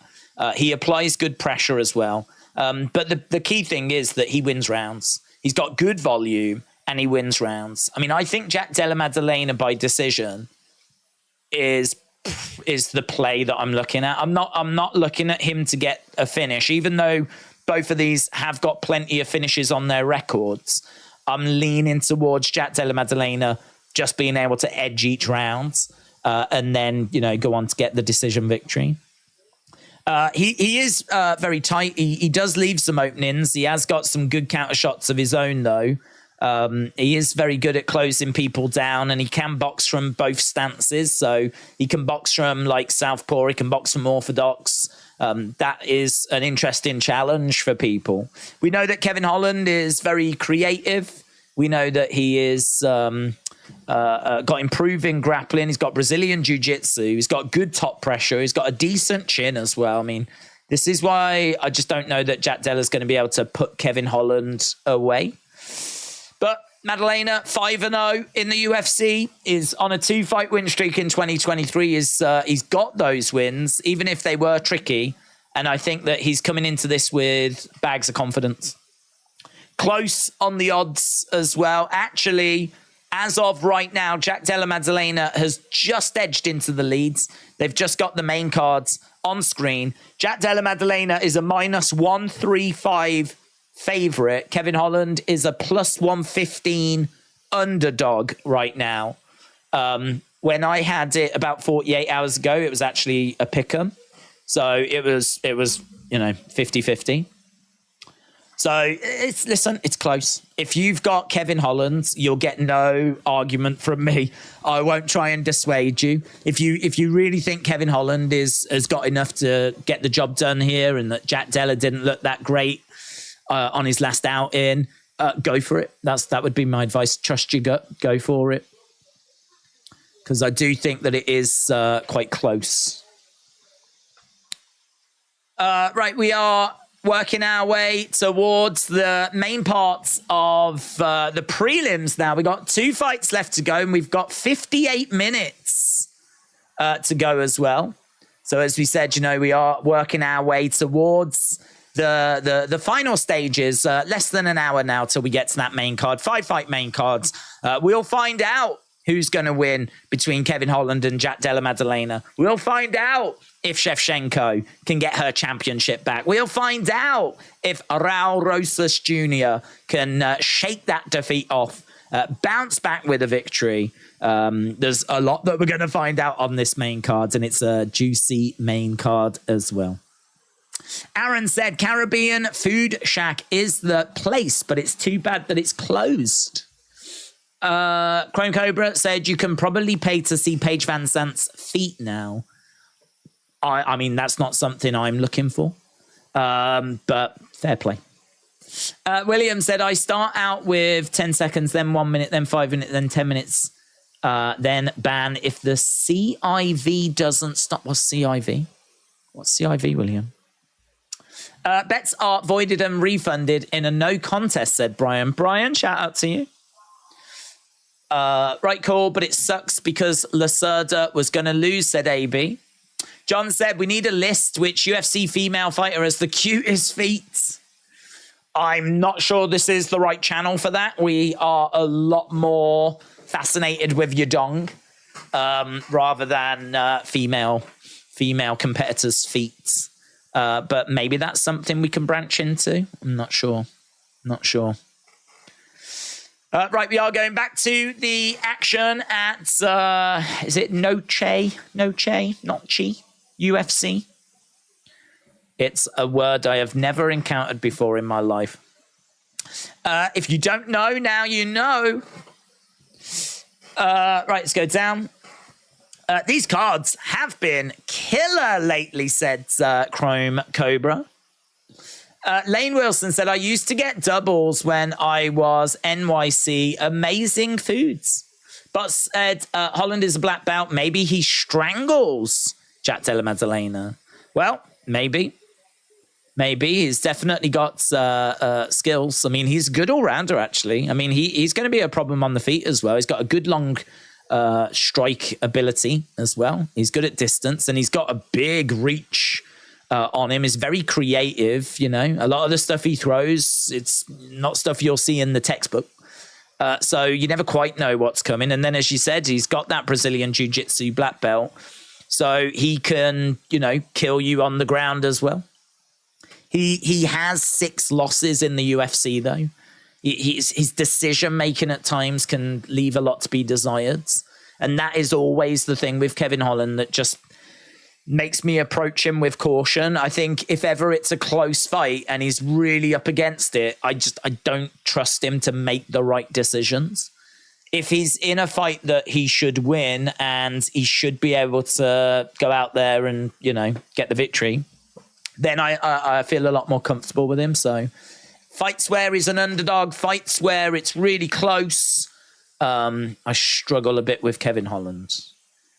Could be wrong though. Do you know what? I've been wrong before. It has happened. It's very rare, but it has happened. So I'm looking forward to finding out. I think it's a really good co-main event. I think it's a really good main event and co-main event, actually. And I like the Rosas Jr. fight because he lost his last fight, and we don't quite know now if he's stalling a little bit, if it's all just a bit too much for him at the age of 18. So even that's going to be super interesting to see how he does against Terrence Mitchell. But I do think his skill set is better than Terrence Mitchell. He should get the win there. So be good. Suzanne said, I hope Valentina wins. She is my favorite UFC fighter. Well, we've had 730 votes. 730 votes. Shevchenko, 64%. Alexa Grasso, 36%. So at the moment, we're not seeing much movement on our main poll at the moment. We do have Valentina Shevchenko comfortably in the lead. And we are seeing a lot of support for Shevchenko, or certainly a lot of people believing in her that she can get the job done. It's going to be very interesting if she doesn't, though. We did say this before. Could this be the end of the road for her if she doesn't win? Because if she doesn't win, you've got to think that she's going to have to get a few fights to get back to a title fight. And she might look at that and think, at the age of 35, I've achieved everything I need to achieve. I've done everything I need to do. There's really nothing more for me to prove. Now's probably the time for me to go and explore something else. So I don't know. If she did lose, I don't think she's given that any thought. I wouldn't expect her to take the gloves off. I wouldn't expect that. But it would be very interesting to see what kind of commentary came out after, I hope that she would have at least one more fight if she does decide this is it. I hope she would have one last fight against someone. Her against Rose could be really fun. But I don't know. Maybe she might think I'm done. She needs to retire if she loses this, Shevchenko, said John. Most honest, most street, most athletic, most competitive, most real, said Aaron. Green Shark Media said scissoring is a great female sport. I am thinking of doing watch-alongs for female scissoring. We don't tend to do a great deal on a Thursday. So I think that's when the female scissoring league meets up. So I think you need a subscription, though, and I think you need to be at least 50 years old. But, that is something that I'd be very interested in streaming. Right, here we go, then. It's going to be Josh Fremd taking on Hopilov. Let's change this over as we head towards our next fight. Fremd. Oh, you got a friend. Do you like my friend? Right, Fremd is big for the division. 2-2 in the UFC in the middleweight division. Won his last two. Trains at Factory X. Few chin question marks. Few durability questions. He is a little bit hittable. Keeps his hands low. Will find success, but will also fade. He's got decent cardio overall, but it does tail off. But he'll be in it for the bulk of the fight. Gives up his back easily, which is a bit of a concern. Roman Hopilov is started out as a striker, but has really rounded out now to really have a little bit more to his overall game. He's on a 3-fight win streak, but he is 3-2 in the UFC, all by finishes. He's an elite kickboxer. His gas tank is looking better than it was before. Doesn't have the best takedown defense, but that shouldn't really be a problem here. I've got Hopilov getting the victory. He's minus 260 favorite, and Josh Fremd at plus 210. So let's get going. Let's get underway. Middleweight fights. And we are underway with our co-main events of the prelims. Rasplani said, have they finally stopped the no crowds fights completely? I don't know if a statement has come out on that, but it has certainly been a while since we went back to the Apex, and I know that they were trying to get out of there. So I don't know that it's completely done forever. But I think that they are making serious efforts to make sure that it is very much in the past. And it needs to be in the past because I think it really has hurt the product. It's just nowhere near as exciting without having, like, you know, the reactions and the roar of the crowds and people making their way out in front of people. It was great when it was locked down and we were still getting fights. That was great and appreciated. But it was never, you know, better than what we've been getting recently. Jab coming in there by Fremd. Fremd in red. Hopilov is in black. So outside leg kick there by Hopilov. Hopilov bouncing around, trying to find a way forwards. Kick coming in there by Fremd. Hopilov again trying to find a way forward. Kick coming in by Fremd again. Again, hook shot coming in. Hopilov reminds me, I can't remember his flipping name. Do you remember that guy that used to hang around with Ben Askren that had the frizzy hair? He was a young kid. I don't know why the name's not coming to me, but he looks just like that. And it's bothering me. Low kick. What was the name? People in the chat will know. Did a few videos with Ben Askren because they look similar. Right, here we go. In there by Fremd. Again, into the center. Kick coming in there by Fremd. Hopilov again backing up a little bit as Fremd continues to move forwards. Both fighters in the middle. Kick coming into the body. Chase Hooper, yes! That's the one. Thank you, James. Chase Hooper. It was not coming to me. I'm getting Chase Hooper vibes.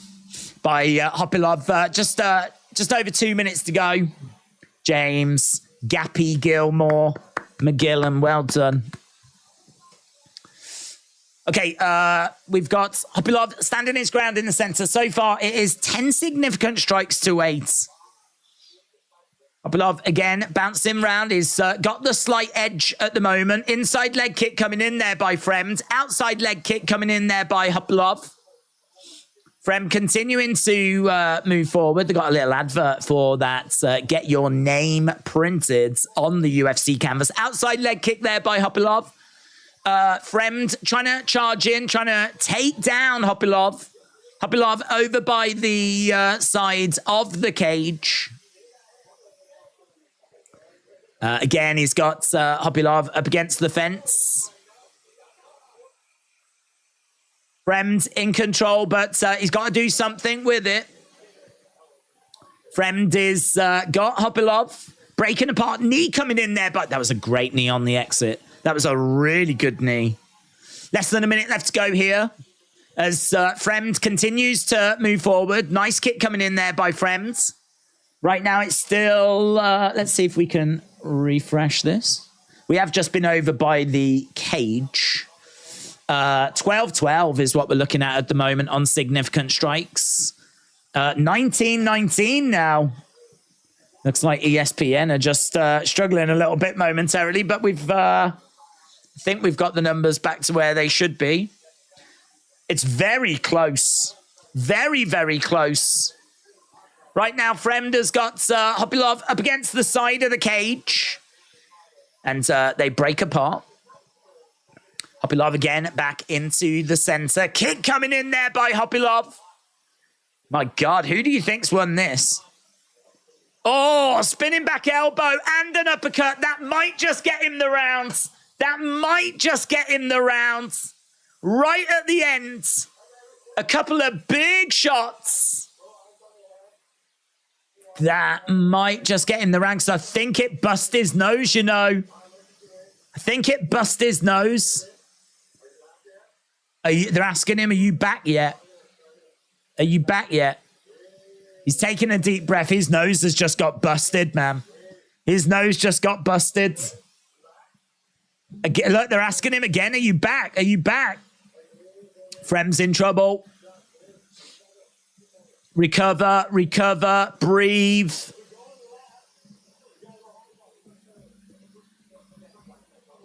That was a great shot right at the end.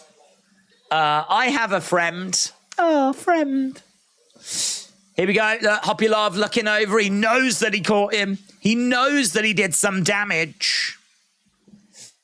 Des, you should get your name printed on the Oxcom for the next Yadong fight. Oh, my God.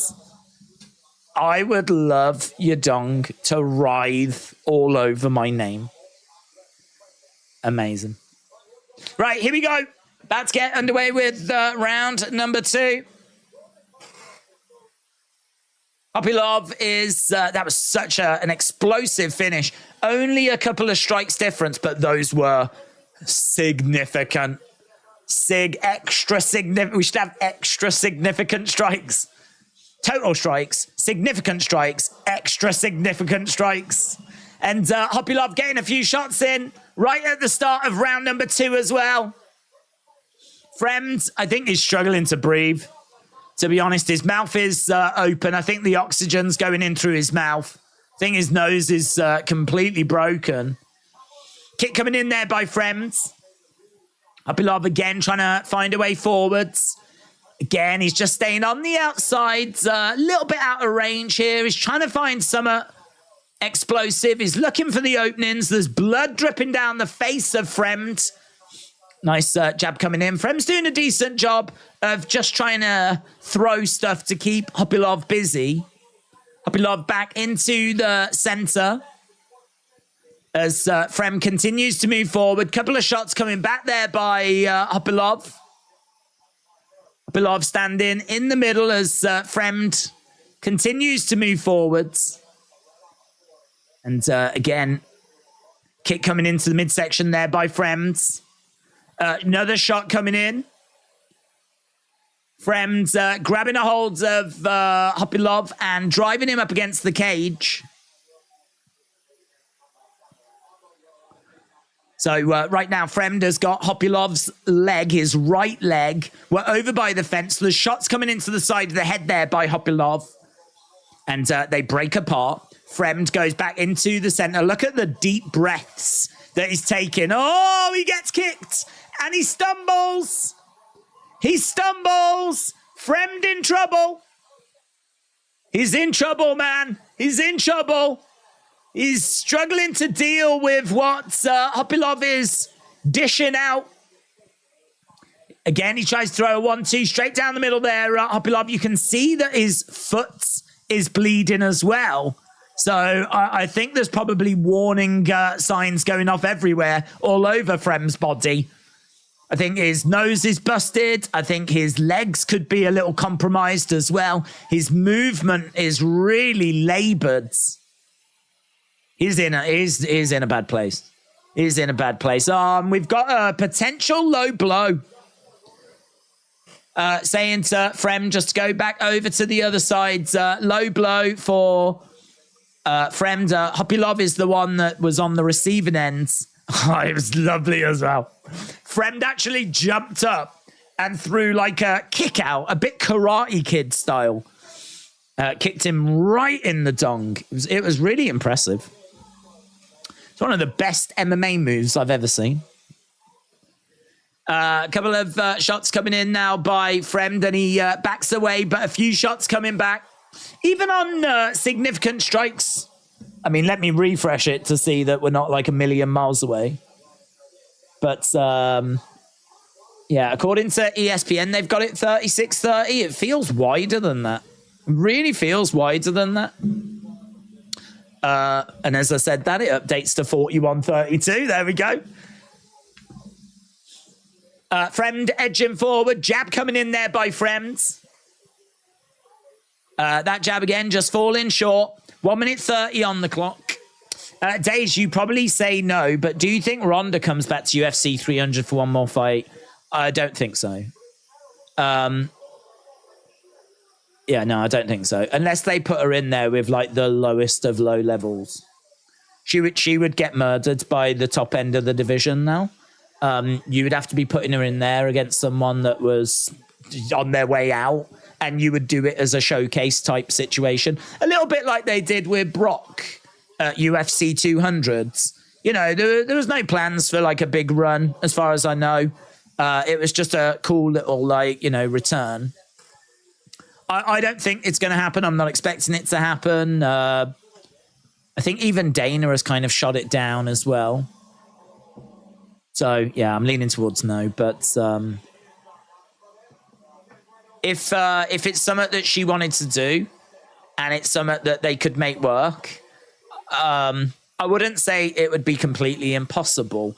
But you would have to put her in with like someone that was like 0-3, 0-2. Like she'd be in there with a can. She'd be in there with maybe even in there against someone that was from the regional. Oh, Frem gets caught. Abelov picks up the victory. I don't know what it was that finally put him down. I think it was just a body shot that just crumpled him. So Abelov lands a shot. It didn't seem that significant. Certainly there was no big explosive movements. But he just, I think he'd been wore down. You know, this was one-way traffic. Just having a look here. There was a kick to the body. It's a lovely kick. It's a lovely kick that comes into the body. I don't think that's the one that drops him, though. It's that. It's a liver shot. It's a liver shot. He gets him right in the liver. And, you know, if you watch boxing, you would have seen this a few times where, you know, if you get that clean liver shot, it just shuts the body down. There's a lot of people that when they see like liver shots like this, certainly if you're new to combat sports, it doesn't really seem to make much sense. You know, like they eat these big headshots and everything, and then just this shot to the body, and all of a sudden they crumple down. But, you know, if you hit the liver, it just everything gets shut down. It's just game over. It's like the off switch. So a good liver shot will, you know, finish a fight. And that has finished the fight. So it is a win for Hopilov. Hopilov picking up that victory, picking up that sweet dub. Guys, if you haven't already hit that like, we're not after 1,000 tonight. It ain't that kind of a stream. But we are still definitely after likes. You know, it's nice to have likes and it's nice to be liked. So if you haven't left a like, leave a like. It is greatly appreciated. Keep your votes coming in as well. We've had 786 votes. And Shevchenko is 63%. 63% of you have gone with Shevchenko. 37% have gone with Alexa Grasso. Right in the bread basket, says Vicky May. I have unsubscribed. All I said is watch Ring of Honor. It's a wrestling show. I did nothing wrong, said wrestling fan. Chrome Cobra said liver shots are like a nut shot times 1 million. It cripples you completely. You can't even think. You're just in agony and your body is going into shock to figure out what to do. James said Andrade just used the figure 8 to win his match. Him and Charlotte ain't split.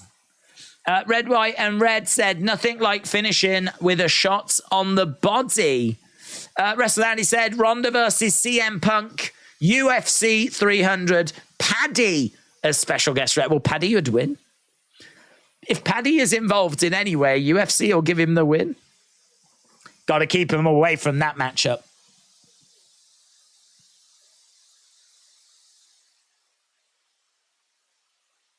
Longest active win streak in the UFC middleweight division. Hopilov with 4. Petrosky with 5. And top of the tree is Duplessis with 6. Ronda would win that fight, says Lane Wilson. Grass-fed burgers and corn on the cob. What is that? Okay, we just see. Oh man, look how covered in blood he is, man. He is absolutely covered.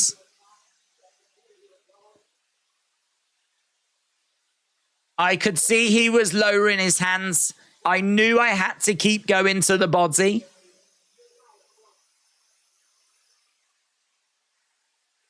Very good. Very good. It was a fun finish. Not a bad little fight, actually. And that sets us up nicely with 34 minutes to go for our final fight on the prelims. It's going to be Godinez taking on Elise Reed. Godinez versus Elise Reed, our main event of the prelims, coming up very, very soon. Then, of course, we will be heading to the main card, and we're getting closer to Valentina Shevchenko. Roman Kopylov picks up that sweet, sweet dub. Paddy is a typical loudmouth scouser. One day, I want to see Paddy and Ilia Topuria. I don't care when, said Chrome Cobra. I think that's a fight that Paddy is definitely trying to stay away from. Right, coming up next, our main event, we're just seeing Loopy Godinez. And there is Elise Reed as well. So I have got Godinez on this one. We said there's a lot of big favorites on this card. One of those is Loopy Godinez.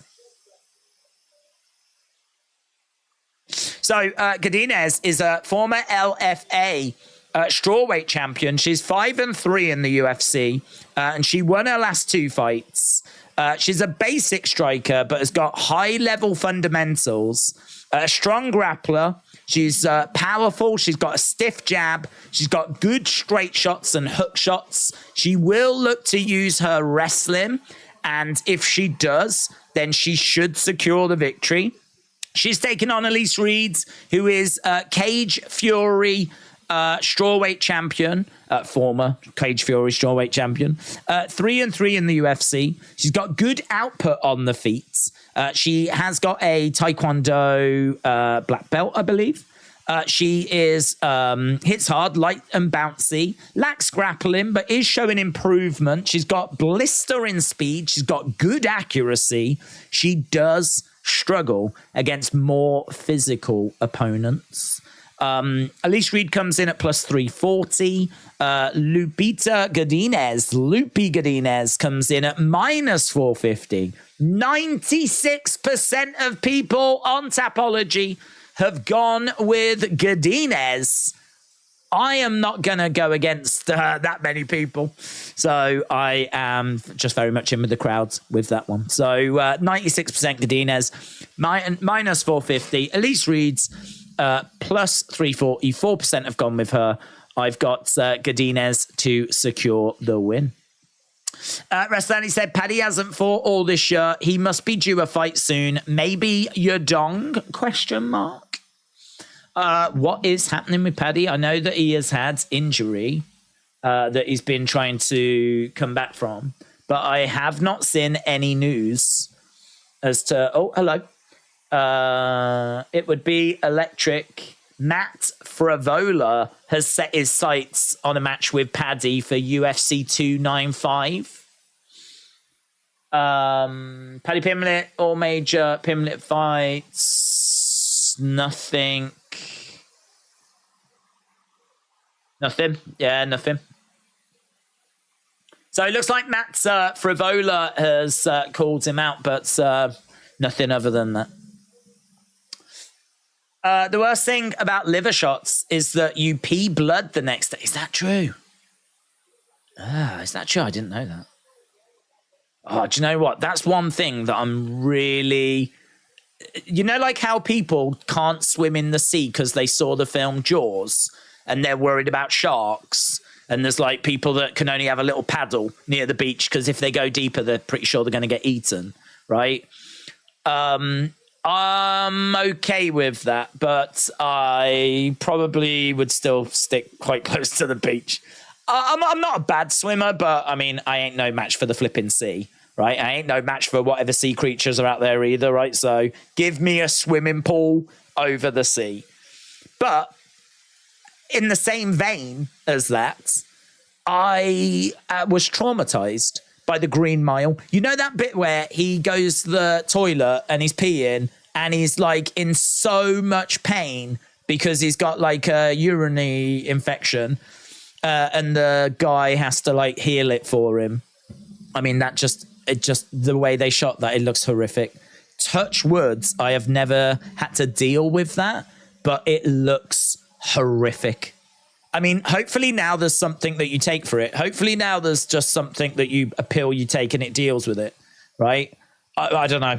But that film traumatized me in a way that Jaws traumatized other people. So pee and blood instantly makes me think of that. Instantly makes me think of that Green Mile scene where the guy is going to the bathroom and he's just like, I can't cope with the pain.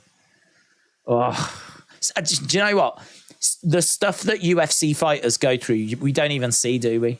We get to see the fight and all of that, but we don't see the effects of it. We see the glamorous side of it, if you will, them coming down, getting ready for the fight, some of them winning championships, and you look at that and you go, yeah, I could do that, right? I mean, I couldn't, but you get my point. What you don't see is you don't see them peeing blood. Not that I want to. It's not something I'm asking for. But I'm just saying, like, some of the stuff that you don't see, like Chris Weidman's recovery after that horrific leg break. You know, you don't see that stuff because we just go on to the next fights the next week, and they can deal with that in the background. Some of the stuff these fighters go through, man, it must be horrific. It must be absolutely horrific. Much love to all the fighters out there, man. God damn, I love you all.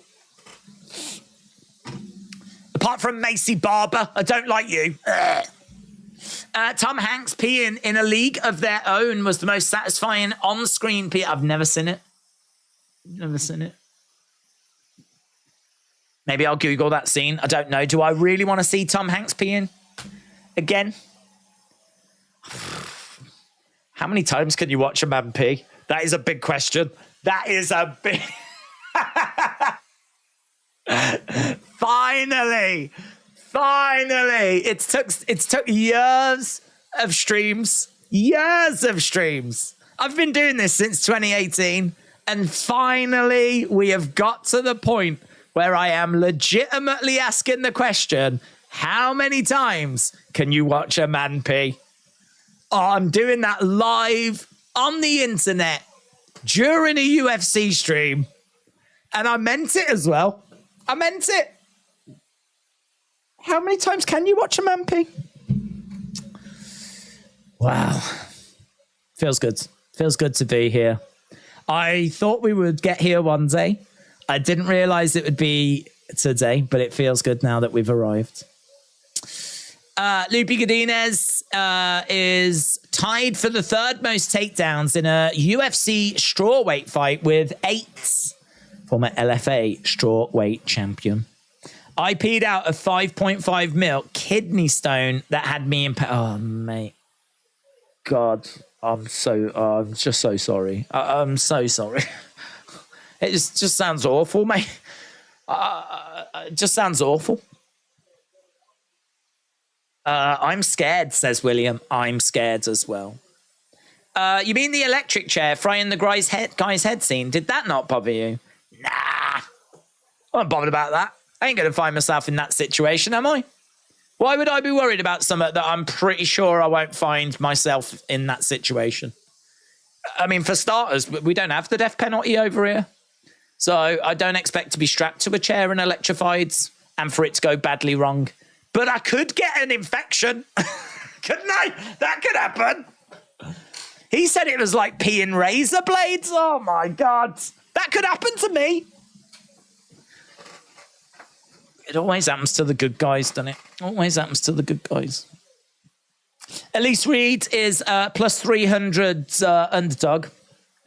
Chrome Cobra said, I had to call an ambulance for a 1.1 millimeter. It's the worst pain I've ever had. I had to call an ambulance. You had a 1.1 millimeter. Imagine 5 times that. Imagine 5 times that. Ernest, your dong must be massive. That's, you know, if you can pass a 5, that's what I would say if I was you. I'd be like, yeah, I had to pee out a 5.5 mil kidney stabs. Nothing, didn't even touch the sides. Didn't even touch the sides. Didn't even notice it.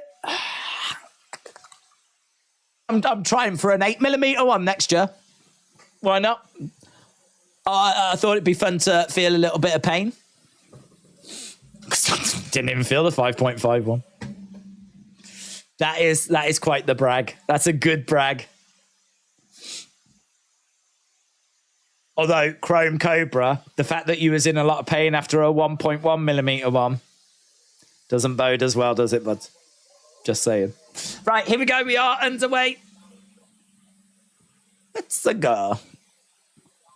So, Godinez against Elise Reeds.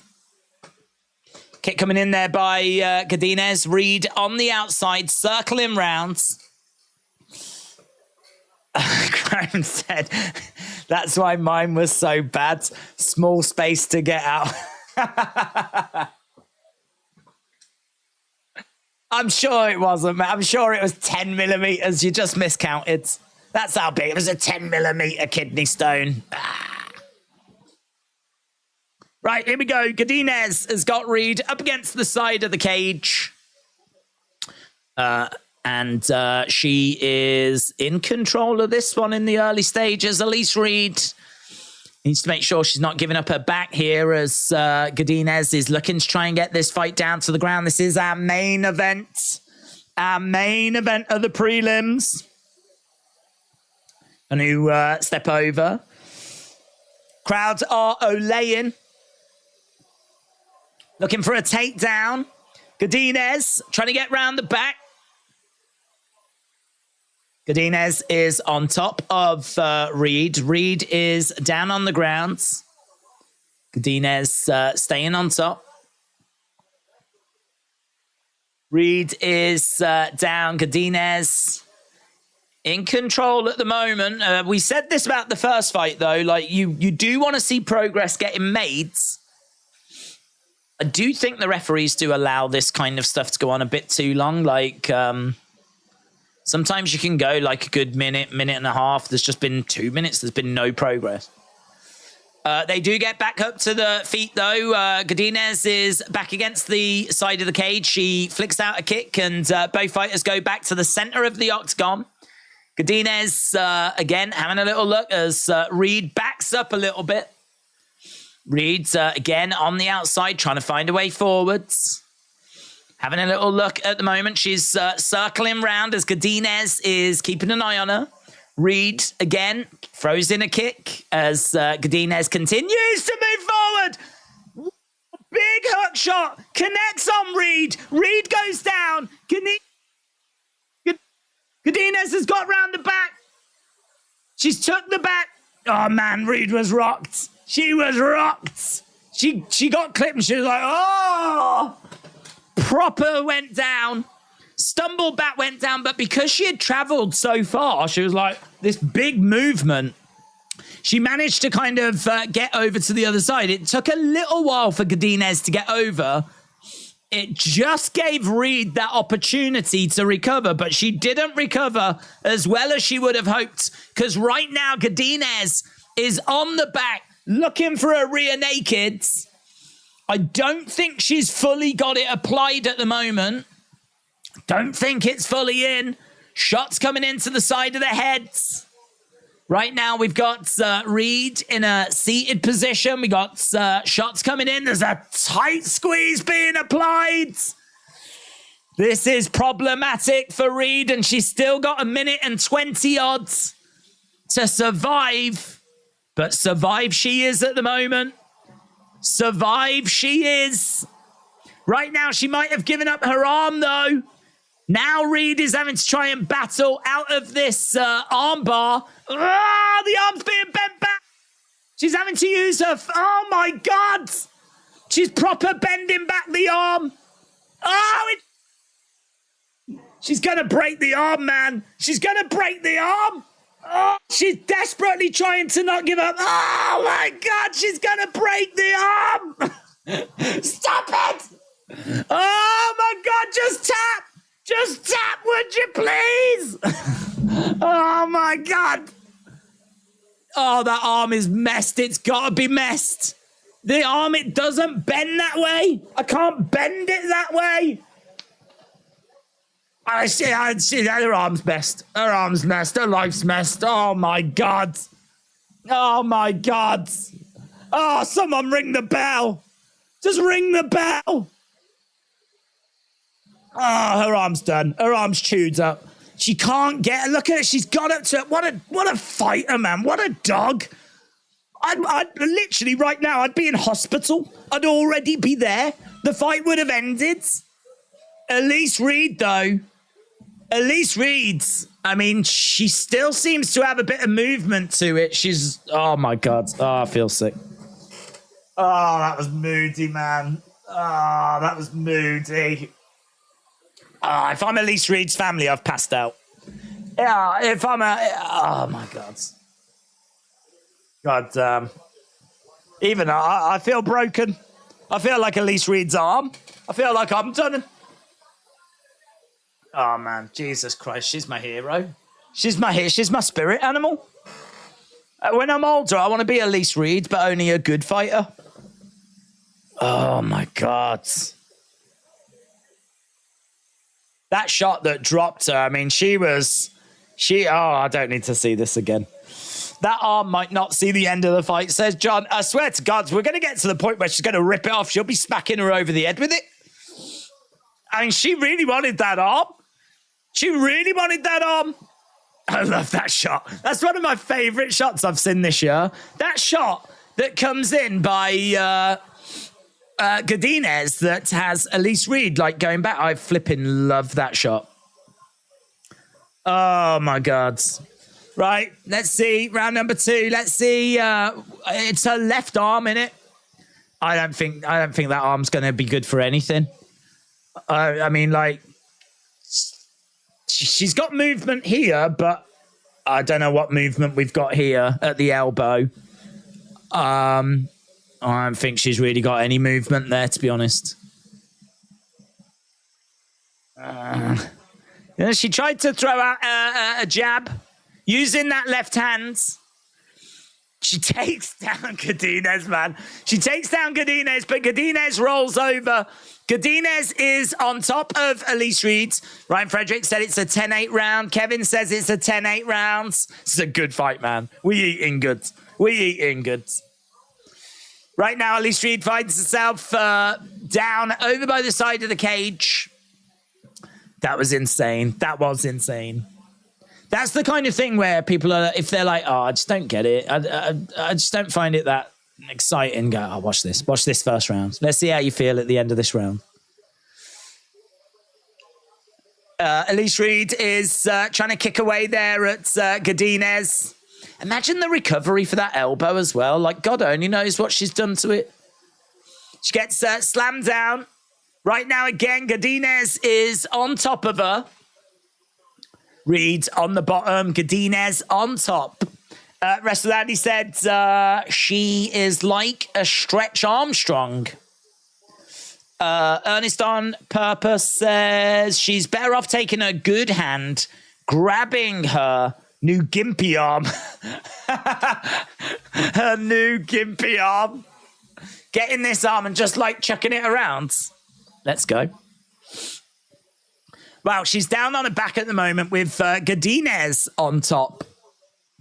I like calling it a gimpy arm. I do like that. Hit her with the elbow if you can't bend it. Well, look, she's fighting, man. She is fighting. She's lasted over 2 minutes in this second round.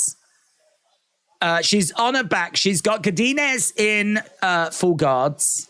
She's trying to throw in some hammer fists. Godinez getting up to her feet. There's shots coming in there by Godinez. Oh, my God. Oh, my God. Straight down the middle. Oh, big takedown. Oh, someone have mercy, please. Where's Helen Hart to throw the towel in? So will Andy get down there?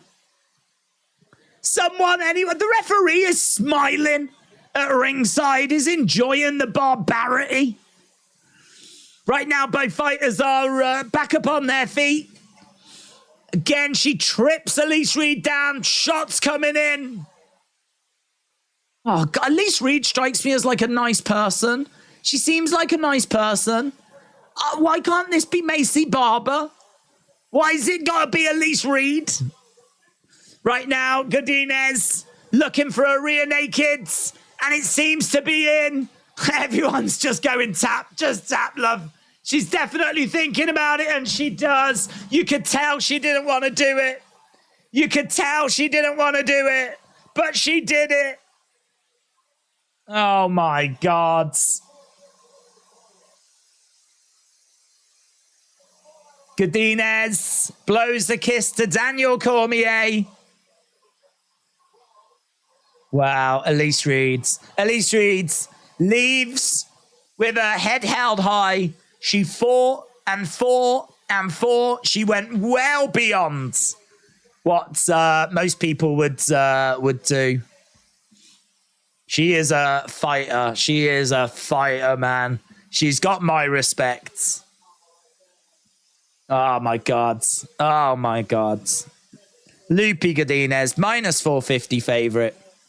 Picks up the victory. Oh, long live Gimpy Arms and crying kids. The ref enjoying the brutality. Yeah. The one at the ringside, the ref is like... Ugh. At one point, I thought he was going to start licking his lips. Oh, yeah. Oh, I love it. Oh, horrific. Throw in the towel like Rocky IV, said John. Fruity Loops and Gimpy Arms. That's what the show should have been called. Fruity Loops and Gimpy Arms. What a time to be alive. Red, White and Red said domination. Hayden, hello. Hope you're well, dudes. Where is Helen Hart to throw in that towel, says Hayden. Kewan says her arm was messed up. Jeez, I feel like we all got messed up as well. I don't think Elise Reed appreciates what she puts us through as viewing public, you know. If you're someone that just loves brutality and pain and everything, I mean, you've got good there. But for a lot of us that enjoy brutality, but also respect women, you know, I was really conflicted. I like brutality, but I like women as well, and that was hard. That was hard to watch.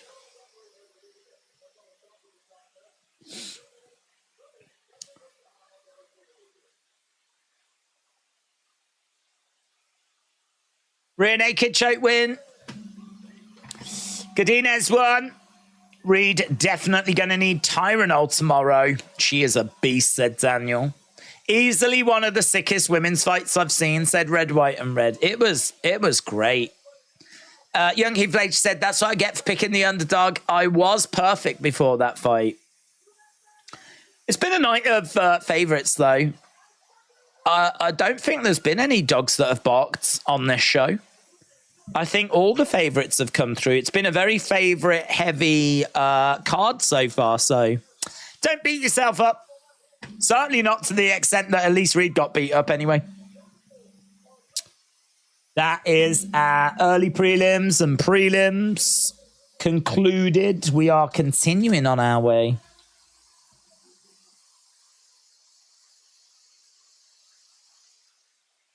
Boom. She's going to need more than that, said Kieran. Godinez is vicious. She really did get a lump. She's got proper swelling. Nick said that was an absolute mauling by Lupi Godinez. Gets the RNC. Godinez gets the rear naked choke in. Reed finally taps. She is tough, but she got manhandled by Loopy. Loopy is some of the best grappling I've seen. Said Chase. There he is. Chase Hooper. Vicious work. Loopy is getting a 50k bonus for that performance. She destroyed Elise Reed tonight and got the finish. Incredible. It really was. Woo. Oh, and a little dance. Little dance routine as well. Let's go. Dancing for joy.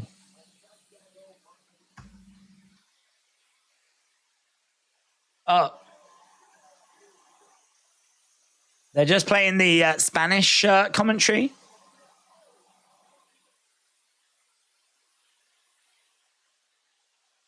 Well, there we go. A lot of excitement. LDTV, shout out to you. Said cheers to you and all out there on the airwaves enjoying the call, eating in and out burger. Oh, I don't know what that is. But LDTV, shout out to you. I hope you're well. Chrome Cobra said the dogs haven't even come close. Very decisive wins. Steven said, don't jinx it. I've got some favourites coming up. Ernest said that match was made everyone hungry for chicken wings. John said only thing missing was twerk. Well, it's not really what I provide on the stream, to be honest. But if you was looking for that from me, I do have an OnlyFans. So I'm just saying. I do take requests. Just throwing it out there. I also don't have an OnlyFans. We definitely don't need to start that rumor. James said, another Texas death match on AEW. This time Ricky Starks against Bryan Danielson. Well, that sounds good. John is interested. I thought he might be. And I am interested in you lot leaving a like if you haven't already.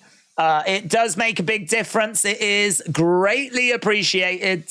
So if you haven't left a like on the stream, leave a like as we continue to work our way towards that main cards. We are just seeing some numbers. Striking accuracy, 53% for Shevchenko, 43% for Grasso.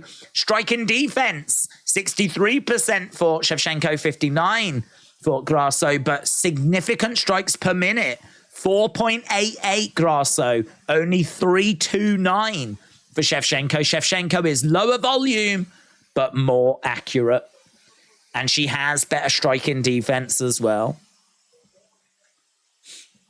So, yeah, we are seeing some interesting numbers. It's a very close fight. We are approaching nearly 1,000 votes. Nearly 1,000 votes. Shevchenko, 64%. And Alexa Grasso, 36%. So keep your votes coming in.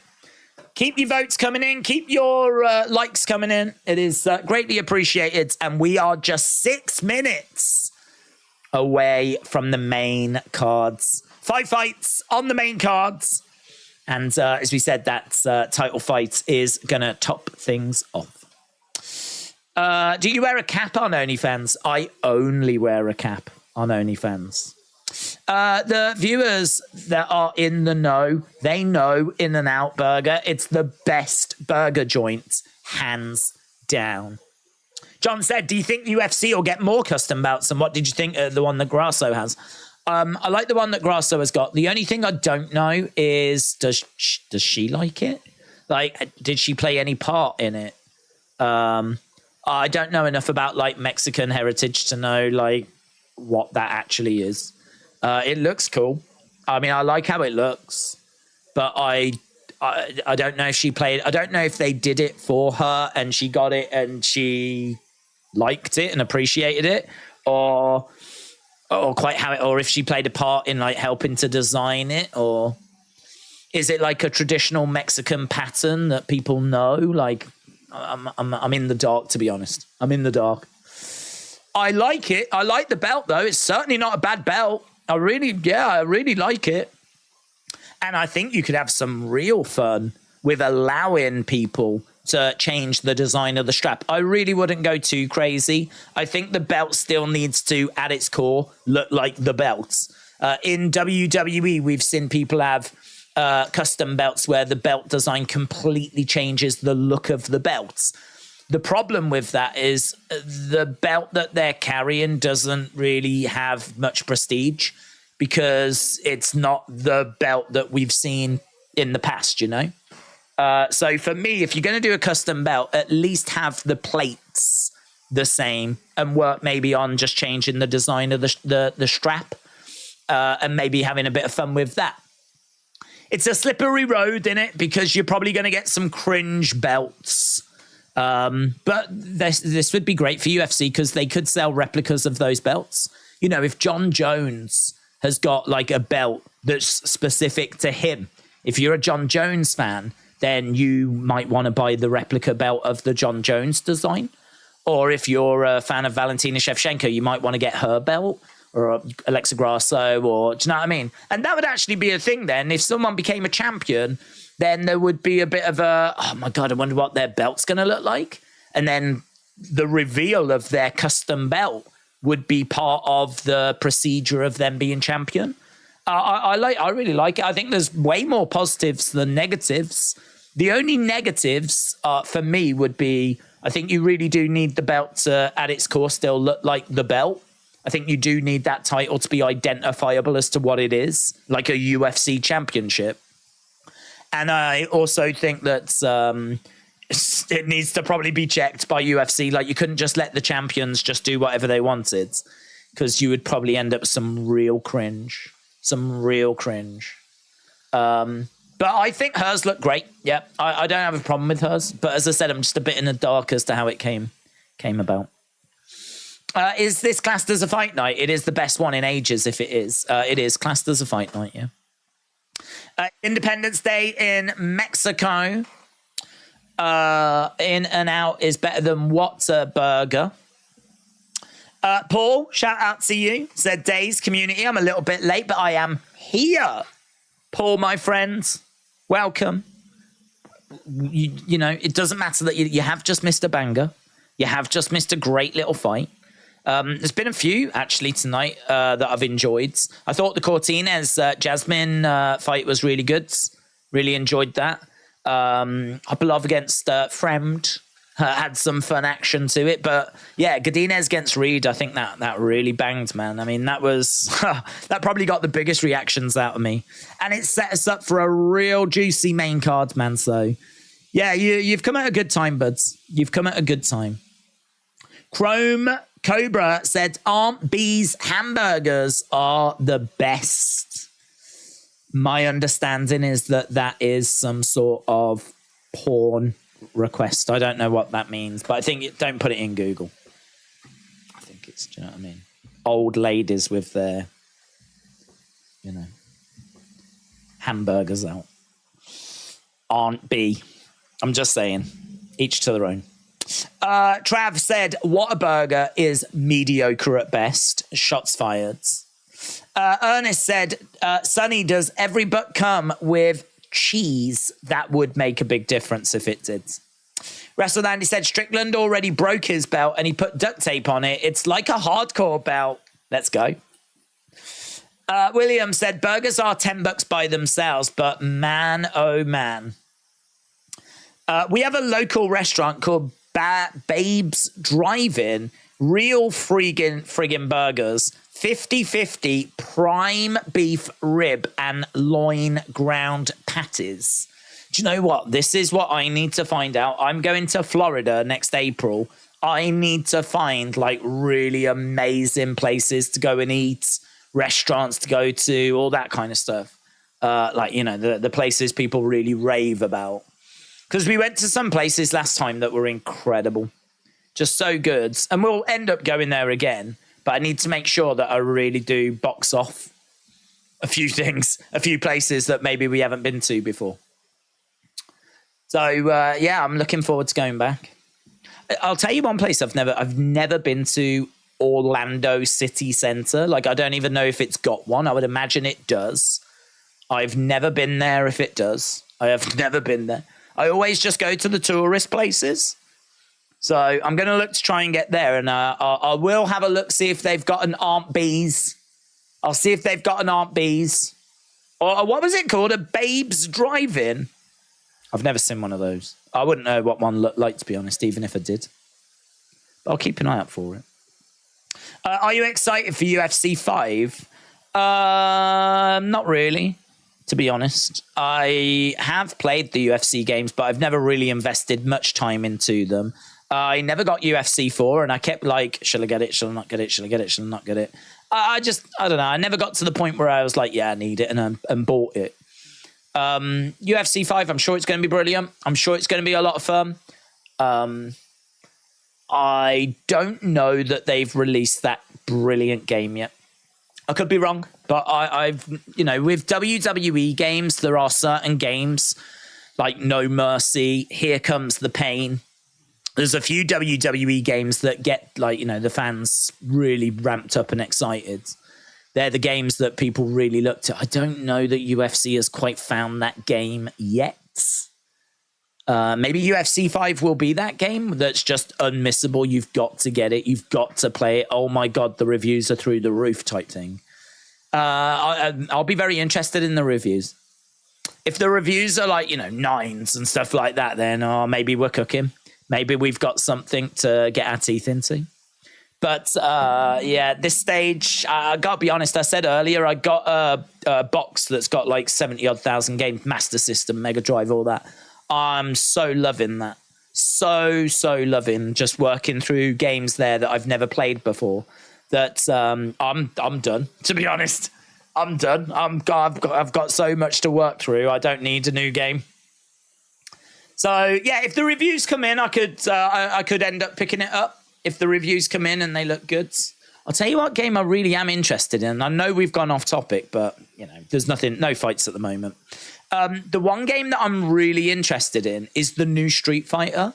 I don't know if you saw, but they've got a new mode where you kind of go into a Grand Theft Auto open world, and you have to go around completing missions. And there's it's a big world. There's loads to do, but you're doing it as Street Fighter characters getting into fights on the street, like what Street Fighter would sort of suggest it is. And there's been so much praise for that game mode. So many people saying, man, this is the future of Street Fighter. This is exactly what Street Fighter needs to be doing. And I love Street Fighter anyway, but seriously like the look of that. Seriously like the look of that. So if I was to get a game, I don't think it would be UFC 5. I think it would be the new Street Fighter one. But no shade on UFC 5. I'm definitely interested to see the reviews. All I need is beer and some NES games, said John.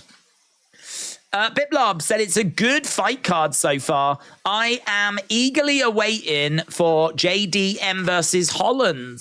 It will be a banger. Shevchenko versus Grasso will also be a highly competitive fight.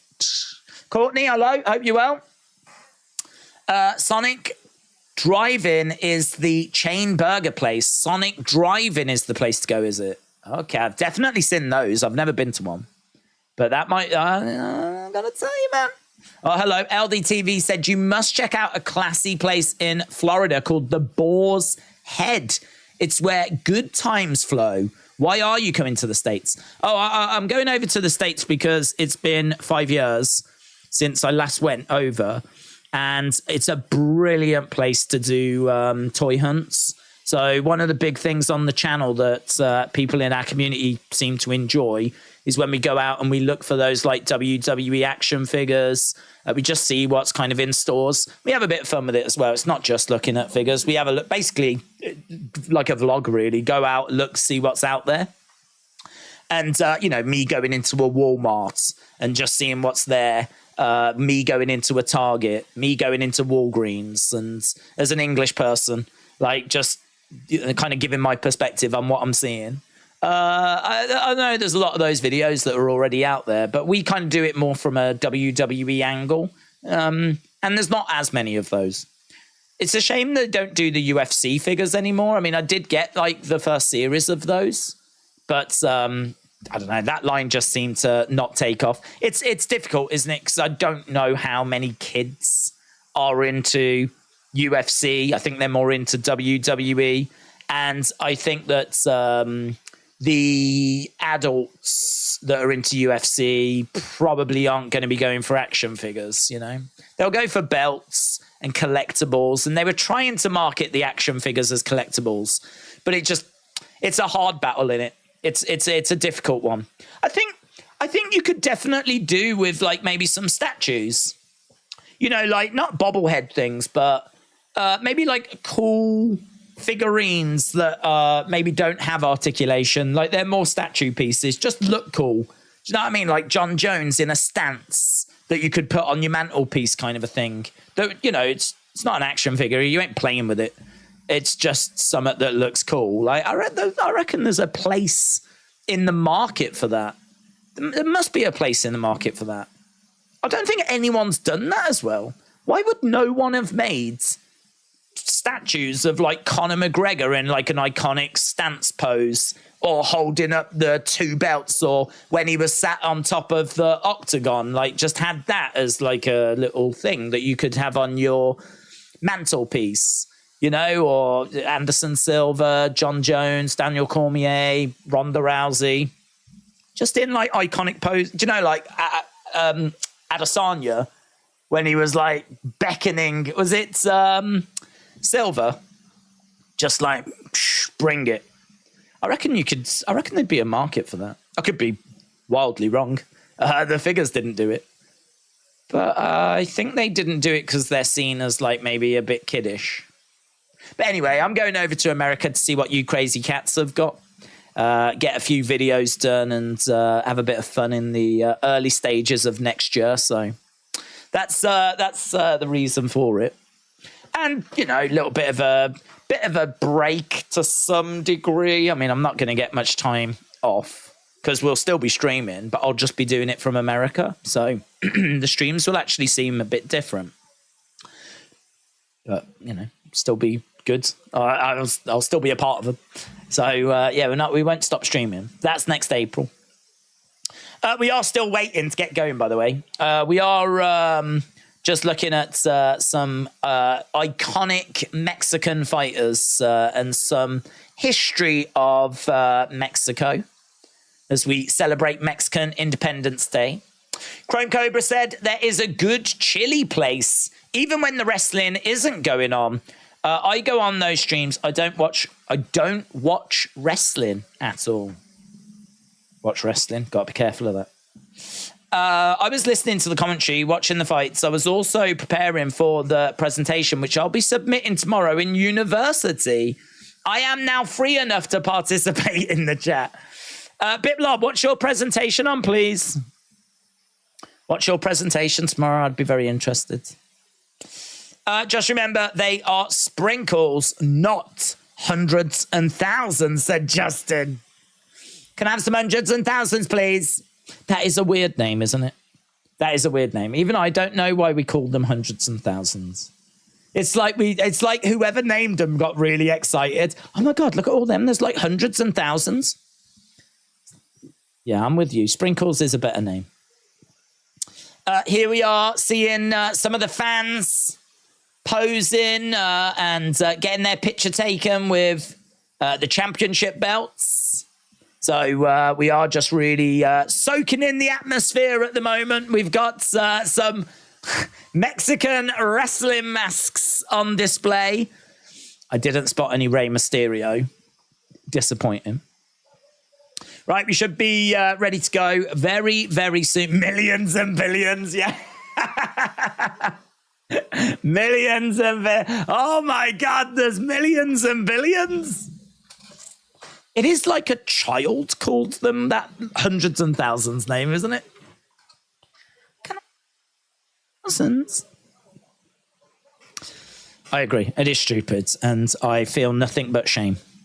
Right, we are going over to our next fight. Fernando Pedophile Padilla taking on Kyle Nelson. So Fernando is aggressive, good striking. He is a monster, but not in a paedophile way. 1-0 in the UFC. He's got cardio concerns, clean strikes, keeps a high guards. Not great volume, but he does pick his shots well. He is quite a long striker. He's got multiple submission wins. He's fast. He's accurate. Kyle Nelson won his last fight by unanimous decision in July. Needs to try and nullify the hands of Padilla. And he has gassed out in the past. We are seeing a little bit better from him in regards to his cardio. But yeah, I mean, I've got Padilla picking up the win here. Is a minus 250 favorite. Carl Nelson at plus 205. Padilla is 91% of people on Tapology have gone with him. Kyle Nelson, 9% of people have gone with him. So Fernando Padilla is the pick. He is the play. Let me know which way you are going. Got basketball playing. Lovely. Right. Good. I don't think you heard that, but I could hear it coming through my speakers. What did someone say? Kazakhstan, let's go. Let's shout out to Kazakhstan. 1 million seconds is 11 days. 1 billion seconds is 31 years. Is that true? 1 billion seconds is 31 years, but 1 million is only 11 days. No. That doesn't add up. That doesn't work. I'm not having that. I'm not having that. I won't believe that till I see it. Do you know what? I'm going to Google it. How many days is it? How many days is 1 billion seconds?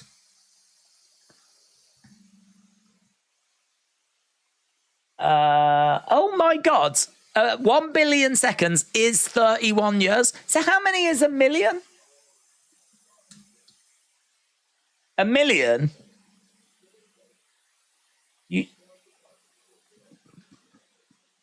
What's going on? I feel like the world's playing a prank on me. If 1 million seconds is 11 days and 1 billion seconds is 31 years, what's 1 trillion seconds? I like this question because it opens the door into understanding how small measuring errors can lead to different answers. Oh my God, someone's really broken this down. The question states 1 million seconds is 11 days, and I will use this figure for back of the envelope estimates. What? What? Without a calculator, my estimate is that 1 trillion seconds is equal to 30,000 years. No! Frank?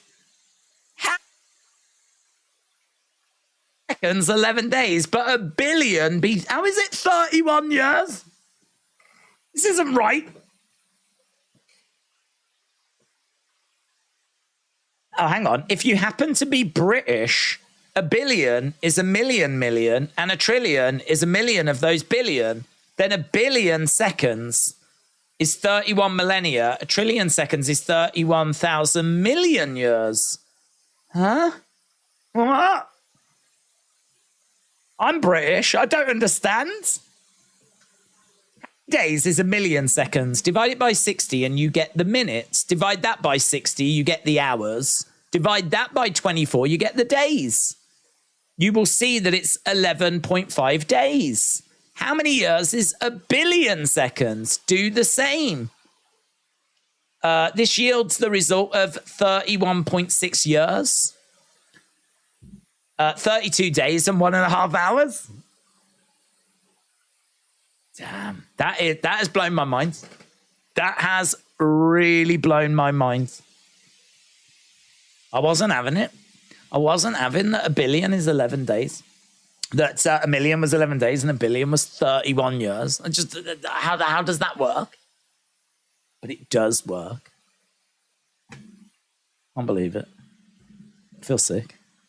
Chrome Cobra, shout out to you. I saw someone just say, was it Boxing Expert said UFC have just released Tony Ferguson. It's probably time, innit? I mean, it was probably time. And I was a big fan of Tony Ferguson, but the man, I can't believe the drop off that he has suffered since like that fight. He was meant to fight Khabib in 2020, and then obviously we had lockdown, and so the fight got scrapped, and Khabib couldn't travel over, and so we end up getting Ferguson against, is it Gaethje? And Gaethje destroys him and wins when it was believed that it was like not much in it. And since then, it's just been horrific in it. For years, it's just been horrific. So heartbreaking, but really, even as a Tony Ferguson fan, I can't put up much of a defense for keeping him around. Does he go in the Hall of Fame? Is he a Hall of Famer? It's an interesting question, isn't it? Is he a Hall of Famer? Is he... it's hard to know quite where they draw the line. The line is so low in WWE, he might make it in there. Honestly. It's a low bar to get in the WWE Hall of Fame. I would put good money that he'll sneak into that one if he don't get in the UFC one. Della is... How is 11 for 1 million seconds and 31 years for 1 billion? Do you know what's mental? If someone said, like Mr. Beast, I will give you $1 for every second that you count, you'd be feeling pretty good, wouldn't you?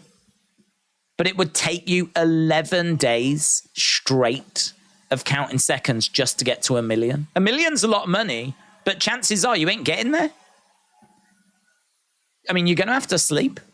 And if it was a case that, like, you have to do it and as soon as you stop, that's where you end, like, what are you going to get to? A few 100,000, 300,000, 400,000, maybe 500,000? What are you going to get to? The body needs sleep. 1 Mississippi, 2 Mississippi, 3 Mississippi, 4 Mississippi, 5. I'm not going to do it, but man, if he's not done that, he should do that. That would be an interesting challenge. He's probably done it. Right, we are underway with Padella versus Nelson. Jab coming in there by Padilla. Where is our stats? There they are. Ferguson has got to be a Hall of Famer. His win streak against great talent is legendary. His fights were always entertaining, said Alex. If Cowboy Cerrone is in, then Ferguson will definitely be in, said Wrestling is Art. Biblob said, I'm presenting 2 studies, Machiavellian theory of power and state, and Russian history, the Norsemen, and the formation of the Cleveland state. Ah, you're an idiot. You should have asked. Well, I know all about that. I'm an expert in that. Could have sorted that out for you. Could have got your essay done on stream. Sounds like you've got it sorted already, though, bud. So glad to hear it. I'm sure it's fine. Could have added the odd little flourish, but it doesn't matter. We'll just say it's done. Right, Padilla is making his way forward. Nelson backing up. And we've got a few shots that have come in. Both guys on 6 strikes at the moment. Inside leg kick there by Padilla. Again, Nelson backing up as Padilla continues to move forward. Jab coming in there by Padilla. Outside leg kick there by Nelson. Nelson, again, is on the outside. Oh, lovely left hand there by Nelson. Shoved it right in the face of Padilla. You could tell that Padilla did not feel very comfortable in that moment. So throwing out a couple of jabs and continuing to edge forwards.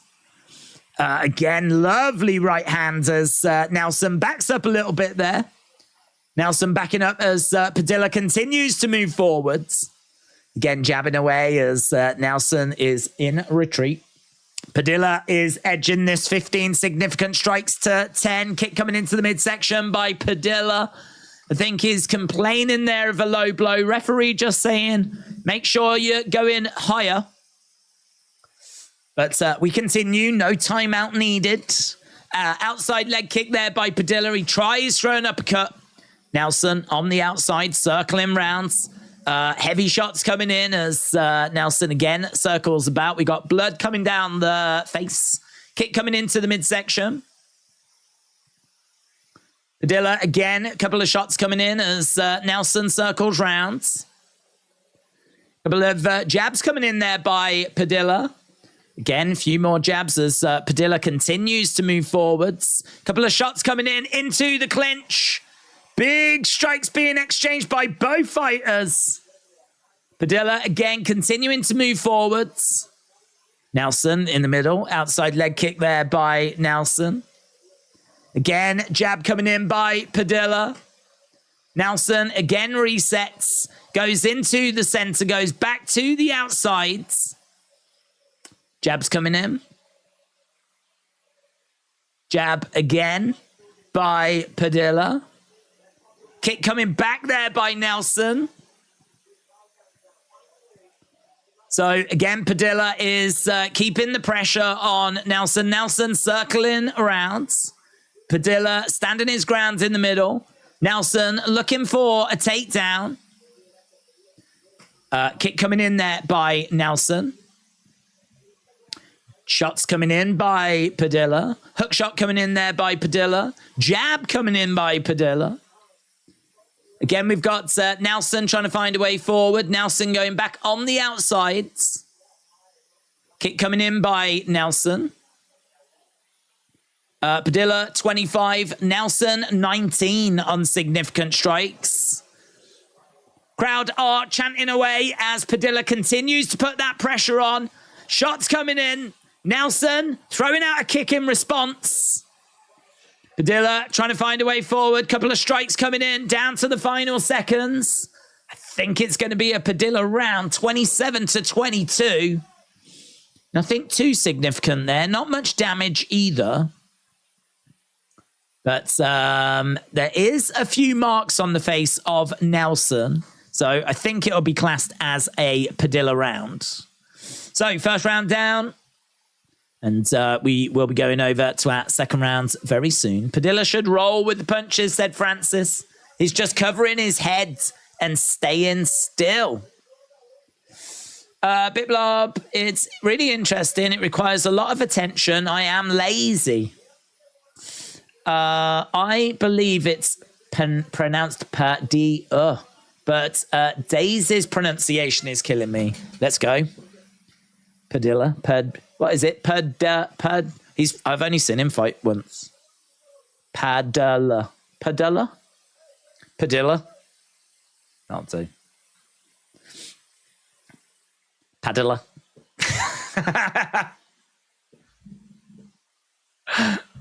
Padilla. Padzilla versus Nelson. Coming up next on September 23rd, that's next week. Gamrot in action against Fiziev. But we are underway with round number 2. Padilla. There we go. Padilla. Padilla is in the center. Nelson is in there as well. Padilla's got no footwork, said Toughish G.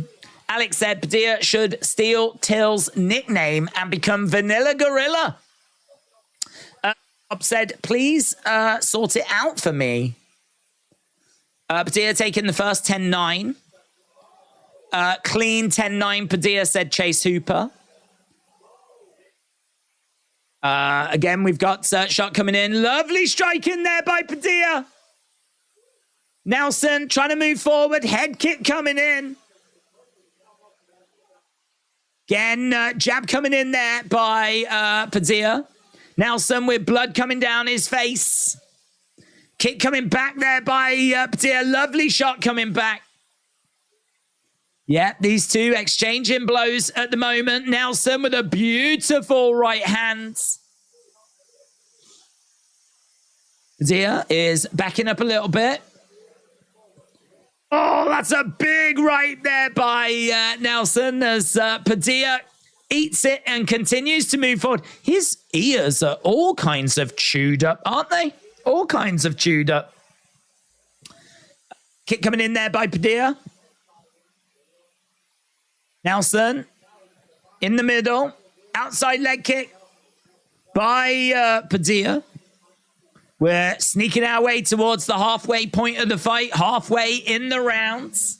35-36. Nelson's done a great job here of coming out of the gates quite quick. He's upped his volume, and he's managed to get himself just ahead when it comes to significant strikes.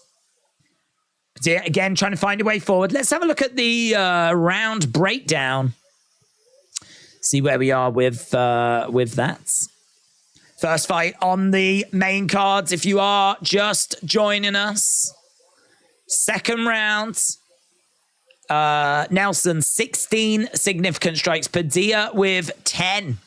Kick coming in. Oh, man. Padilla right now, minus 520. Nelson at plus 350. Kick coming in, and it just misses there by Nelson. Padilla again trying to find his way forwards. Padilla is the real killer. Sonny says, Padilla. Padilla? Again, we got Nelson edging forwards. Shannon said, you can pronounce the L's. We're not all Spanish. It's like some would say guillotine instead of guillotine. Well, I'll be honest, I have not seen much of him. He's fought in the UFC once before. He's 1-0 in the UFC. So he's not really on my radar, but maybe he will be after this fight. He's moving forward with Nelson backing up, circling rounds on the outsides. Nelson's had a good round here, 26-12. And he's trying to throw out some counter shots as Padilla continues to move forwards. Inside leg kick coming in. And a big overhand there by Nelson. Again, some shots coming in. Little uppercut coming in by Padilla as Nelson stays on the outside into the final minutes. Nelson again on the outsides. Throws in a kick. Nelson's just waiting for a counter, says Francis. Padilla's got to pressure Nelson, said Bitblob, and also have a be very careful of that looping right hand. I will admit, it's a very interesting little contest, this, and Nelson's done a great job in this second round. I mean, look at the numbers, 56-48. He's done very well. Right now, though, Padilla's grabbed Nelson, drived him up against the side of the cage. Into clinch at the moment. Head kick coming in there by Nelson. Padilla backing up a little bit as Nelson continues to move forwards. Couple of jabs coming in there by Padilla. Let's call him Nando and agree with it. It sounds cool, said Chrome Cobra. Nando. Cheeky Nando. Cheeky Nando. Go on, cheeky Nando. Right, there we go. I reckon this is 1-1, baby. 1-1, baby, as we go into the third round. Padilla, KO, round 3. You say Padilla, I say Padilla. You say gorilla, I say gorilla. Erica, shout out to you. I'm enjoying my night watching the stream. How are you? Hi, Erica. Hope you're well. Hope you're having a lovely evening. Erica, where in the world are you? Which part of the world do you reside? I don't need the actual address. Here we go. We've got round number 3 about to start. Padilla trash floors. Nelson won that round, said young Heath Ledger. Right, next month, Islam Makhachev taking on Charles Oliveira. UFC 294. Right, round number 3. Here we go. Texas. Oh, shout out to Texas. Never been to Texas, but certainly looks like a fun place.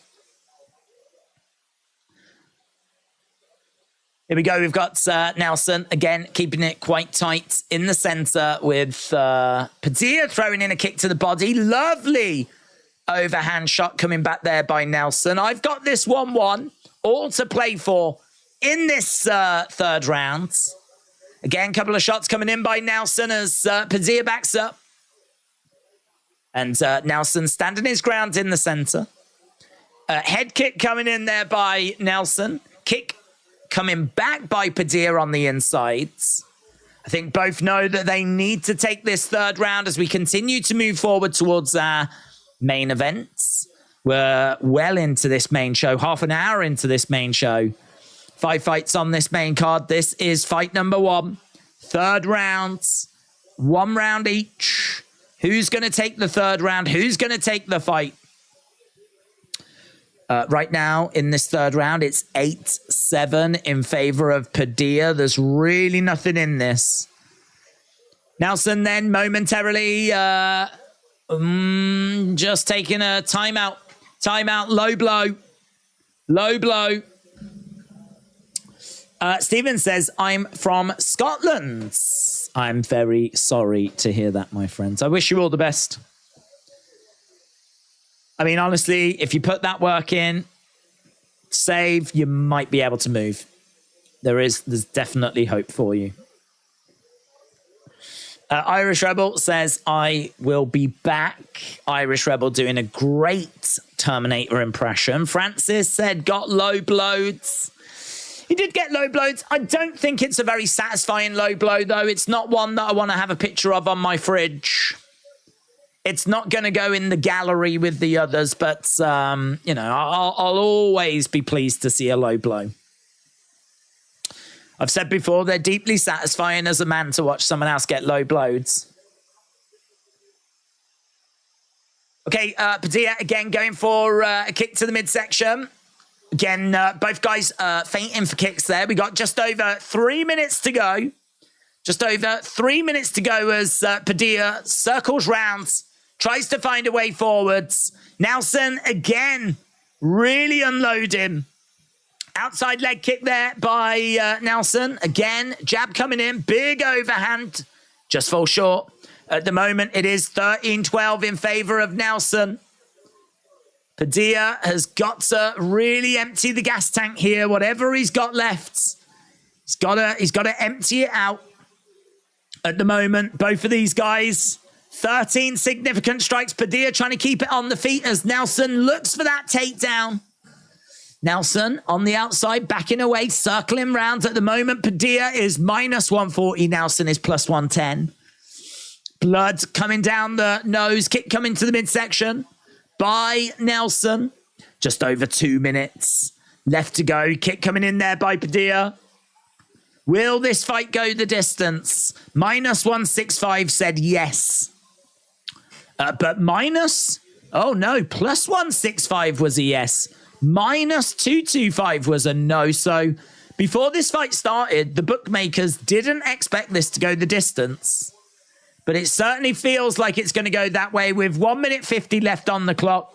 Right now, it is 16-16, 17-17 on significant strikes. With 1 minute 40 to go, this very much feels like it's anyone's fight.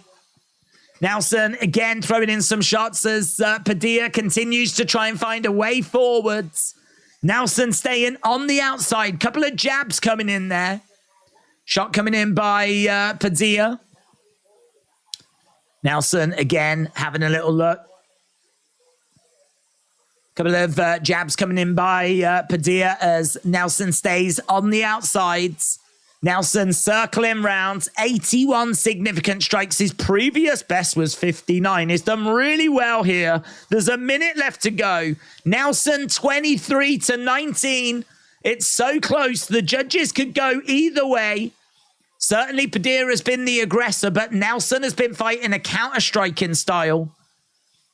So it is nothing more than strategy, but 40-odd seconds to go. There's 5 significant strikes in it in this round. Overall in the fight, though, 83-65. The gaps are a lot wider when you look at the bigger picture. Has Padilla done enough? Kick coming into the midsection. They're just putting the numbers on screen. 25-19 for Nelson in this round. Nelson looking for that takedown. Trying for that takedown. Padilla doing a great job of denying it. We go back to the center. 6 strikes in it. Padilla is the one that's chasing after Nelson.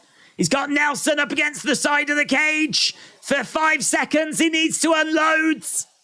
Nelson staying out the way, though. And Nelson looks for that takedown. I really don't know which way they're going to go on this. Let me know in the chat. There is damage coming down the face of Nelson. I think this is 1-1 going into that third round. But who gets it? Did Nelson's volume, the unofficial numbers have him up by 7. Did that win it for him? Or was Padilla landing those juicier shots? Let's see what people are saying. It's going to be decision time. Padilla, says Aaron. Nelson won that fight, said Toughest G. For those just coming in, welcome to UFC. Feel free to check out my book, The Thoughts Within, a collection of pornography. After the co-main, Kevin Holland, Jack Della main. Yeah. Jack Della against Kevin Holland is going to be a great fight. Our main event is going to be a great fight. I'm really looking as well to Rosas Jr. against Mitchell. I think that's going to be a lot of fun also. A lot of good fights coming up. Top end of this card is juicy, man. This whole card's, looking at it on paper, looked good as well. And I think it has delivered. I think it's been a really fun week. Zell Huber versus Yagos. Coming up next. Let's see which way they've gone on this then. Okay, we should be going back. If you are watching and you've not left a like, leave a like. It is greatly appreciated. Paddy held back. Watch the post fights. Okay, here we go. 3 rounds. George is 29-28, 29-28, 30-27. Kyle Nelson gets it. Kyle Nelson gets it. Boos in the arena, but I think it's fair. I think it's fair. 29-28, 29-28, 30-27. Yep.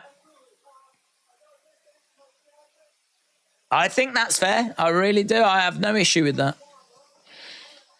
It is always fun to say robbery, though. Robbery. Lots of boos coming down. It's a definite robbery. It's a definite robbery. I do have respect for Izzy's feelings on Monster Energy drink sponsors. BS, said Bonds. Thank F, that's correct, said Toughest G. 100% fair, said Anthony. The second round was the deciding factor. Joshua says troll. 30-27 is wrong, but 29-28 is good. Robbery. No one will ever convince me otherwise. That is Paddy Pimlet was robbed. Oh, that ain't going to go down well. Viva la Mexico, says Kyle Nelson.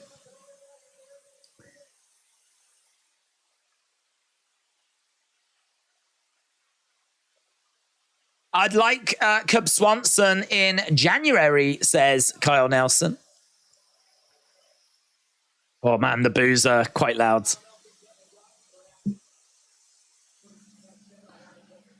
Yeah, 30-27 is definitely surprising. There's Bryce Mitchell. He's going to be taking on Dan Ige at UFC Fight Night next week. There is Tatiana Suarez. She's got an MMA record of 11-0. There's Jamal Hill. Weird, isn't it, that he is the... I forgot he was the light heavyweight champ. Jamal Hill is the light heavyweight champ. Based on damage.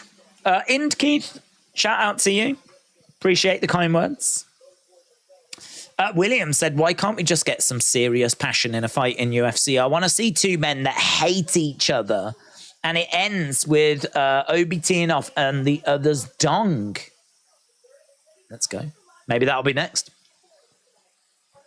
Zal Huber, the Brazilian Jiu-Jitsu black belt. 1-1 in the UFC.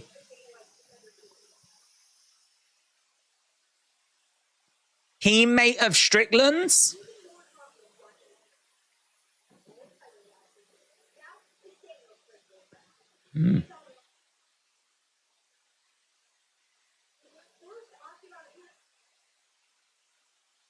Okay, so Zal Huber is a teammate of Sean Strickland's.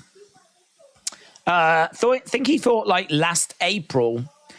He's fast. He's got really good footwork. He's got good elbows, good head movements, good takedown defense. Fundamental scrambling is really good, solid, good size, good strength. He's taken on Yargus, who has won his last two fights. He's got inconsistent cardio, good forward pressure, bullies his way into positions. Doesn't worry too much about his defense. His best path is his wrestling. He can't match Zal Huber on the feet. Zal Huber will have him beat on the feet. This is definitely one where Yargus has got to get the fight down to the ground. Yargus has got a good experience advantage. He's had 12 UFC fights. Taken on Daniel Zal Huber.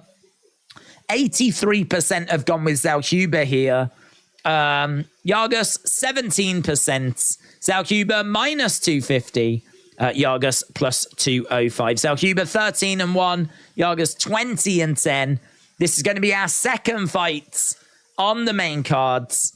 And it should be a lot of fun. We've got some great fights still to come. We've got Rosas Jr. against Mitchell, Holland against Della Maddalena, and of course Grasso versus Shevchenko. So plenty on the way. Didn't Jamal Hill vacate his light heavyweight after injuring his Achilles? How is he still champion? I think he is champion. I don't. They've just advertised him as champion. I don't think it was vacated. Look at the current rankings. See where we are. Been a lot of title changes in recent times. We have very outdated rankings. They are not current.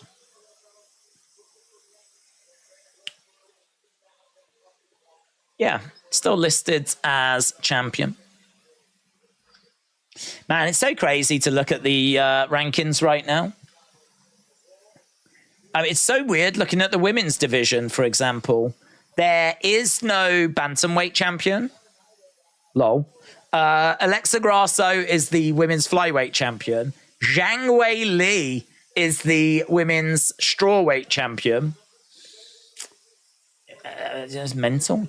What world are we living in where no Nunes or Shevchenko as women's champions? John Jones is the heavyweight champion. Jamal Hill is the light heavyweight champion. Sean Strickland is the middleweight champion. Leon Edwards is the welterweight champion. Islam being lightweight champion makes sense. Volkanovski being featherweight champion makes sense. Sean O'Malley is the bantamweight champion. Pantoja is the flyweight. I forgot about that as well. I forgot about that one. Pantoja is the flyweight champion. Man, there's been such change in like UFC. There's been so much movement with the championships. We've had a lot of champions that have been there a long time. You know, like Adesanya, until he lost it to Alex Pereira. He'd had that belt a long time. Usman had had the belt for a long time. Belt was going back and forth between Figgy and Brandon Moreno. Now we got Pantoja. So that was pretty wild. Obviously, Aljamain Sterling, he hadn't had it all that long, but it certainly wasn't Sean O'Malley. Volkanovski, Islam, they make sense. Jamal, I mean, the light heavyweight. Since John Jones left, the light heavyweight division is just anyone's guess who's the champ there, in it. It's a proper dog-eat-dog world in the light heavyweight division. I still don't know that Jamal Hill is going to be the one. I don't know that Jamal Hill is the one that's going to have that on lockdown. It might be Jiri. Jiri might be the one that has that division on lockdown. Maybe it will be Jamal Hill. But that division is definitely waiting for someone to grab it. God only knows how long Sean Strickland's keeping his belt for. No, honestly, no idea. I mean, I'm guessing we do the rematch with Adesanya. Sean Strickland against Duplessis as well. I mean, Duplessis got to be in that conversation. We are just going down the fight, the rundown for the next fight. I was just having a look to see if Duplessis had fought Sean Strickland before, because I don't remember it. And he hasn't. He's faced Whitaker, Brunson, Till, Tavares, Trevin Giles, Perez. That's who he's faced in UFC. He's won them all. Duplessis. I'd definitely be down for Strickland against Duplessis. I'd definitely be down for that. That'd be fun, man. David said, thanks for another play-by-play. It'll be interesting to see what adjustments Valentina makes. She was the one that had to make them in the first fight. Yeah, a really good comment, David. Shout out to you. I think you've worded that really well. I think that I think Valentina loves to be tested. I don't think she's a champion that really wants easy defenses. Like, she's someone that is going around the world trying to add more to her skill set, that really is trying to level up and is really trying to improve and test herself against the best. I really don't think she's someone that wants to step in there and just blow people away and it to be all super easy.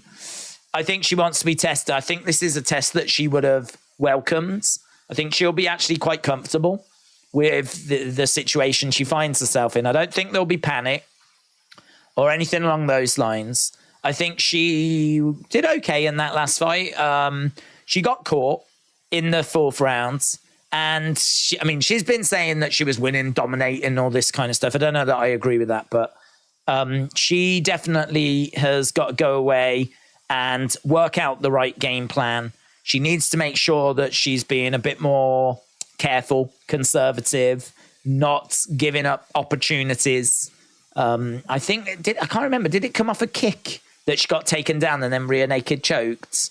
Like, she's watched that fight. She's going to be very aware of like what she needs to change, how she can approach this differently. I am backing her to get the win. I think it's really close, but I am backing her to get the win. I think she's got some good people around her that's going to put a good plan in place. The question is, though, has she got enough about her, or has her skill set declined to the point where she's just lost that step? You know, we have seen a decline in her over the past few fights, actually. The warning signs had been there before she even lost the belt. So I think that it's going to be very interesting to see how she responds and if she can find the changes necessary. I agree. I think you worded it very well. LDTV says, being in England, have you heard the saying, when in Mexico, don't drink the water? I mean, only if that means don't drink the tap water. I can't say I've heard that as a saying. Someone might give it as advice. When in Mexico, don't drink the tap water. It's not safe. But I can't say I've heard that if it means something different. So, no. Is it just advice? Is that just travel advice? When you go to Mexico, don't drink the tap water. By the way, if you come to England, tap water's fine. Go mental. Go crazy. You can drink the tap water. It is perfectly acceptable. I don't, to be honest. I have, and it's fine, but I don't. I am a bottled water guy because I'm doing my best to try and destroy the planet. No weight class for John Jones as a woman. Would need Aljo, O'Malley, Volk, Holloway, Cheeto, someone like that to stay in their division. He'll relinquish the title. He'd torn his Achilles heel. It's like Jiri versus Alex for the title. You can see. Oh, so what? They just haven't took it off him yet. They're just still listing him right now as the champion, even though he will be stripped of it. Oh, didn't know that.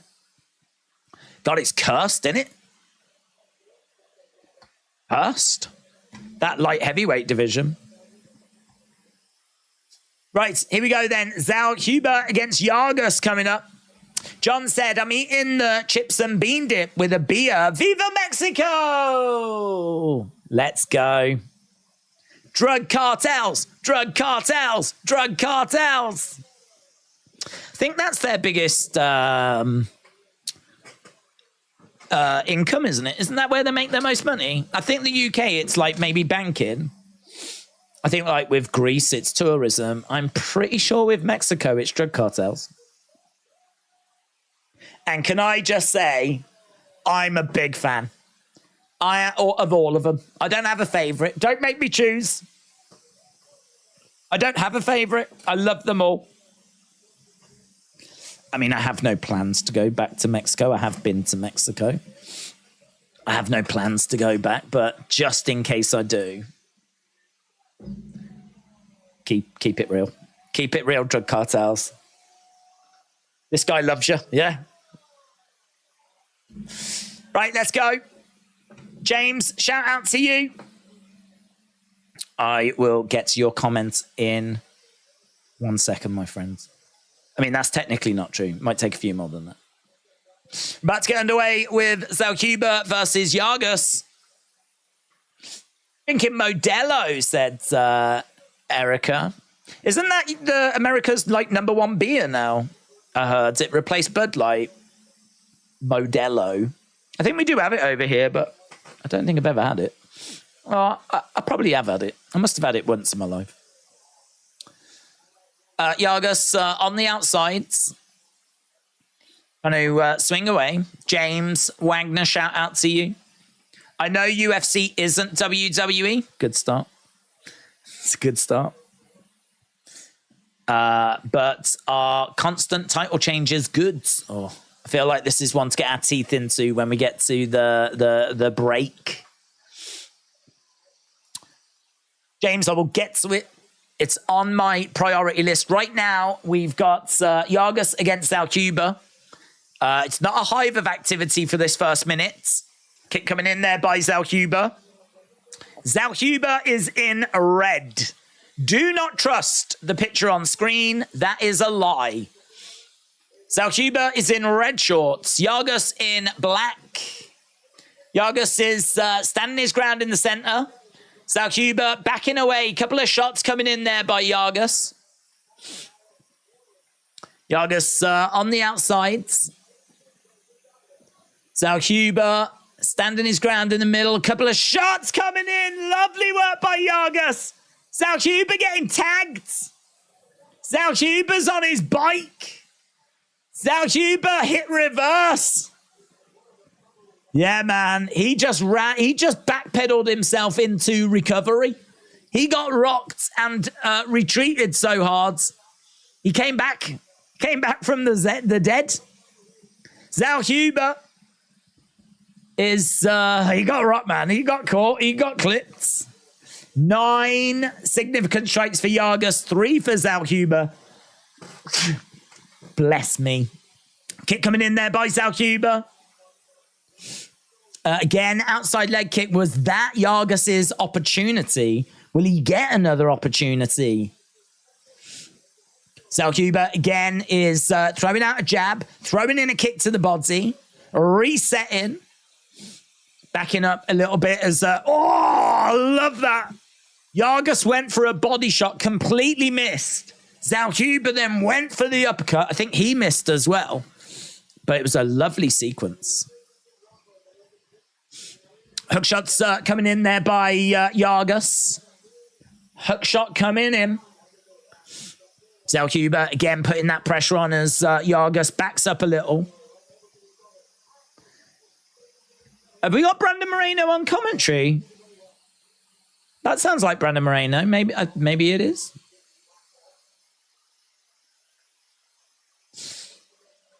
Okay, Zellhuber standing in the center. There's 5 strikes in it. Not much. 5 significant strikes in it. Yargus throwing a kick on the outside. Zellhuber trying to find a way forwards. Hook shot coming in there by Yargus. Zellhuber in the center, trying to find a way forwards. Throwing in a jab. Zellhuber again standing in the center, throwing out a kick. Outside leg kick there by Zellhuber. Again, couple of shots coming in by Yargus. Outside leg kick by Zellhuber. Yargus staying on the outside. Yargus again trying to throw in a shot as Zellhuber stands in the center. Kick coming into the midsection. Jab coming in there by Zellhuber. Yargus staying on the outside. Trying to find a way forward. No joy. Zellhuber again with a couple of shots. Straight down the middle. I tell you what, it's a fun little fight, man. We got 40-odd seconds left to go. Into a clinch. They break apart. Yeah, this is good. But Yargus, 20 significant strikes to 10. There is a little gap that's opened up there. Inside leg kick coming in by Yargus. Yargus again missing with the kick. Zellhuber again just trying to find a way forward, trying to edge forwards. Zellhuber having a look. Yargus staying on the outside. Jab coming in there by Zellhuber.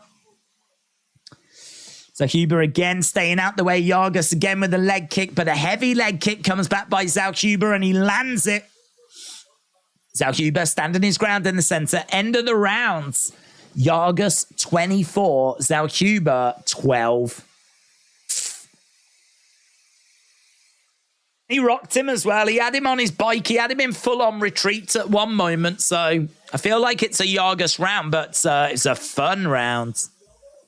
Let's get back to the comments. So James said, I know UFC isn't WWE, but are constant title changes good for the company to keep people watching? Or is it harder to market new champions all the time? I don't know which one we're referencing there. I don't know if we're talking about UFC or WWE. I mean, I would say that there are pros and cons. So I think that if you have got a new champion, then that country that they belong to is going to benefit, you know? Certainly in UFC, probably more in UFC. We do have different nationalities in WWE, but a lot at the top of the card tend to be from the USA. You get your odd like Drew, who's from Scotland, whatever. But, you know, Seth, Brock, Roman, Cody, they're all like United States. So I don't know. Each one has got their own like fan base. People are hoping that certain people will get titles. But I think that as we've seen with Roman in WWE, there is real value in having long title reigns and having a champion that everyone can recognize. And it builds them up. If you're constantly changing the belt, it's very hard to build big stars, isn't it? You know, you do get a benefit of maybe a different nationality having a champion. So I think it's good if, like, Australia get a champion, like UK got Leon Edwards. That was great for us. But when you do change titles, it is the end of someone else's reign. And long reigns build legacy. They build, you know, more title defenses, blah, blah, blah, blah, blah. So what you need is a mixed bag is the honest answer. You need a mixed bag. You need some champions holding them for a long time, like Volkanovski, that you can like really build the company around. But you don't want all the titles being held by people and no movement at all.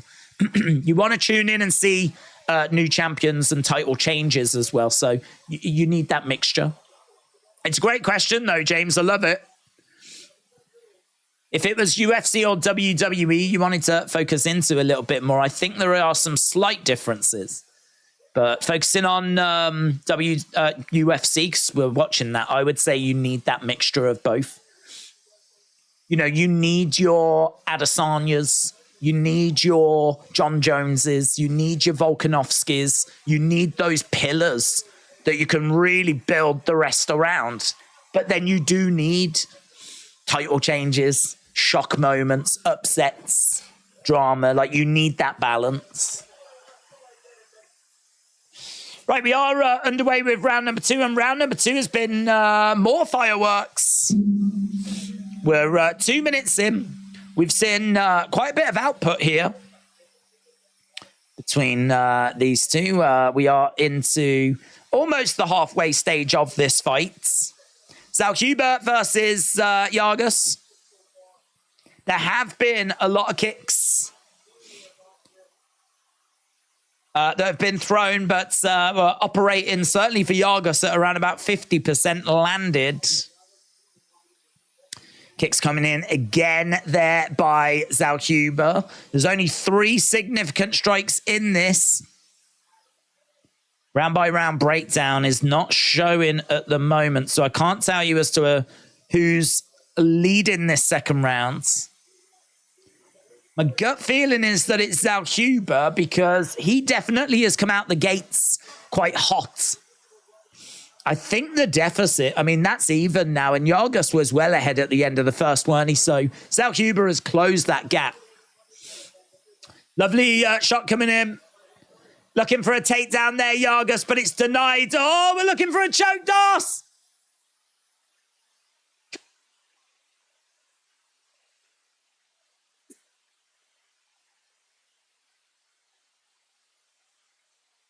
Damn, he's managed to get a choke applied.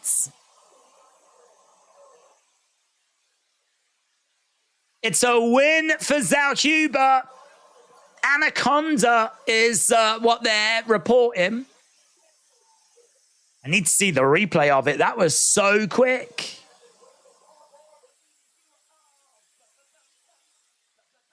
Really lovely finish. Lovely finish. John said there will always be new champions based on injury, age, and youth. Been proven in boxing for hundreds of years.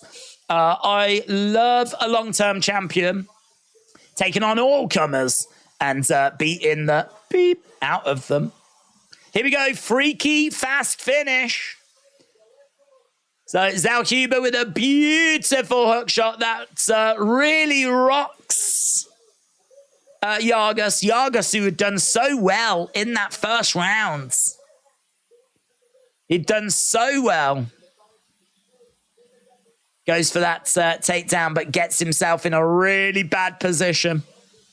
Tries to grab his leg as well to take some of the pressure off, but it's no good. James said, UFC isn't predetermined is what I meant. UFC isn't predetermined.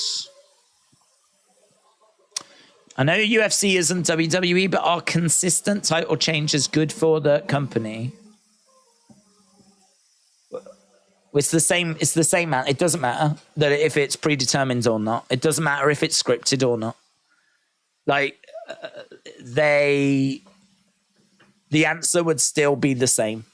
The answer would be that for me, you need a mixture.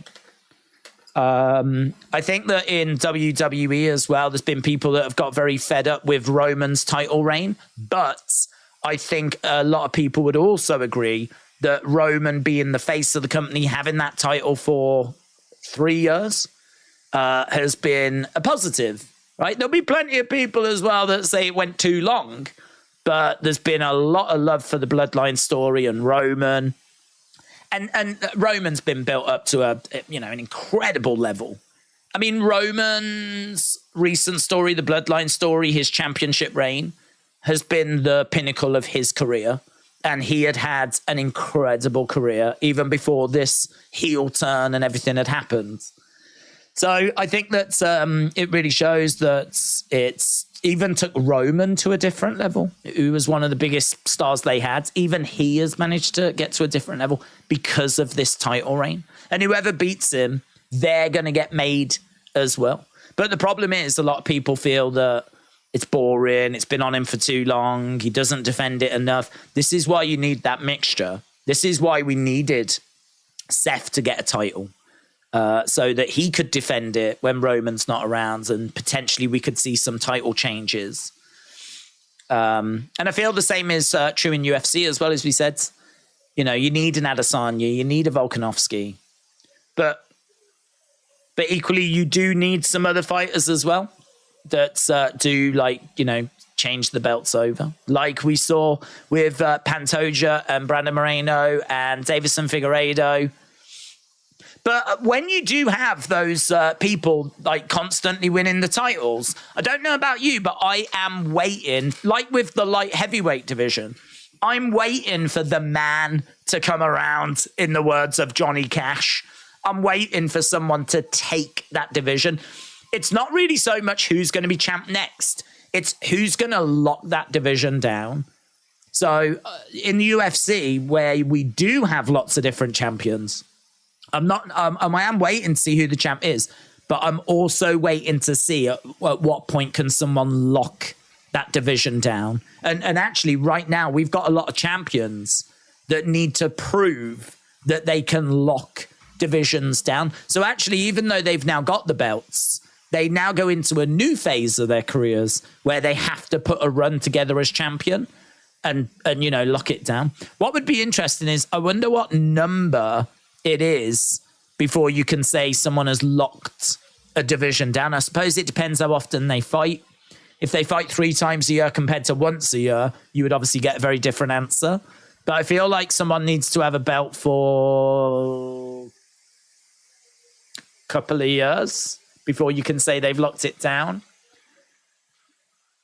Because they could win it and then defend it. Is that enough to say that you've locked it down? I feel like you need to get into that next year and get another couple of title defenses under your belt. So maybe like 3 title defenses across a couple of years, and then you could say, yeah, that is the person.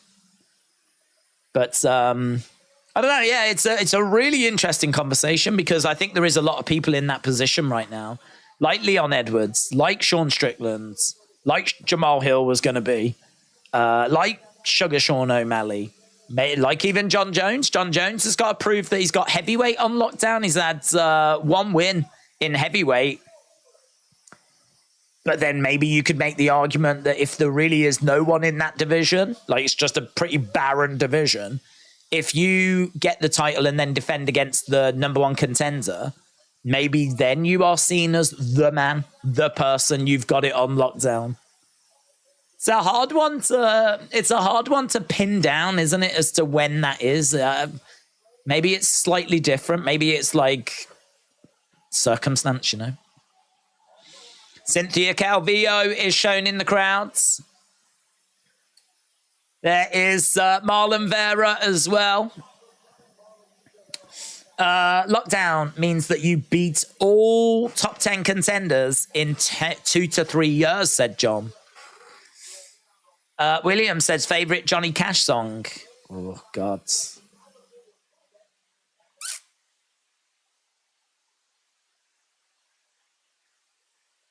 Maybe When the Man Comes Around.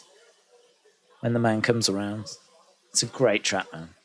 I do like, I love his live album that he did in Folsom Prison. Love that. I don't think it's here. One of the things I bought when I went to America in the, I don't know, I'd have to have a look. I don't know quite. It was like 2008, something like that. But I used to go with a couple of weeks, and I'd go with a bit of spending money. But what I would always try to do is I would always try to be super cheap week 1, so that I had options as to what I wanted to do in week 2. So, you know, week 1, I ain't going to restaurants. I'm like buying cheap sandwiches and eating back in the hotel room. And, you know, I'm like, not because I ain't got the money, but just because I'm saving it. I want to go big on week 2. And I did that one time. And I had a bit of money left for week 2. And we went to a few places. But to be honest, we'd been to Florida a few times. So it wasn't quite hitting the same. Like, I loved it. But I think if you've never been to Florida, I think it is an amazing place, a magical place. There's so much to see and do. You're going to struggle to fit it all in. And I think that like we had done pretty much everything we wanted to do by that point. So I had this money and yeah, we could have wasted it. But I ended up buying the Johnny Cash Unchained box set. I ended up like purchasing that, which is like, I don't know how many discs. But it was all the kind of American recordings, the recordings he did in the last part of his career, you know, where he did like Hurt and all that stuff. It's just him and an acoustic guitar. And it was all that kind of stuff. Oh my God, it's amazing. It's amazing. It is amazing. You're talking about one of the greatest singers, one of the greatest musicians of all time. Just his voice stripped back with an acoustic guitar. And this box set is just amazing track after amazing track. Just like it's just awesome. It's one of the best. It's one of the best box sets I own. This is amazing. I bought that from Florida. Could have got it from the UK, but I bought it from Florida. I think it worked out to be a little bit cheaper, but it was still quite expensive. I mean, you're still talking about some serious money because there was at the time it was new out. And it is like 6 discs or something like this. Like it was a good chunk of money, but I ended up buying that with my holiday spending money. So I've got a real soft spot for Johnny Cash. But I must admit, a lot of those tracks, I can't remember the names of them. I just play it and I'm like, oh God, it's the good stuff. You know, the classics like, you know, Man in Black, Boy Named Sue, Folsom Prison Blues. You know, all that kind of stuff is awesome. But like when the man comes around, that is a tune. Hurt's a tune as well, but I know it's a cover. But it's an amazing, it might be the best ever cover. And the video, oh my God. I am too tough to cry, right? But that is definitely one that smacks you in the feels. And if you've never seen the video for Johnny Cash Hurt, do yourself a favor this Saturday evening. Go and search it out. It's brilliant. I've seen those people that like do reactions to music. You know, like people. Oh, I've never heard Johnny Cash before. Let's check it out, kind of a thing. I've seen people that have watched that and cried. Just didn't know what it was. Never heard him before. Just watched the video and just bursting into tears. Right. Johnny Cash, man. Legends. Give a listen to Steve Earle. Oh, do you know what? I think I've got his Jerusalem album, but I must admit, oh God, I mean, I bought it when it came out, but I couldn't really, I couldn't tell you any of his tracks. His first album was goated, but he sings folk music now, an amazing artist. I love folk. I used to work in an entertainment store. I know I keep repeating myself, but I did. And when you work in like an entertainment store, like an FYE or, you know, Virgin Records or whatever, if you work in a place like that, you get exposed to so much different music and so much different like artists. You can't help it because every day you have to put on like a playlist in the store. And I think if you work in a place like that, you're just naturally curious anyway. And I remember there being a lot of buzz around Steve Earle Jerusalem when it came out. And put it on and I was like, yeah, this is good. I like it. So I ended up buying it and listened to it. It's one of those. I mean, literally every few days I'd end up buying a new album. The wall of albums I've got next to me here is, you know, it's pretty wild. So I've just got like over here is just I would turn the camera around, but I will never get it back to the position it's in now. I wonder if I could take a quick picture actually. We are about to get to our next fight.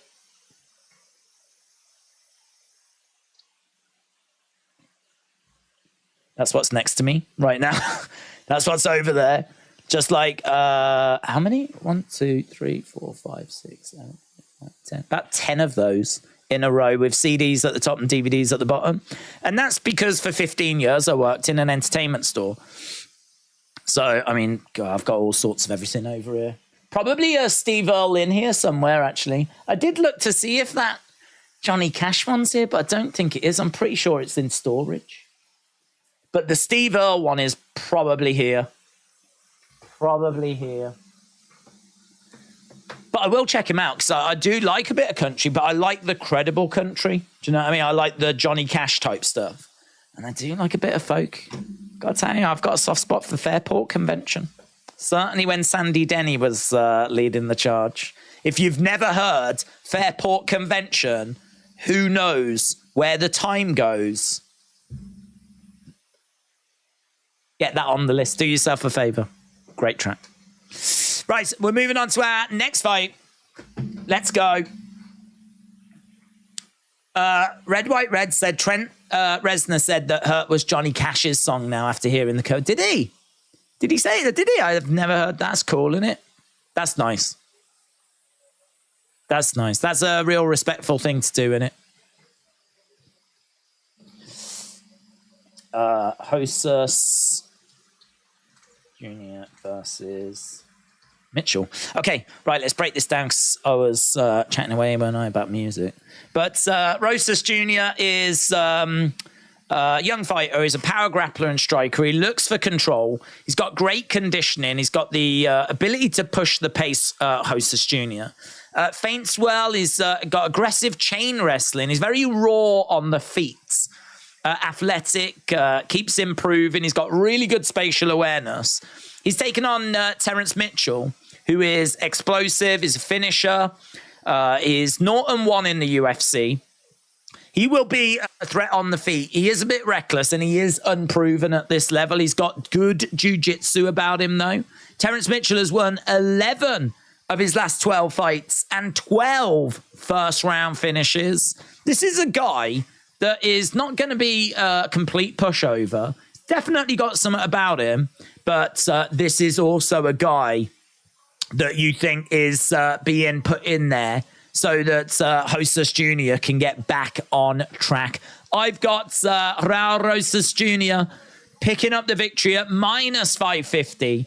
Terrence Mitchell is coming in at plus 400. 89% of people on Tapology have gone with Raul Rosas Jr. But there are big question marks because he did lose his last fight. How is he going to respond after losing that last encounter?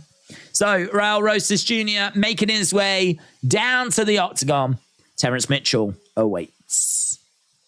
I've got a quick question. Do you like Imagine Dragons? They're okay.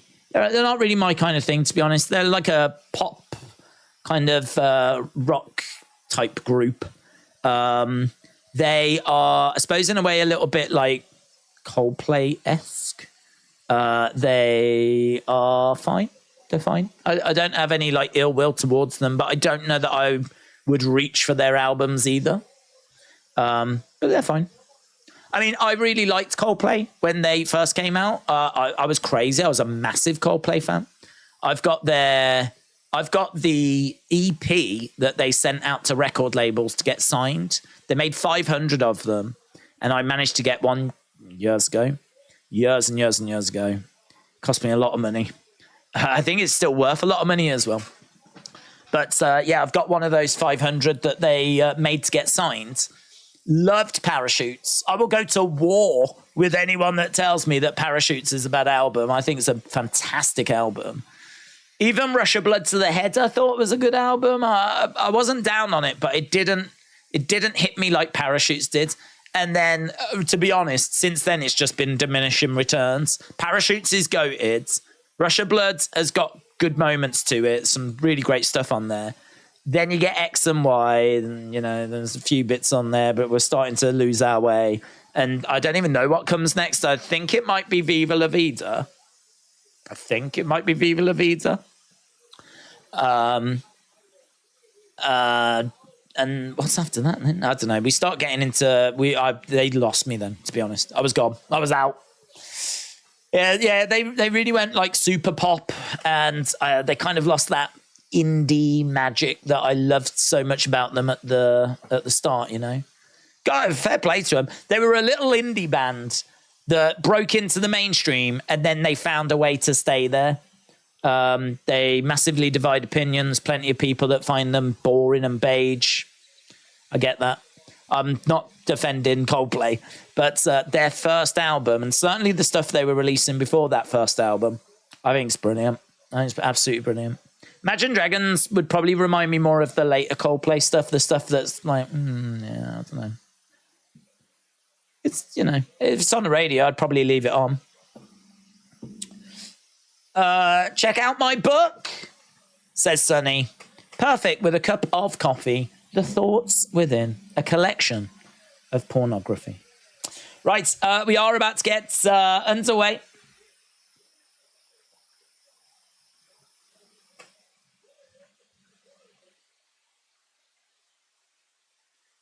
Fighting! Okay, so Terence Hill getting his intro.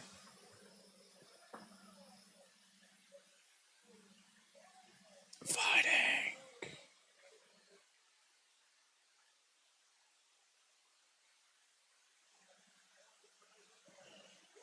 Right, for me, I'm a massive CCR fan. Credence Clearwater Revival. Love that flow. Sham and the Pharaohs I like. Leonard Cohen. Future is a great song. This kid is another beast, says Bonds. Yeah, man. Credence is such a great band to just put on and just, man, just chill and just really like just enjoy in the background. Like, lovely vibe, isn't there, to like Credence? They are a really cool band as well, actually. It's the kind of band that if you put on, I don't know if kids are going to really know what they're listening to there. Like, I don't know how it would play out to the younger generation, but it's one of those that I reckon someone could do a TikTok using one of their tracks and people would be like, damn, what's this? You know, like it'd be one of those that people are like, whoa, what am I listening to? What's this? And, you know, people would love it. A little bit like, do you remember that guy when he did that skateboard into Fleetwood Mac and went viral and everyone was like, yeah. I reckon you could do that with Credence. Hostess. Oh, down goes Mitchell. Beautiful striking here by Rosas Jr. He's all over Mitchell. Mitchell's not gone out though, but Rosas has got him down. Oh man, he's smashing him. He's smashing him. Happy Mexican Independence Day. Oh, it's a first round finish for Rosas Jr.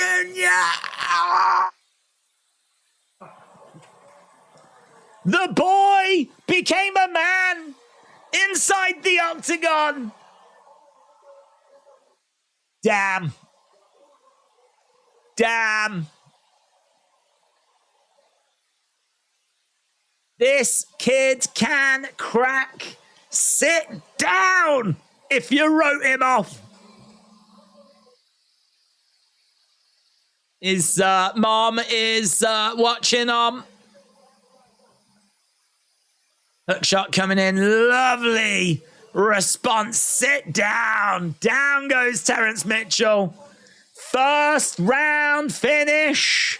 Rosas Jr. Look at that. Good night, Irene. Down goes Terence Mitchell. And then he jumps on him and he messes him up.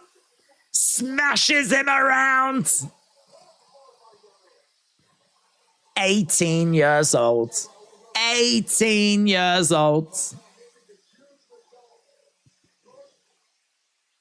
He's got the sombrero on.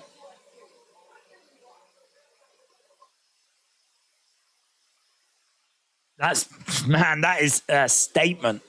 I mean, look, Terence Mitchell is 0-1 in the UFC. There's questions as to whether he belongs at this level. But there are questions as to whether Rosas Jr. belongs at this level. This kid is 18, going out there in front of crowds of this size, in front of global audiences, and putting in performances like that. You know, this is why this kid, he can't go back to the regional scene, because the regional scene has got people like Terence Mitchell in that he is just gonna, he's better than. But if you give him people that have got something about him in the UFC, Rosas Jr. is going to find it difficult. So UFC have got a little problem here, but it's a nice problem. It's a nice problem. It's a relatively easy problem to work out. You've got to test the kids. We don't need to be moving and getting him to titles and putting pressure on him and all that kind of stuff really at the moment. I understand that he might want to be the youngest champ and all that kind of stuff, and that could be in the cards for him. But, I think, like, there's plenty of people saying, does this kid belong in UFC? Well, if you put him in there with someone else that we're not sure if they belong, the kid messes them up. Hasbulla is other than Rao. Hasbulla is other than Rao. Rosas Jr.'s mom's going to be happy. Her kid is going to bring 50,000 bonus money for her. Well done, young man. Young man, there's no need to feel down.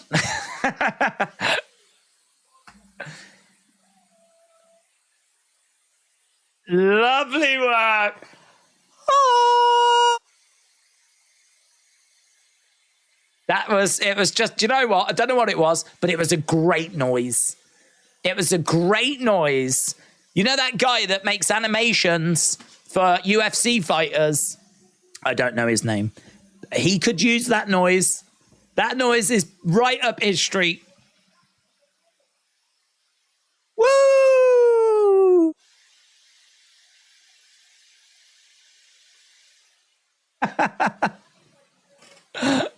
That was crazy, said Terence McKinney.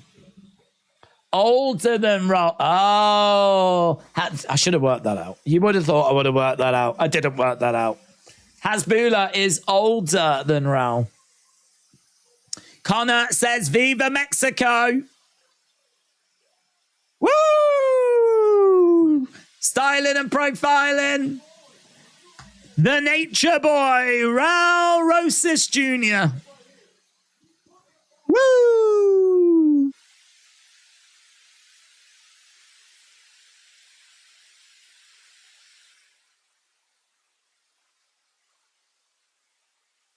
I'm just grateful for that performance. Raul Rosas Jr.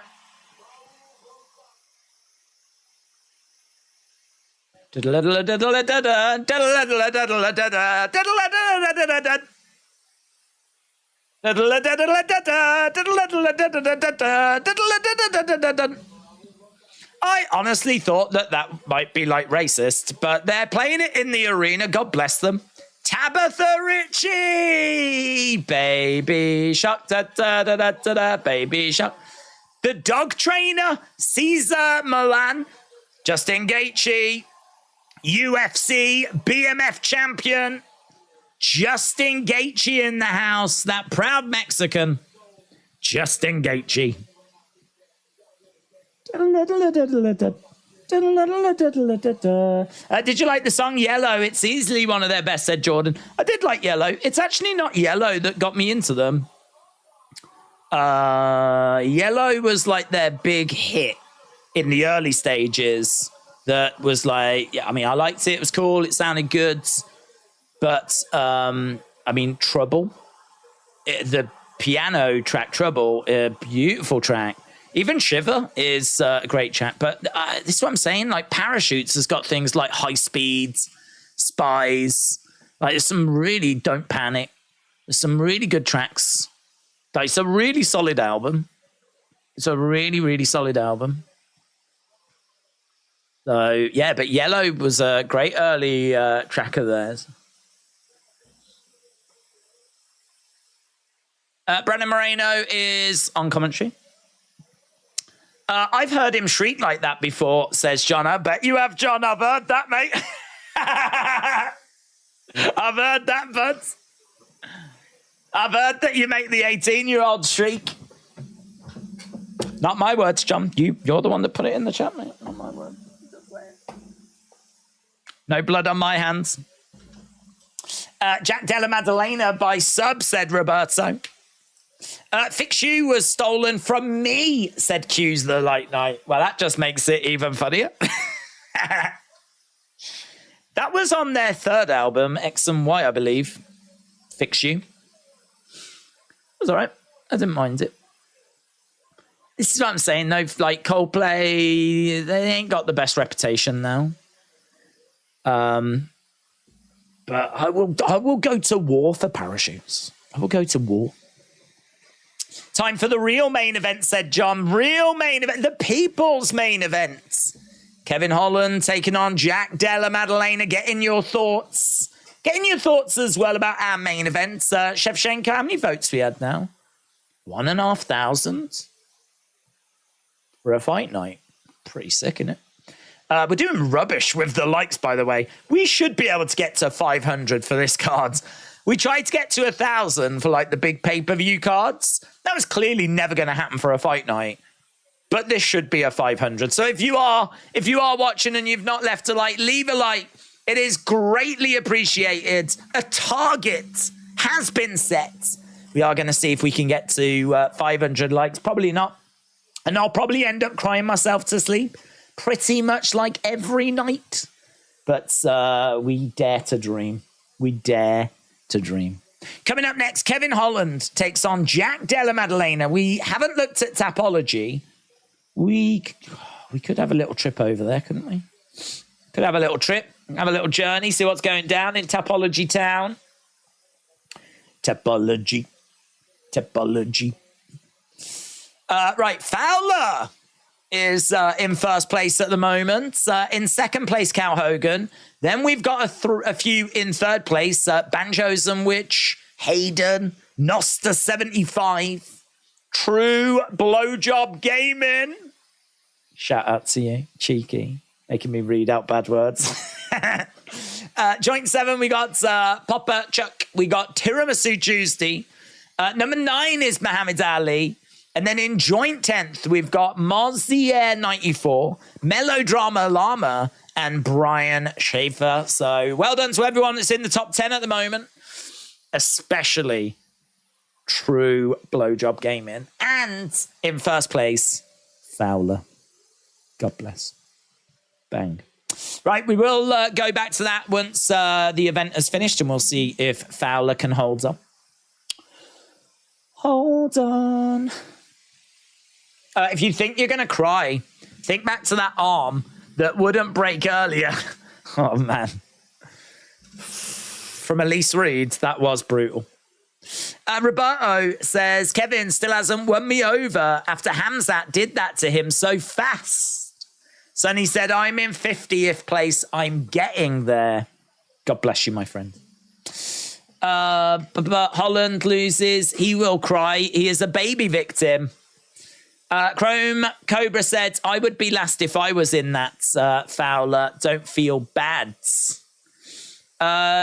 Days, you give off the same vibes as a yellow swing set. Oh, my God. That might be my favourite comment. Because I sort of understand where you're coming from as well. I sort of see what you mean. I feel like I give off yellow swing set vibes as well. Like, I can be fun and entertaining, but most of the time I'm just standing out in the rain. And I'm going to get discoloured as well, you know. That yellow is definitely going to fade. Basically, I'm in the rain and I've faded. I did provide entertainment in the past, but now I'm unloved. Do you know what? I really see where you're coming from. I think it's a really, really good comparison. Sadia, shout out to you. William says, that is amazing. Listen, it just makes sense. Doesn't it? It just makes sense. I think what's heartbreaking for me is that I've said that, and I'm pretty confident everyone joining us right now is going, yeah. Yeah, I just get that sense that everyone in the chat is like, yeah, no, yeah. I didn't want to be the one to say it, but... AB Jobs said, I've got Jack Della Maddalena at -150. He has an ironic dragon sleeper and a casual spinning back fist, and also a talented sprawl. Maddalena could shatter the opposing forces. Roberto said this should be a good fight. Q the Light Knight said they called me Senator Q Smitty in court. Huh? In court, they referred to you as Senator Q Smitty. It's better than Senator Q Smutty, isn't it? Imagine if you had that nickname. Senator Smutty. Amanda Nunes lost to Juliana Pena, but then she got the belt back. Yeah.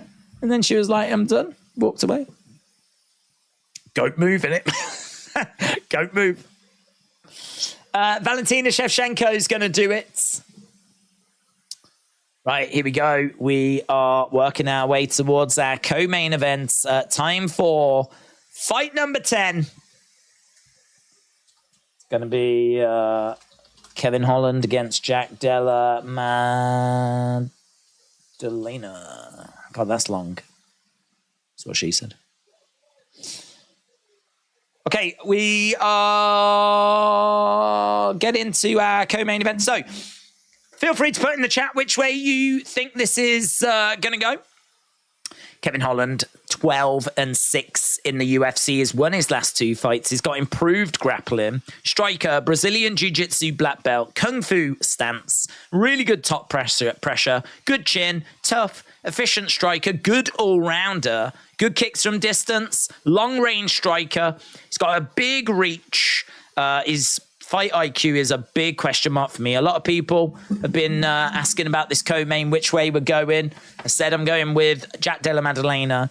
Part of that is because I do actually like Jack Della Maddalena. I like his volume. I like his output. But another part of it is that I just struggle to trust Kevin Holland. I think that he had an incredible 2020. And I think we're still living off the fumes of that to some degree. Although he has won his last 2 fights. You do have to say that he certainly is coming in with some confidence. But I don't know. When push comes to shove, I just don't know if I can back him. I don't know if I can trust him. So in a very close fight like this, I am leaning Jack Della Maddalena. The 2 wins that he's managed to secure are losses to Chimaev, round 1 loss Darshcho. That was in 2022. Then he lost to Wonderboy, retirement in round 4. Then he got a win against Ponzinibbio. It's a good win. Ponzinibbio round 3. That was at UFC 287. That was back in April. And then he got a win at 291. Against Michael Chiesa. That was only in July. So, you've got to give him props for how often he fights. The number of fights that he's had in such a short space of time is very, very impressive. He made his debut. He made his UFC debut. Came through Contender Series mid-2018. Mid-2018. We're now just past mid-2023. That's 5 years. He's had 18 fights in the UFC. I don't even do the maths how many that is. That's like nearly 4 a year. It's mental. This guy is just constantly fighting. Perhaps he's got a load of debts. I don't know. But 2020, he had 5 wins. 5 wins in 2020. And then in 2021, he followed up those 5 wins. He went, 2020 was a sick year. I'm going to follow up those 5 wins in 2020 with 2 losses in 2021. Good work. Then in 2022, we got 2 wins and 2 losses. Mixed bag. But so far, 2023 has proven to be goated. 2023, a win over Ponzinibbio. Do you know what? If he gets a win tonight, you should stop this show. Just end. Don't push your luck. 3 wins in a year. That'll do. Lovely stuff. Ponzinibbio, Chiesa, and Jack Della Maddalena. That's good. That's good. I got respect for that. So, Yeah, let's go. There is also in 2021 a no contest in there. A no contest accidental headbutt. That was against Kyle Dorcas. We've never run that back, you know. Never run that Kyle Dorcas fight back. They tried to redo it a month later, but it got cancelled, and we've never gone back to it. Right, Jack Della Maddalena has made his way into the octagon. Let's go. Get in your thoughts. Which way do you think it's going to go? Maddalena 5-0 in the UFC. He has also won twice in 2023. Volume, point fighter, pressure, cardio, good at closing people down, good counters, tight. He can leave openings, but great boxing from both stances. Jack Della Maddalena. Here is Kevin Holland.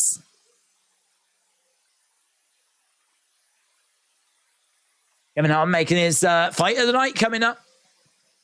If both of them bleed, I win, said Aaron. Just bleed. If you are watching and you've not left a like, leave a like. It is greatly appreciated.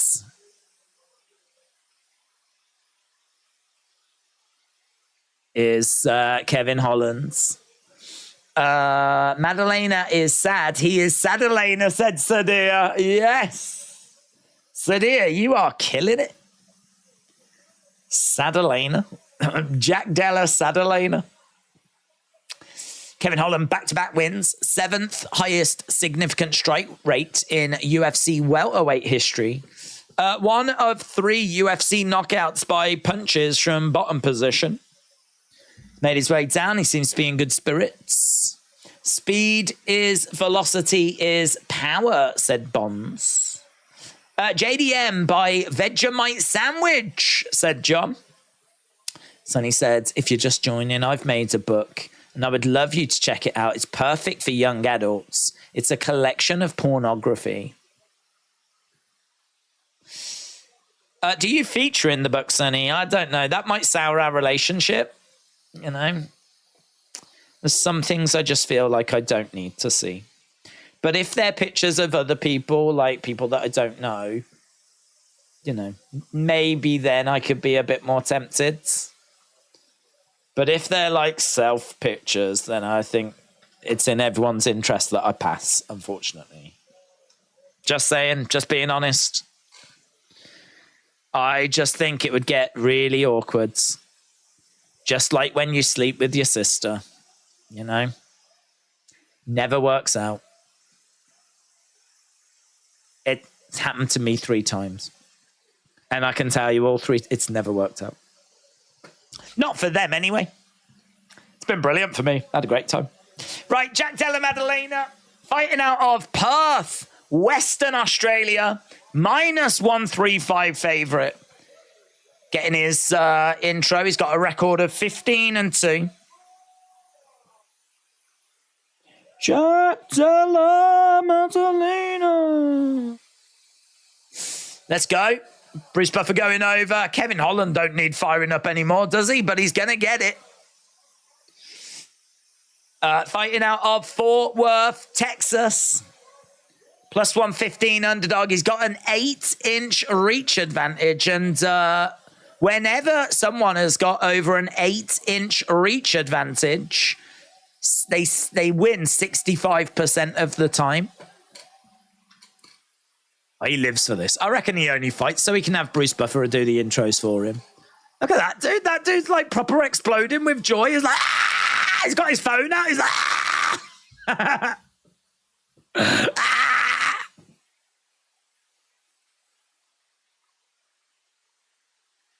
Right, here we go. We're about to get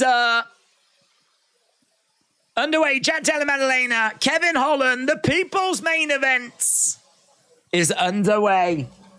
Which way is this going to go? Which way is this going to go? Jack Della Maddalena in green, Kevin Holland in blue. Jack Della standing his ground in the center, Kevin Holland on the outsides. Jack Della again trying to find a way forwards. A couple of jabs coming in as Kevin Holland circles round. Outside leg kick. Do you know what? That was good, man. That was good. The big reaction that Kevin Holland just gave to that outside leg kick there would instantly tell me that is a way forwards. Big heady leg kick by Della Maddalena. He goes for it again. Holland moves his leg out the way. Kick coming back there by Kevin Holland. Looks like Kevin Holland has adopted the same game plan. Couple of leg kicks coming in. Holland seems to have settled down. Again, that leg feels like it's there. He's got that wide stance. So that lead leg is there for taking all day long. Again, he's got that reach advantage. He needs to use that to his advantage. Kevin Holland, inside leg kick coming in. It's quite close at the moment in regards to strike 7-6. Both guys have got definitely paths to victory here. Kevin Holland needs to keep Della Maddalena at bay. Della needs to be getting on the inside or working those leg kicks. Again, shot coming in. Kevin Holland goes back against the cage. Couple of jabs coming in. Kevin Holland again with a big knee in the midsection. Della again trying to throw in a couple of shots as Kevin Holland backs up a little bit. Della keeping it quite tight at the moment. Very close. Very, very close.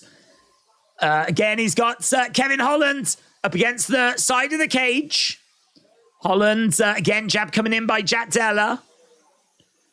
But he couldn't make the most of that situation. Kevin Holland almost slips. Almost slips. Della again coming forward. Shots coming into the side of the head. Kevin Holland goes back to the middle of the octagon. Kick coming into the midsection there by Kevin Holland. Switching the stances. Kick coming in there by Kevin Holland. Inside leg kick by Holland. Holland standing his ground as Della continues to edge forward. Inside leg kick. Outside leg kick. Headshot coming in into the midsection. Shots coming in. Big right hook shot there by Della. Jabs coming in by Kevin Holland. Again, little hook shot, but couldn't really land it. Della has really opened up quite a sizable gap here. 28-15. We know that Della's got good volume. We know that he's got good volume. 28-16. Inside leg kick coming in. Kevin Holland again throwing out some kicks to the body. Della responds with a few shots. Kevin Holland backing up. Della continuing to put that pressure on. Outside leg kick as Kevin Holland continues to move forwards. This fight is giving me huge Adesanya Strickland vibes, said Bitblob. Holland needs to stay off the cage or he gets hurt, says Chrome Cobra. Big shot by Della Maddalena. Holland on the outside trying to find a way forwards. Again, kick coming into the midsection. And kick coming in there by Kevin Holland. 31-25. Holland has done a great job of closing that gap. Great job. But we've got 50-odd seconds to go. Couple of jabs coming in there by Kevin Holland. Another big shot coming in. Outside leg kick. Are we starting to see this? Della Maddalena just kicked Kevin Holland right in the tush. There we go. It's not often you see someone get kicked in the backsides. Kevin Holland had a little bit of fun with that moment. Della Maddalena on the outside. It's 38-30. The gap is down to 8 significant strikes. Kick coming in there by Holland. Della again on the outside trying to find a way forward. Shot coming into the midsection. Jab to the midsection. Looking to go upstairs. Outside leg kick by Della Maddalena. Holland again going to the body. Kick coming in, and that is the end of the round. So I don't know what the number's going to end at, but it's going to be close. At the moment, it's 38-31. It's 43-34. 9 significant strikes in it. Kevin Holland threw 100. He only landed 34. It's not a great striking accuracy number, but that's a lot of activity.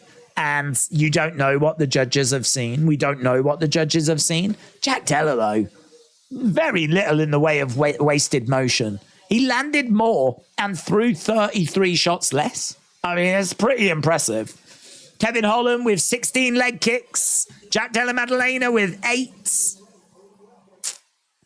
Tricky in it. I think there's a few moments there where Jack Della had Kevin Holland up against the cage. There's some eye-catching moments. I think it goes with Jack Della Maddalena that first round. But Kevin Holland showed that he is still very much in this fight. Let's see how the second round goes. 1-0 Kevin Holland, said Toughish G. John said JDM takes it, but it was close. Kevin is going to win via unanimous decision, says Congo. Right, round number 2. Second round, we got Kevin Holland on the outsides. Holland again throwing in some shots. Outside leg kick there by Jack Della Maddalena, who continues to back up. He goes into the center of the octagon, tries to move forward. Kevin Holland on the outsides. Very close first rounds. 10-9, Jack Della Maddalena, said Sean. We know there's some that have got it for Holland, though. Very good. Holland came on late. 10-9 to Holland, says Kevin. Jabs coming in by Holland. And kick coming into the midsection. Yeah, neither fighter here can be confident of taking that first round. Both of them need to put in performances now. Kick coming in there by Holland. Couple of shots. Oh, there's a lovely left hand that gets through. Smile on the face of Kevin Holland. Definitely felt the effect of that one. Jack Della again trying to stay out the way. Nice head movement on display. Again, he goes to the midsection. Kevin Holland just tends to find himself in some really awkward positions sometimes. Inside leg kick, inside leg kick. Couple of shots come back by Jack Della Maddalena. Little shot coming back. 1-2 straight down the middle by Holland. That one falling on the guards. Again, kick coming in by Kevin. Jack Della again trying to edge forwards. He is taking a few shots to try and get close enough to land some. Jab coming into the midsection. We got just over 3 minutes on the clock. Kick coming into the midsection again there. Body shot coming in. Holland again edging forwards, throwing in a few shots as Della Maddalena circles round. Holland again, inside leg kick, couple of shots coming back. Holland throwing out a couple of jabs. Uppercut just misses by JDM. Oof. 2 minutes 40. Right now in round 2, it's 14-14. Both of these guys have landed the same number of shots. 14-14. Obviously, after this, we've got one more fight. Our final fight. Valentina Shevchenko trying to regain that Women's Flyweight Championship from Alexa Grasso. Very close on the odds. Shevchenko just ahead on the bookies odds, but at the moment we've got Holland in the center looking to kick to the midsection. Lovely counter by JDM. Crashes a shot into the side of the head of Holland. I can tell you that so far, Holland is ahead by 6 significant strikes in this round. Holland on the outside. Neither fighter can be confident of taking the first. There's not much between them in the second. There's now 5 significant strikes. Yeah, there's not into a clinch. Little uppercut misses. Oh, I thought he'd caught him with a left hook there, JDM. No joy, though. Didn't get through. Both fighters in the center. It's a little bit like a game of chess. Lovely body shot. He goes downstairs, then goes upstairs. Great work by JDM. Holland responding with a real flurry of his own. Kicks coming in by both guys.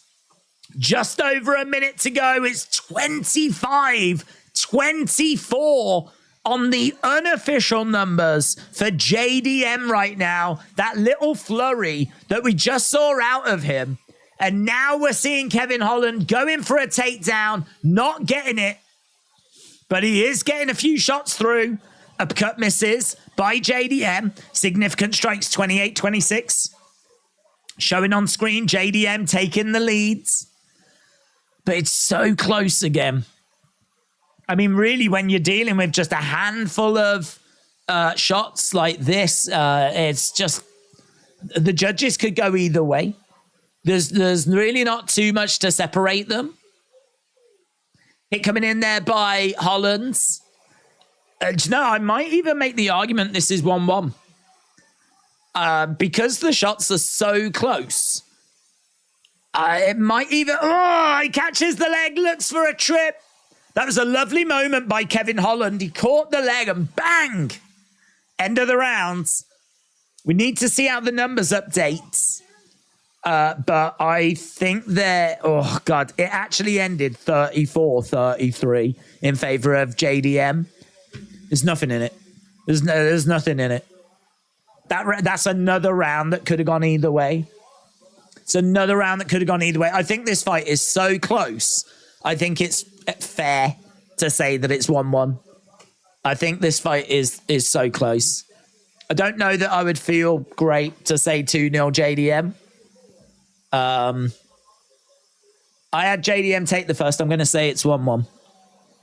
1-1. But it is anyone's guess. It is anyone's guess. Let's go into the third round. If you think it's 2-0 Holland, if you think it's 2-0 JDM, honestly, this could be anything. For me personally, I'm going to say 1-1 at the moment. But let's see what they can do in round number 3, the final round. Who wants it? Who wants it? Again, we've got Holland on the outsides. Switching of stances. Kick coming in there by Holland. Again, Holland trying to throw in some kicks, trying to keep JDM back. Oh, the jab's just falling short there by Holland. Kick coming into the midsection. It is a really close fight. The commentators are saying that as well. JDM tries to throw a lovely right hand. Hard to see if it connected or not, but those ones look like they got through. Outside leg kick by JDM. Jab coming in there by JDM. Kevin Holland looking to throw in a leg kick and he lands it. JDM again. Shot coming in by Holland. JDM continuing to put that pressure on as Holland backs away. Inside leg kick coming in there by Holland. Kick coming in. Scorecards for this one, if it gets there, it could be all over the place. 2018 for Holland, says Kevin. JDM came back strong, 1919. But Sean has got it, 2018 JDM. Holland takes the second, said Mike's MMA picks.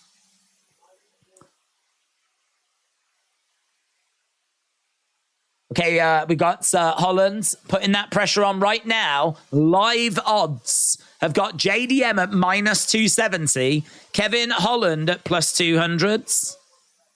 This is really hard to score. Like, I don't know how you could be so wide. This feels really close. I don't know how you could have such confidence in JDM right now. He could win it, but he could equally lose it as well. The same the other way around. 3 minutes left to go. Right now, it is 17-16 in round number 3 when it comes to significant strikes for Kevin Holland. Jab coming in, couple of shots. Real flurry here by JDM, though. Real flurry. He's managed to get out of there. He's trying to reset, go back to the center. Kevin Holland ranked 13th in the welterweight division. Della Maddalena ranked 14th. There will be some movement following this fight. Shot coming into the midsection. Crowd getting a little bit restless. Don't know why. The action's pretty good. 23-22 on significant strikes for JDM at the moment. We have gone over 2.5 rounds, and people weren't really expecting that to be the case. 2 finishers in there. People that have shown that they can find that finish. Not yet. 2 minutes left of round 3. A couple of shots coming in there by Kevin Holland. Bounces off the head of Jack Della Maddalena. He goes to the midsection. 25. Could this be a draw? Could this be a draw? Could we actually get a draw? It's very rare to see fights drawn. But right now, 25-25 in this third round. Kick coming in there by Jack Della Maddalena.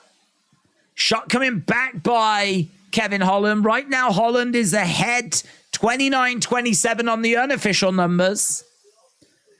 But as we said, it's still super, super close. Kick to the midsection by Kevin Holland. Crowd are getting a bit restless. These two are exchanging shots. Neither guy's really stamping their authority on it. And it is just like jabs, little hook shots. It's 31-30 to Kevin Holland. 40-odd seconds left to go. Asher said it's now minus 345 for Jack Della Maddalena on DraftKings. Jab coming in. I don't know, man. I think this is really close. I mean, I think it was 1-1 going into this round. And who the flip do you give this round to? It's 32-32. They've stayed on the feet, and there's nothing to separate them. And I can't see much in the way of damage. Shots coming in there by Jack Della Maddalena. That's a big moment. He just had Holland up against the side of the cage. Throws in a few combos, and all of a sudden, he's took a 6-strike lead at the end of the fight. Is that enough to give the fight to Jack Della Maddalena? Oh, man. This is going to be interesting. Really interesting. Let me know in the chat. Which way do you think this one has gone? Close rounds. And you'll get no argument out of me, whatever it is that you've seen, whichever way it is that you've gone. I don't care if you've gone 3-0 Holland, 3-0 JDM. I don't care. It's so close. I honestly think that there are rounds here that you could go either way with. So, to be honest, if I was a judge, I don't even know what I would do. I would have it 1-1 going into the third, and I ain't got a flip who I'd give that third to. I mean, that flurry at the end is the difference maker.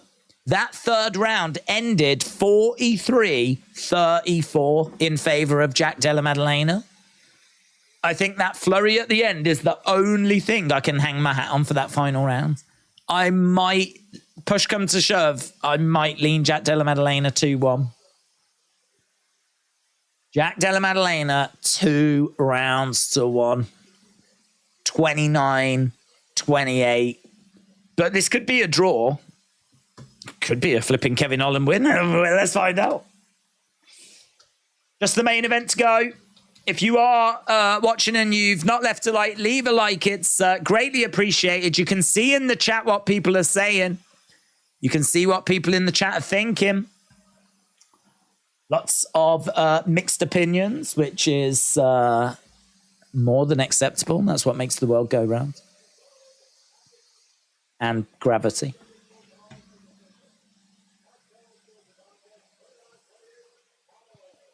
$29-28 Holland. 29-28 Maddalena. 29-28. Split. Jack Della Maddalena wins it by split decision. 29-28 JDM. 29-28 Kevin Holland. 29-28 JDM. Winner by split decision, Jack Della Maddalena. tied for the longest active win streak in UFC welterweight division. He is now 16-2.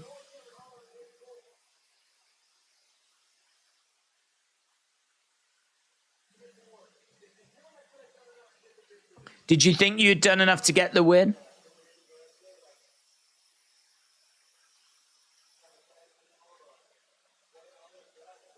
Della Maddalena said it was close. I do think he ended up on the cage a bit more. I think that flurry at the end is what gives him the nods. There's nothing in this until that real late flurry. But we can all agree that is a robbery. Robbery.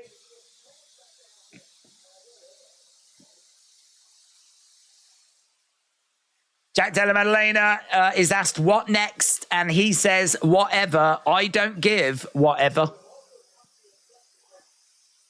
So there we go. He doesn't give whatever. He doesn't care about whatever. He's pretty chilled. 6-0 in the UFC. Tim Comerford, bassist and vocalist for Rage Against the Machine. Aaron Blanchfield is in the crowd. Nate Diaz is in the crowd. Pop, pop. Nate Diaz. JDM versus Mike Mallet next, said Biplob. BS. That little BS at the end is stupid. That's how the average brain works. The last memory. It's BS, says Bonds, who I'm sensing agrees with the decision. What a fight. Jack deserves a Maddalena. Yeah. Sadia, you are quickly becoming my favorite person in the world. Right, we've got shots of Las Vegas. One more fight to go. And it is Grasso versus Shevchenko for the Women's Flyweight Championship. Let's go. If you have enjoyed watching the fights with us, or maybe you've only just arrived, make sure you leave a like. We are 84 away from getting to 500. It's a pretty loose target, but it's nice to have a target. And yeah, it'd be good to get to 500. This definitely is, you know, it's not a pay-per-view. We don't have any expectations really, but it'd be cool to get to that. So a big shout out to everyone that's joined us. Obviously a big shout out if you've left a like as well. It is appreciated. And we turn our attention now to the main event of the evening. Championship on the line. Women's Flyweight Championship. Alexa Grasso with her sexy belt. Custom Championship. You can see it on screen right now. She is 16-3. In UFC, she's 8-3. 5-fight win streak. Excellent counter striker. Good durability, crisp footwork. She has got a good chin, improving grappling, very competitive on the feet. Power is maybe a bit of an issue. She's probably not going to be knocking Shevchenko out, but she is improving. She's 5 years younger as well. She's got a good 1-2 strike straight down the middle. And she throws from either southpaw or orthodox. She's better from orthodox, though. More power from orthodox. She's taking on Shevchenko, who said she's going to show no mercy. No mercy. 12-3 in the UFC. 23-4 overall. In the conversation for the greatest female MMA fighter of all time. She lost back in March to Grasso by rear naked choke. She's got a Muay Thai background, sniping strikes. She's got really good speeds, good movement, lots of kicks, good takedown defense. She's got good jiu-jitsu, good judo. She's well-rounded. She's got good grappling. She's got good striking. But she is also starting to show signs of a decline. She works hard, man. She goes all over the world, improving her skills. And she has got some serious skills. She is bringing one hell of a skill set into the octagon. There is so much that she does. And so much that she does well. But is it enough? Is it enough? Can she get the job done? We've been asking that question. We're at nearly 2,000 votes. Nearly 2,000 votes. 1,800 votes. And 64% of you have said that Valentina Shevchenko is going to get her belt back. She's going to get her division back. This is more than just a title. It could be a career. Where does Shevchenko go after this if she loses? She's achieved everything that needs to be achieved. She'd be a little distance away from the championship if she suffers that loss tonight. She needs this win. This is high stakes, high rewards, big main event, juicy main event, a championship fight, one of the greatest of all time. Alexa Grasso takes on Valentina Shevchenko. And here is Valentina making that ring walk, making her way down to the octagon, looking focused, looking dialed in. Said she's going to show no mercy. Valentina Shevchenko. Valentina Shevchenko that's going to show no mercy could be quite the sight to see. Gleck said Val's background is Muay Thai and Taekwondo. BBB Yipsy said Valentina is one of my favorite fighters ever. Hadel said Shevchenko was winning that last fight between these two by a country mile till she attempted that silly spin kick. Stanley said Shevchenko does win it back tonight. John said not seen a title fight, not on a pay-per-view for some time. This means that women's title fights are not up there for pay-per-view, or Shevchenko has lost her mojo. Grasso is not a personality enough to get pay-per-view. Well, I think there's a few. I mean, I do think that women's pay-per-view main events don't do that great when it comes to buys. Quite often you will see the women's fights being in the co-main event spot. Like quite often you'll see the women's title fight playing second fiddle to a men's title fight. We have had examples in the past of women main eventing cards, though. It really depends who's available at the time. To be perfectly truthful, I think this one's more to do with Mexican Independence Day and an opportunity to have a big event outside of a pay-per-view. So I don't know. It's a tricky one. The truth is probably somewhere in the middle. But I'd like to think this is more for Mexican Independence Day. More so than it is that it's a struggle to get people to care for this, because I certainly care for this. I'm excited for this. I really like Valentina Shevchenko. I like Alexa Grasso, but I really like Valentina Shevchenko.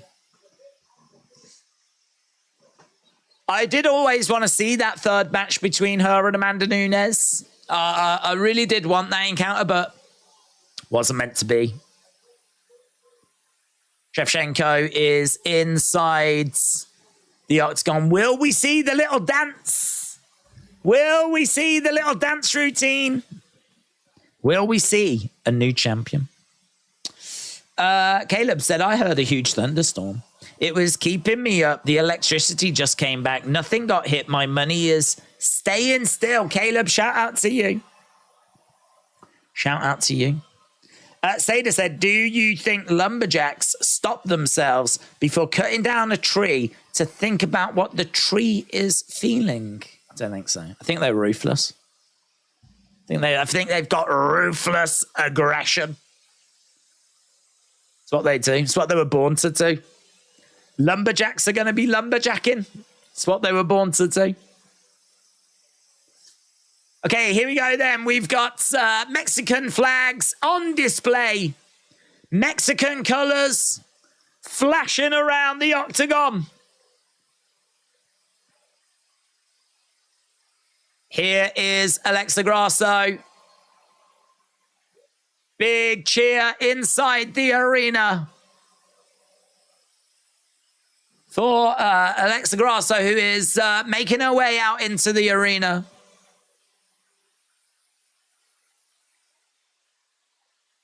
Traditional Mexican music. She's all kinds of fired up. Trying to remain focused. Trying to not allow this moment to get to her. This is a hell of a challenge for the champ, though. It's a little bit like Sean Strickland. You know, he's got the belt, but he's probably going to have to face a hell of a challenge to defend it if he does go up against Adesanya again. But this is the name of the game. It's one thing to get to the top of the mountain, but can you stay at the top of the mountain? Alexa Grasso, her moment of destiny is coming. Which way does this go? Is it going to be Alexa Grasso? Is it going to be Valentina Shevchenko? We've had 1,855 votes now, and it's still 64% for Shevchenko. Alexa Grasso, UFC Flyweight Champion, tied for the third longest win streak in UFC Flyweight division with five first-round finishes. Let's go. Why do they call it a lumberjack match if there is none, said Hawk is not in out? It's a good question, actually. I don't know the origins of the lumberjack match, where it started. Perhaps it's something like it started in Canada or something, and they got some like local lumberjacks to surround the ring, and it just stuck. I don't know that that's true, but that is definitely the story I'm going to say going forward now. Don't get me wrong, I am a huge Shevchenko fan, said John, and like you, I wanted to see that third Nunes fight, but we lost that over time. Nunes did win that first fight, but Shevchenko won the second. Yeah, I agree, which is why I wanted the third for me to decide who won. I wanted to decide who the winner was of them, that trilogy. Real close-up here of Alexa Grasso's face. Alexa Grasso is 30. Valentina Shevchenko is 35. And there's half an inch in it when it comes to reach the advantage with the champ. The challenger is the favorite here, though. We eating goods, man. We eating goods. If John Jones and Conor were on the same card, who would main event? Oh, it's got to be Conor, innit? It's got to be Conor. Can't see Conor playing second fiddle to anyone. I mean, I can't see John Jones playing second fiddle to anyone, but Conor's star power is undeniable. Just look at the top UFC shows of all time. I mean, they're all Conors.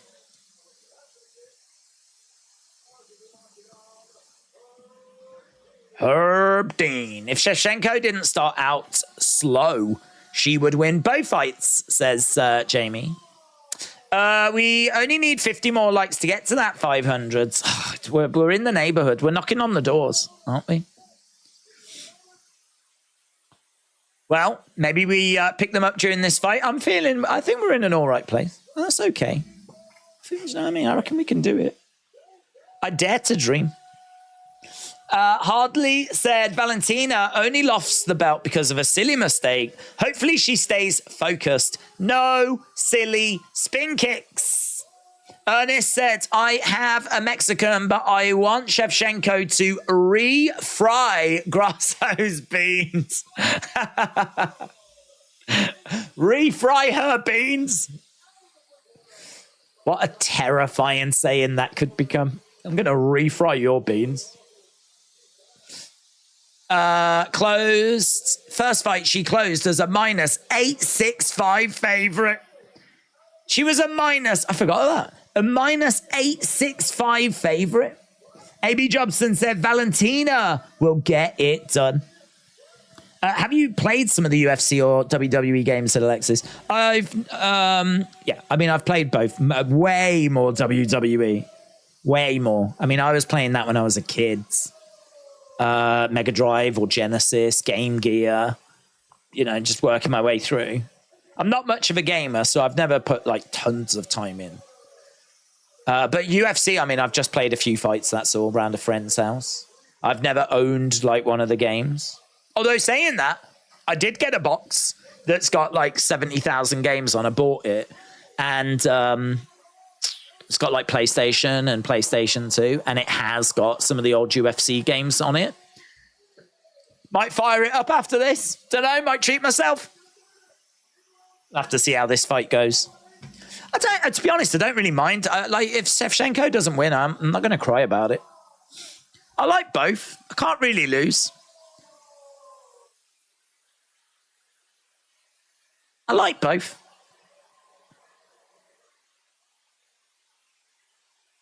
Grasso as well. She looks like a mom that goes to Walmart. I kind of look at her and she just... I just don't look at her and see UFC fighter. She's the kind of person you would see like out and about. Just pottering around. It's hard to picture her being the women's flyweight champion of the world, but she is, and I sort of like that. It makes me think that my mum could do it as well. Here we go then. We're about to get underway. Boom. Round number 1. Grasso versus Shevchenko. Shevchenko standing the ground in the center. Leg kick coming in. She's going to be a lot more dialed in, man, Shevchenko. Kick coming into the midsection. Grasso, I feel so sorry for her. This is such a hard task. Even if Shevchenko has declined, this is still a hard task.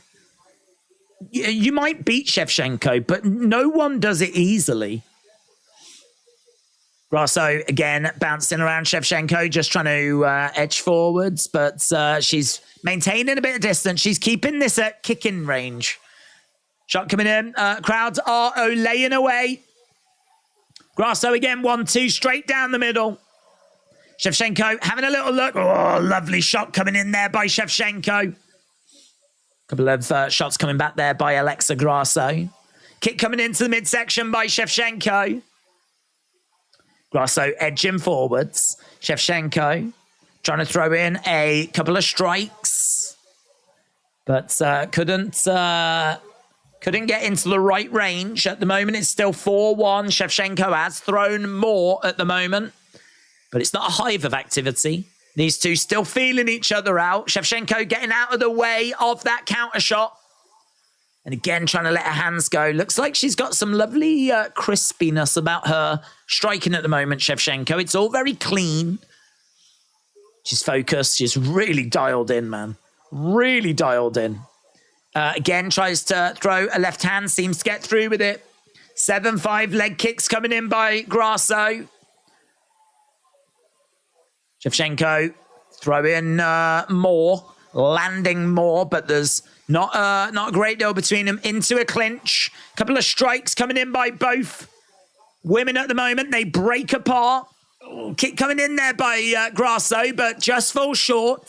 Shevchenko edging forwards. Jab coming in there by Grasso. Shevchenko trying to respond. Feels very close now because a leg kick comes in. And we're just seeing Grasso making a few adjustments. She's just stayed a little further away. This distance between them got even wider. She's trying to find a way in, into a clinch. Knee strikes coming in. Shevchenko breaks away. Forearm strike on the exit. Shevchenko being quite watchful. Both jabbing at the same time. Leg kick just falls short there by Grasso. Again, Shevchenko is not being forced into anything silly. I don't think you'll see that back kick. Again, we've got Grasso edging forward. Every time she edges forward, Shevchenko edges back, kick coming into the midsection. Leg kick just falls short. Grasso has taken a slight lead. On the unofficial numbers, jabs coming in by Shevchenko, but it's so close. So close. There's really nothing in this. Shevchenko, oh, lovely heavy hands there by Grasso. Kick coming in as Shevchenko backs up into a clinch. She's driving Grasso back against the side of the cage. They're both spinning rounds. Takedown by Shevchenko. Takedown by Shevchenko. Alexa Grasso finds herself down on her back. Shots coming into the side of the body. 14-11. Takedown by Shevchenko. Shevchenko is keeping Alexa Grasso down. Grasso again underneath Shevchenko. She's got 50-odd seconds to work. Oh! Looked like she was trying to get round the back. Looks like she's trying to get round the back. She's in a good position, Shevchenko. She's in a really good position. Oh, Grasso battling. Grasso did so well. There was a brief window for her to get back to her feet, and she took it. Had she have not, she could have been in a whole world of trouble. Oh, that was fire, man. That was fire. Knee strikes coming in by both women. A really great passage in this fight. We are into the final 10 seconds. Knee strike coming in there by Shevchenko. We're over by the side of the cage. Shevchenko picking up nearly a minute control time. And there we go. End of the rounds. But whose flipping round was it? There was only 2 strikes in it. There was a takedown there. And there is 1 minute 20 control time. Oh, and it's updated. Shevchenko. I think it's going to be a Shevchenko round. Oh, man, the striking was super close. Control time doesn't mean a great deal unless you do something with it. I don't even think takedowns mean a great deal unless you do something with it. But she did get into that position where it looked like she was looking for that rear naked. She didn't get it, though. She didn't get it. She didn't get the rear naked. But she did end 3 significant strikes up. I think it's a Shevchenko round. Biplub said it's fun. Valentina 1-0. Valentina 1-0. Val got it for the takedown, said Roberto. 1 for Chevy. Chrome Chosen says Shevchenko, right, we're underway. Rounds number 2. Let's go. Really fun first round, man. I mean, at the start, it was very tit for tat. But it settled down and we got to a really great place. Now we're underway with round number 2. Oh, a couple of shots going straight down the middle there by Valentina. A couple of strikes coming in by Alexa Grasso as well. 1-2 into a clinch. Shevchenko battling away. She's got Grasso over by the side of the cage. And they break apart. She couldn't do anything with it. Grasso is ahead at the moment in this round. 4 significant strikes to 1.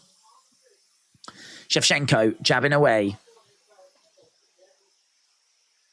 Valentina again. I think she's got to have some confidence from that first round. There were some big moments in that first round for her. Grasso trying to find a way forward. Leg kick coming in there by Valentina. Valentina again trying to throw in a shot. She's backing up. There's a lot of respect in there by both women. Valentina again having a little look, trying to throw in a big shot. Oh! Big shot by Grasso!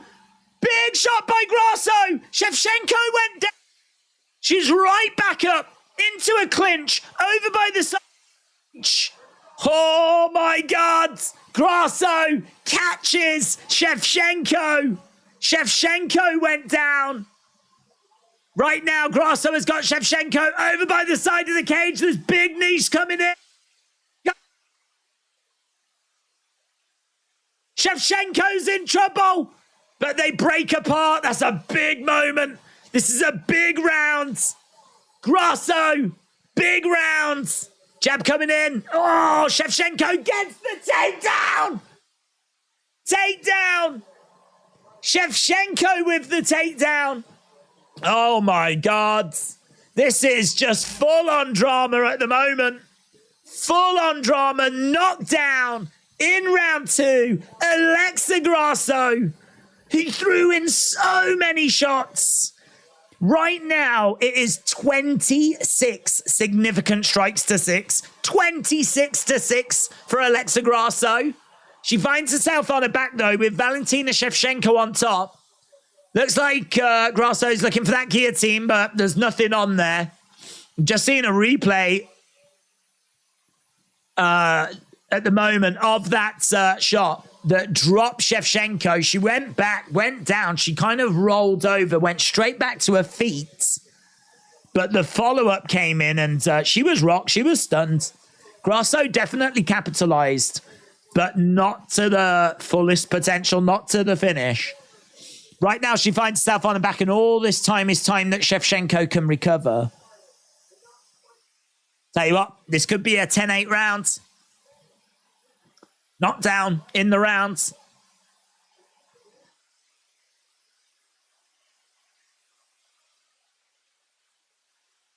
Yeah, she said if they, Cormier said if Grasso can limit the damage here, the knockdown is going to serve her well. Shevchenko is on her feet. Grasso is down. She's throwing out kicks off her back. Kick coming in there by Shevchenko.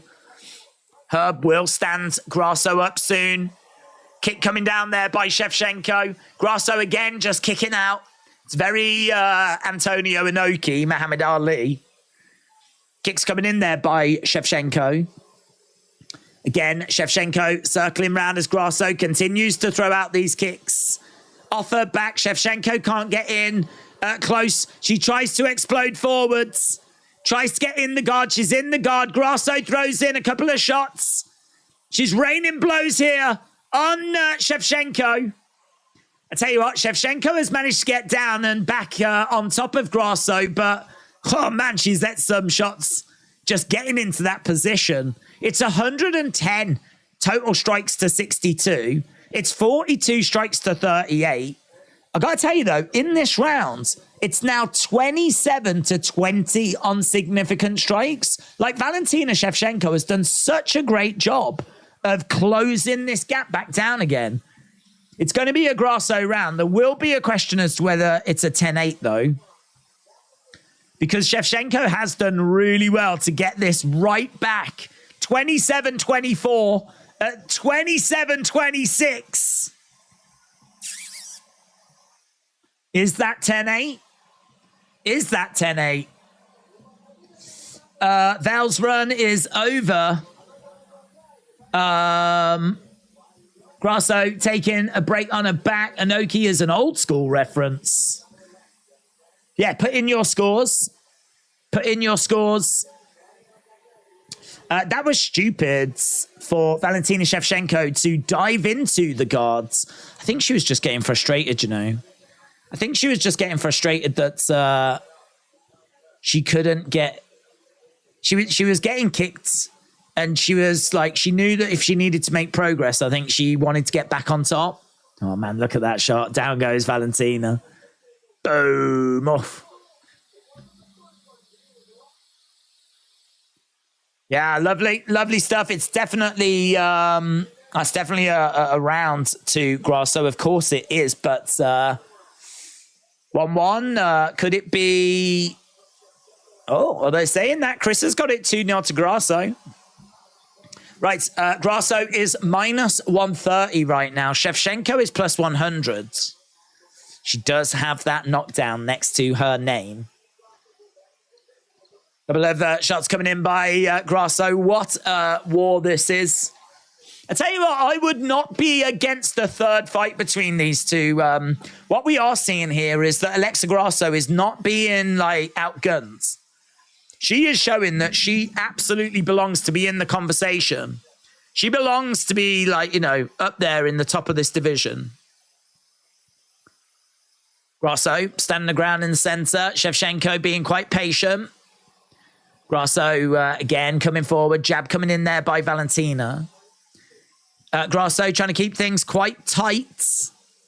Trying to edge her way forward as Shevchenko throws in a leg kick. Crowd are chanting away at the moment. Valentina takes a 4-1 lead when it comes to significant strikes. Jab coming in there. Jab coming back by Grasso. They are just both jabbing away at each other. Kick coming in by Alexa Grasso. Again, we've got Shevchenko circling rounds. Oh, man, look at the speeds. Look at the speeds. Now we've got Grasso continuing to move forward. Shevchenko looking for the takedown, securing the takedown. Shevchenko managing to get Alexa Grasso down. It's a big moment, man. It's a big moment. She's managed to get her down. She's in half guard. She's in side control. Grasso battling to get back up to her feet. Guillotine. Love Shevchenko. That was really great. Oh, it's so tight. Tight. Shevchenko has got the guillotine applied. Grasso's in trouble. Grasso is in trouble. It's tight. It's tight. Look at Shevchenko. Look at the muscle. Look at the muscle in her back, man. It's like a flipping pit bull. But she's got Alexa Grasso with a guillotine. There, we're seeing that Alexa Grasso's there. She's blinking away. She's still with us. I tell you what, this could be really sapping the energy out of the arms. This could be really draining the arms of Valentina. We've seen this before. When people put on really tight squeezes, it drains the arms. But right now she's looking for a rear naked. Body locks applied. Alexa Grasso in a whole world of trouble here. Whole world of trouble. Alexa Grasso has got Valentina Shevchenko on her back. Valentina Shevchenko looking for that rear naked choke. Alexa Grasso just being very calm. Gee, I don't think I've ever been that calm in my life. She always looks calm, Alexa Grasso. Always looks like nothing's bothering her. Right now, though, Valentina struggling to get the rear naked on. Grasso with a good defense. She's not in any kind of trouble. She's trying to get out of this, but ooh, now she might be in trouble. She's got a really good defense, Grasso. Really good defense. It's been a few times that Valentina has gone for some stuff down on the ground, and Grasso just seems to be equal to it. Just seems to have an answer for it. Shots coming in there by Grasso, throwing some shots back to Valentina. Valentina with that body lock applied. We're into the final minute. Valentina again trying to throw in some shots. Grasso down on the ground. This is definitely a Valentina round, of course. We've got 40-odd seconds. I don't think the finish is coming. Scary moment for Grasso. Hayden said tap, tap, tap, tap, tap. Well, no joy. 30-odd seconds. Left to go. The fight is continuing. Valentina has still got Alexa Grasso. Grasso is just trying to twist, get herself into a better position. Valentina not letting Grasso go. Grasso has managed to reverse the position. There might be an armbar available. Armbar. She's going for the armbar. End of the round. End of the round. Brilliant action. Brilliant fight. Brilliant fight. Really great work by both women. 2-1 Valentina Shevchenko. That's how I'm seeing it. 2-1 Valentina Shevchenko. We've had over 2,000 votes as well. 64% of you said that Valentina Shevchenko would secure the victory here. Alexa Grasso, 35%. Such an incredible fight, this. Such an incredible fight. Didn't really need the numbers for that last round, but it was 22 significant strikes to about 4 or 5 for Alexa Grasso. Shevchenko edging that round. So the numbers in that last round look good for Shevchenko. Obviously, she was constantly searching for submissions. We're going into those championship rounds, though. This is where we separate the girls from the women. 2-1. Valentina said Stanley. What a fighter Alexa Grasso is, says Bitblob. Yeah, great point. You've got to give her respect. I mean, Valentina was asking questions, but Grasso had answers. And actually, at the end of that round, it was Grasso that looked like she was getting somewhere. Shevchenko was looking for an armbar as well, though, but we're being treated to a proper scrap here. A really great fight. Aaron said 29-28 Shevchenko. She's up 29-28 on my card. It's a great fight so far. 2-1 Shevchenko, said Shaheen. 29-28 Shevchenko. Can Grasso come back and take the championship rounds, asks Adam. Right, both fighters on the feet at the moment. Jabs coming in by both women. Kick coming in there by Valentina. Valentina jabbing away. Grasso throwing in some shots. Grasso trying to find a way forward. Valentina staying on the outside at the moment. Not loads of activity right now as Valentina tries to throw in a couple of strikes, but Grasso, I think, knows she lost that last round. She's getting a couple of decent shots through. Right now, it's 4-3 to Valentina in this round. Not much in it. No fireworks at this stage. I'm sure they're coming, though. I'm sure they're coming. I've seen fireworks in pretty much every round. Jab coming in there by Shevchenko. Another jab coming in by Shevchenko. Alexa Grasso moving forward as Shevchenko backs up a little bit. 3 minutes left in this round. We've still got one more round to go after this. So far, it's 8-5 for Valentina, who goes for the takedown. Doesn't get it. Grasso with some knees to the head. Oh, this is a problem. Valentina got some knees to the head, and she might have got busted. Need to have a look. Her head is red. Those knees were coming in. She tends to take damage quite well, actually. Grasso has got Shevchenko up against the side of the cage. Big moment in the fight, this. Big moment in the fight. Takedown by Grasso. Takedown by Grasso. Looking for the Kimura. Looking for the Kimura. Oh, great work. She spins round. Brilliant defense. The MMA that is on display here, the skills that are on display, that right there. Kimura and the ability to spin out of it. This is such high level stuff that we're seeing. Certainly down on the ground. Oh, forearm elbow coming in there by Valentina. There's blood coming down the face of Alexa Grasso. Blood coming down the face of Alexa Grasso. That damage could be significant. 12-9 significant strikes, but we know the judges love damage. They love damage. Grasso has been in a war, man. So has Shevchenko. Couple of shots coming in there by Shevchenko. Grasso trying to keep it tight, trying to edge forwards.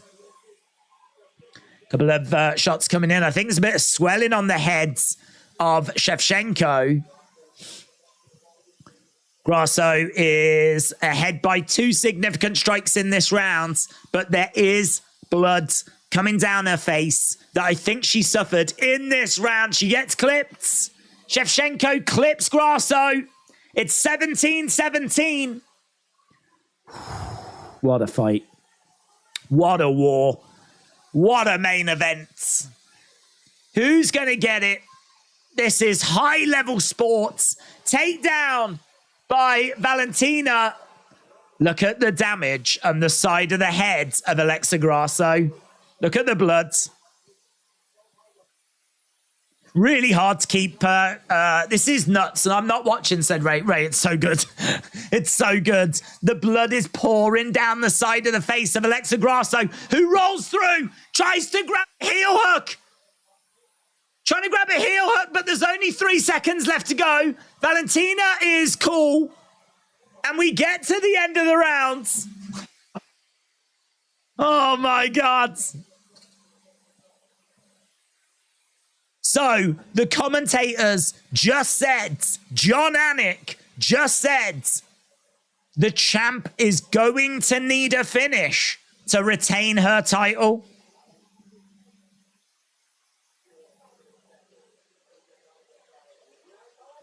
You cannot get tired. You have to keep moving. That's what they're saying to Valentina. Man, this is fire. This is so good. This is so good.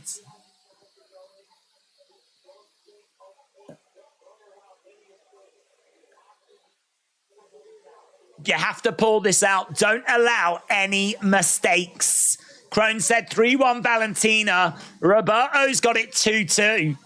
Toughest G has got it 3-1. I would say 3-1 as well. There was some big moments in that last round for Grasso, though. Yeah, those big knees, they were beautiful from Alexa Grasso. Cormier has got it 2-2. I think John Anik has got it 3-1. The live odds have got it -195 Shevchenko, +150 Alexa Grasso. Pretty much puts us back where we were at the start of the fight. So live odds could be suggesting that it's all even. Or there's not much in it. This is either, I think, 3-1 to Shevchenko or 2-2 to... well, both fighters a draw. Aaron's got it 2-2, but it could be 3-1 Shevchenko. Yeah, I agree with Aaron. That's what I'm saying as well. Grasso showing more layers and being opportune with shots, 2-2. Dan said it's either 2-2 or 3-1. Heading into the fifth. Well, look, here we go. Both fighters need this round. Bottom line, both fighters need this round. Neither fighter can be confident in this fight right now. Neither fighter can think that they've got this done. Grasso continuing to move forward. Jab coming in there by Valentina. Grasso trying to go to the body. Big shot by Shevchenko. 12-8 Shevchenko. Jab coming in there by Valentina. Grasso again trying to throw in a shot. Grasso has more than played her part in this fight. Absolutely nothing but respect. We've got to round 5. Last fight, it ended in round 4. We are in round 5. Grasso, inside leg kick there to Valentina. Jab coming in to Valentina. Valentina again trying to edge her way forward here. As Grasso backs up a little bit. Valentina throws in a jab. We're seeing Grasso having a little look, trying to find a way forwards. Shot coming in there by Shevchenko. Grasso responds with a couple of shots coming back as Shevchenko again throws in a strike. Jab coming in straight down the middle there by Shevchenko. 16-13 in favor of Shevchenko right now. Shevchenko on the outside, 1-2 straight down the middle. Just falling short, but that kick didn't. Kick coming back by Grasso, outside leg kick. Grasso again, trying to find a way forwards, edging forward, but jab coming in by Valentina. Grasso trying to grab a hold of the leg. Grasso continuing to move forward, blood pouring down her face. You know, if the judges are going to judge on damage, this looks good for Shevchenko. Grasso's face is a mess, man. Leg kick coming in there by Grasso, but it just falls short. Flurry of shots. Shevchenko backing away. 22-16. Significant strikes at the moment. Kick coming in there by Grasso. Less than 2 minutes to go. Less than 2 minutes to go. Grasso standing the ground in the center. Shevchenko edging forward as Grasso gets clipped by Shevchenko. 1 minute 40. They're staying on the feet at the moment. A little bit of a firefight. So good. So good. Into a clinch. Trying to... Oh, no! She might have given up her back. Shevchenko in trouble. Shots coming into the side of the head. Opportunity for Alexa Grasso. Yeah, Daniel Cormier said this changes everything. Hammer fists coming in. Oh, my God. Right now, Shevchenko is covering up as Grasso is throwing in some shots. Grasso is trying to get... Oh, my God, it looks like it...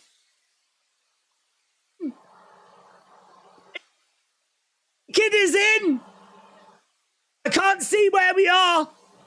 Oh, my God. No, it's not in. Oh, my God. Oh, my God. Alexa Grasso. It looked like she'd got it. This is incredible as the body lock is in. Valentina is having to defend life.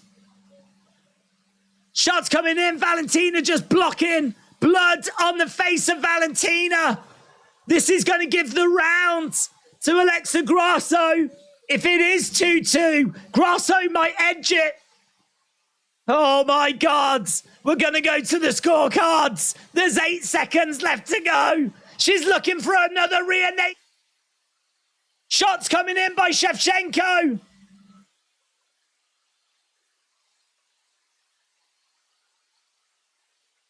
It's one of the best women's fights I have ever seen. I don't think it beats Joanna and Zhang. But every round had something to it. Every round had action. Every round had moments. I'd watch that again, man. I would watch that again.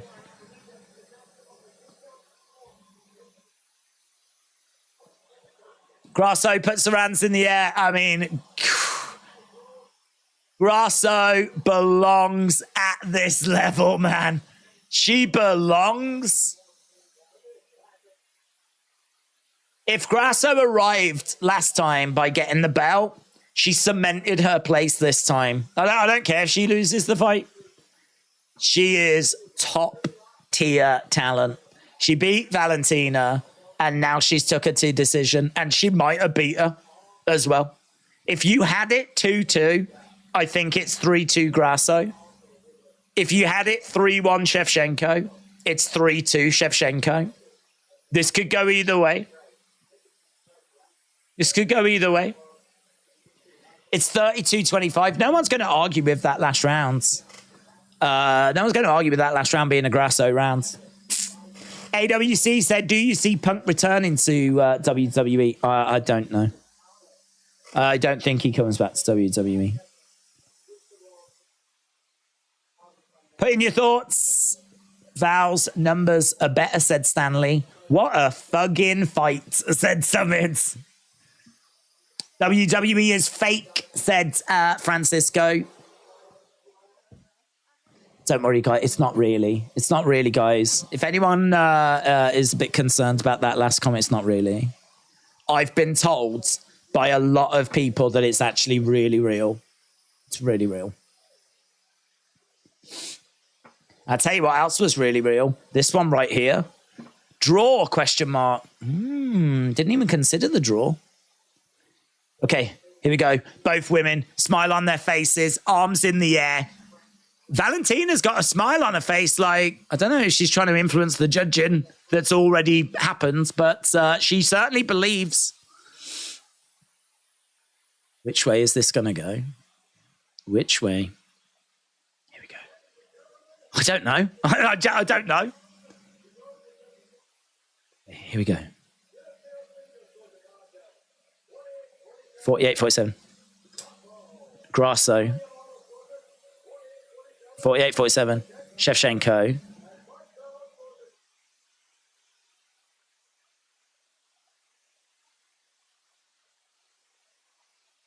Split. Draw. Split draw. Grasso retains.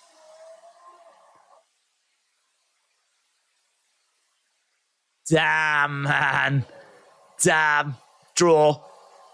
Split draw. Wow. Wow.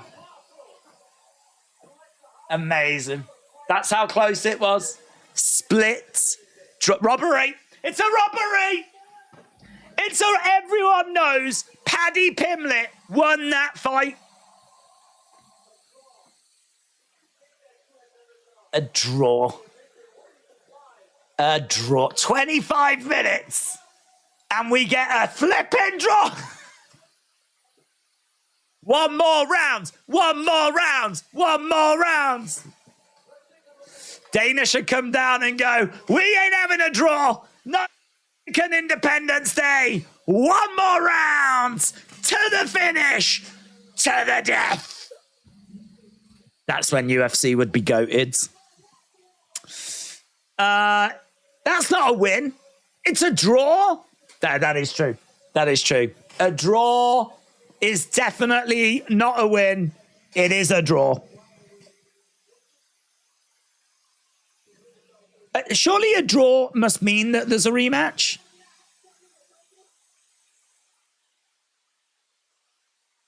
Grasso said, we'll see. I'll have a word with my coaches. Nah, listen, if it's a draw for the title, that should be automatic rematch. Here's Valentina. Another very competitive fight.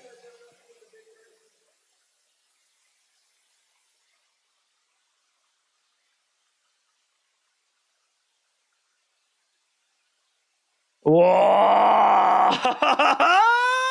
I think the judges felt pressure because it's Mexican Independence Day.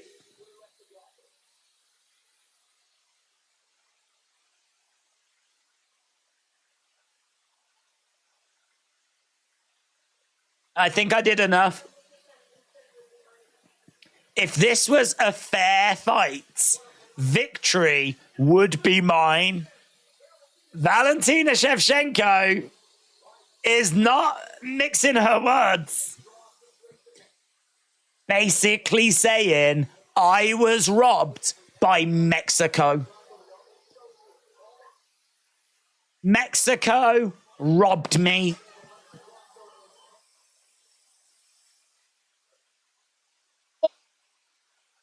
My God, one of the judges gave Grasso a 10-8 in round 5.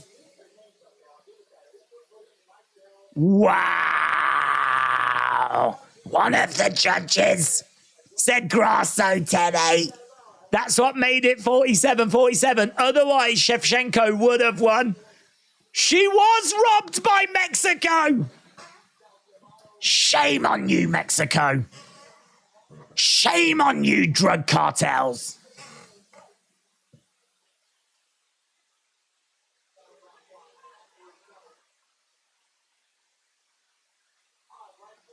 They're showing the scorecards. Mike Bell, who strikes me as being Mexican. Mike Bellio. Robbery. Robbery. Jeez, it's all about money. The commentators are trying to get their head around 10-8. They can't. They can't fathom it. Doesn't make any sense. It's not computing. When they said we're going to show you the judges' scorecards, I was like, oh, I'm not bothered. Don't need to see it. But now I'm rocked. I am shocked. Shame on you, Mexico. How do you sleep at night?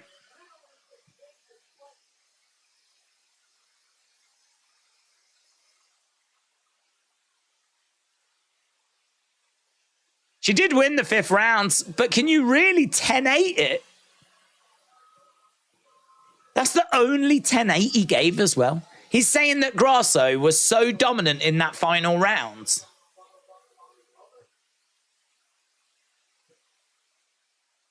That's BS. Robbery, 10-8, said Biplub. Do you know what? When I said robbery earlier, I was only joking. I always say robbery when there's a decision. But now I don't know how I feel. I mean, to be honest, I thought Shevchenko had edged it, but I had no problem with whatever, because if you did have it 2-2 and Grasso got that final round, then Grasso wins. You know, one judge saw it for Shevchenko, the other judge saw it for Grasso. What's funny is I can understand both of those. The one that I'm struggling with is the draw. The draw is the one that I've got big question marks over, because he 10-8'd that final round. I'm shocked. It's a robbery. A few of you know Billie Eilish. It's the biggest robbery of 2023. I think it's the biggest robbery ever. Charles Dubronx Oliveira is in the house. Shout out to you, my friend. Even Charles Dubronx is saying a robbery. Shout it from the rooftops. It's a flipping disgrace. Mexico, we will never let you forget. We will never let you forget. Shevchenko was minus 600 on the live odds. Red, White, and Red said, I had Grasso 3-2, but round 3, 10-8 Val, so maybe 47-47. AB said, I wouldn't call it a robbery. Well, get out the chat then. I wouldn't call it a robbery either way, but it sounds a score draw is baffling. I guess the rematch is next. It's got to be a rematch, isn't it? It's got to be. It's got to be. Minus 600, I thought she had it, said William. It was 3-1 going into the fifth. Third judge gave round 4 to Shevchenko, the other 2 to Grasso, says Big Al. Big Al, shout out to you. Look at that, man. Islam Makhachev against Charles Oliveira, October 21st. Some decent fights coming up, but I don't know that there's anything quite as tasty as what we've had recently. Certainly that UFC 294 card is, we eating good. We eating good, boys. We eating goods.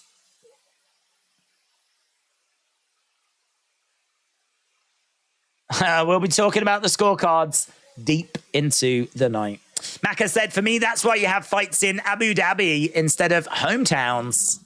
Ray said, Shevchenko couldn't finish her properly. The champ got the benefit of the doubt. I can live with it. Robbed like 2-7-4. Paddy Pimlet by 3-10-8, said Summit. I think that's the right result. The real winner tonight is Paddy Pimlet.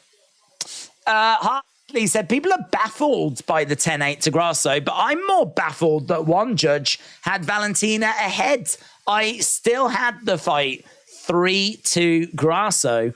I think there's a close round. I can't remember the round, but there's a round in there where you could go either way. I think it's the fourth where at the end of it we said this is either 2-2 or it's 3-1, and I think that there were people on both sides of that. So for me, this is what I'm saying. Like, for me, Grasso wins that last round, but if you had Valentina 3-1, well, then it's 3-2. If you had Grasso, if you had it 2-2, then Grasso wins by a round. So, like, for me, it should go one way or the other. Like, the draw doesn't really come into it, but it did come into it because Mike Bell has took big payments from the drug cartels, right? You can call it slander all you want, but I don't have any other explanation. There's nothing else that makes sense. I don't want to say that he's involved, right, with actual, like, the drug side of it, but I'm starting to think he is. Mike Bell. 10-8 is crazy. Maybe Shevchenko is on to something. Paddy, 50-44. Yeah, we're done. We are done. The commentators have had their final thoughts. We've had our final thoughts as well. Summit said, Mike Bell has always been a culprit. Many times I've seen that he's effed up results. But you know what? He makes life interesting, Mike Bell. He gives us something to talk about, doesn't he? So God bless him. I take it all back. He's my spirit animal. Right, we're done. Massive shout out to everyone that joined us tonight. I hope you had a great time. I hope you enjoyed the action. Really appreciate people joining us, and a big thank you to everyone that left a like as well. Finishing on that 525, baby. Really is appreciated. Enjoy the rest of your evenings. Enjoy the rest of your weekends. I think we're back with UFC next week. I haven't actually got that far yet. But whatever, wherever I see you next, I hope it will be soon. And I hope you have a great weekend. Thanks a lot for watching.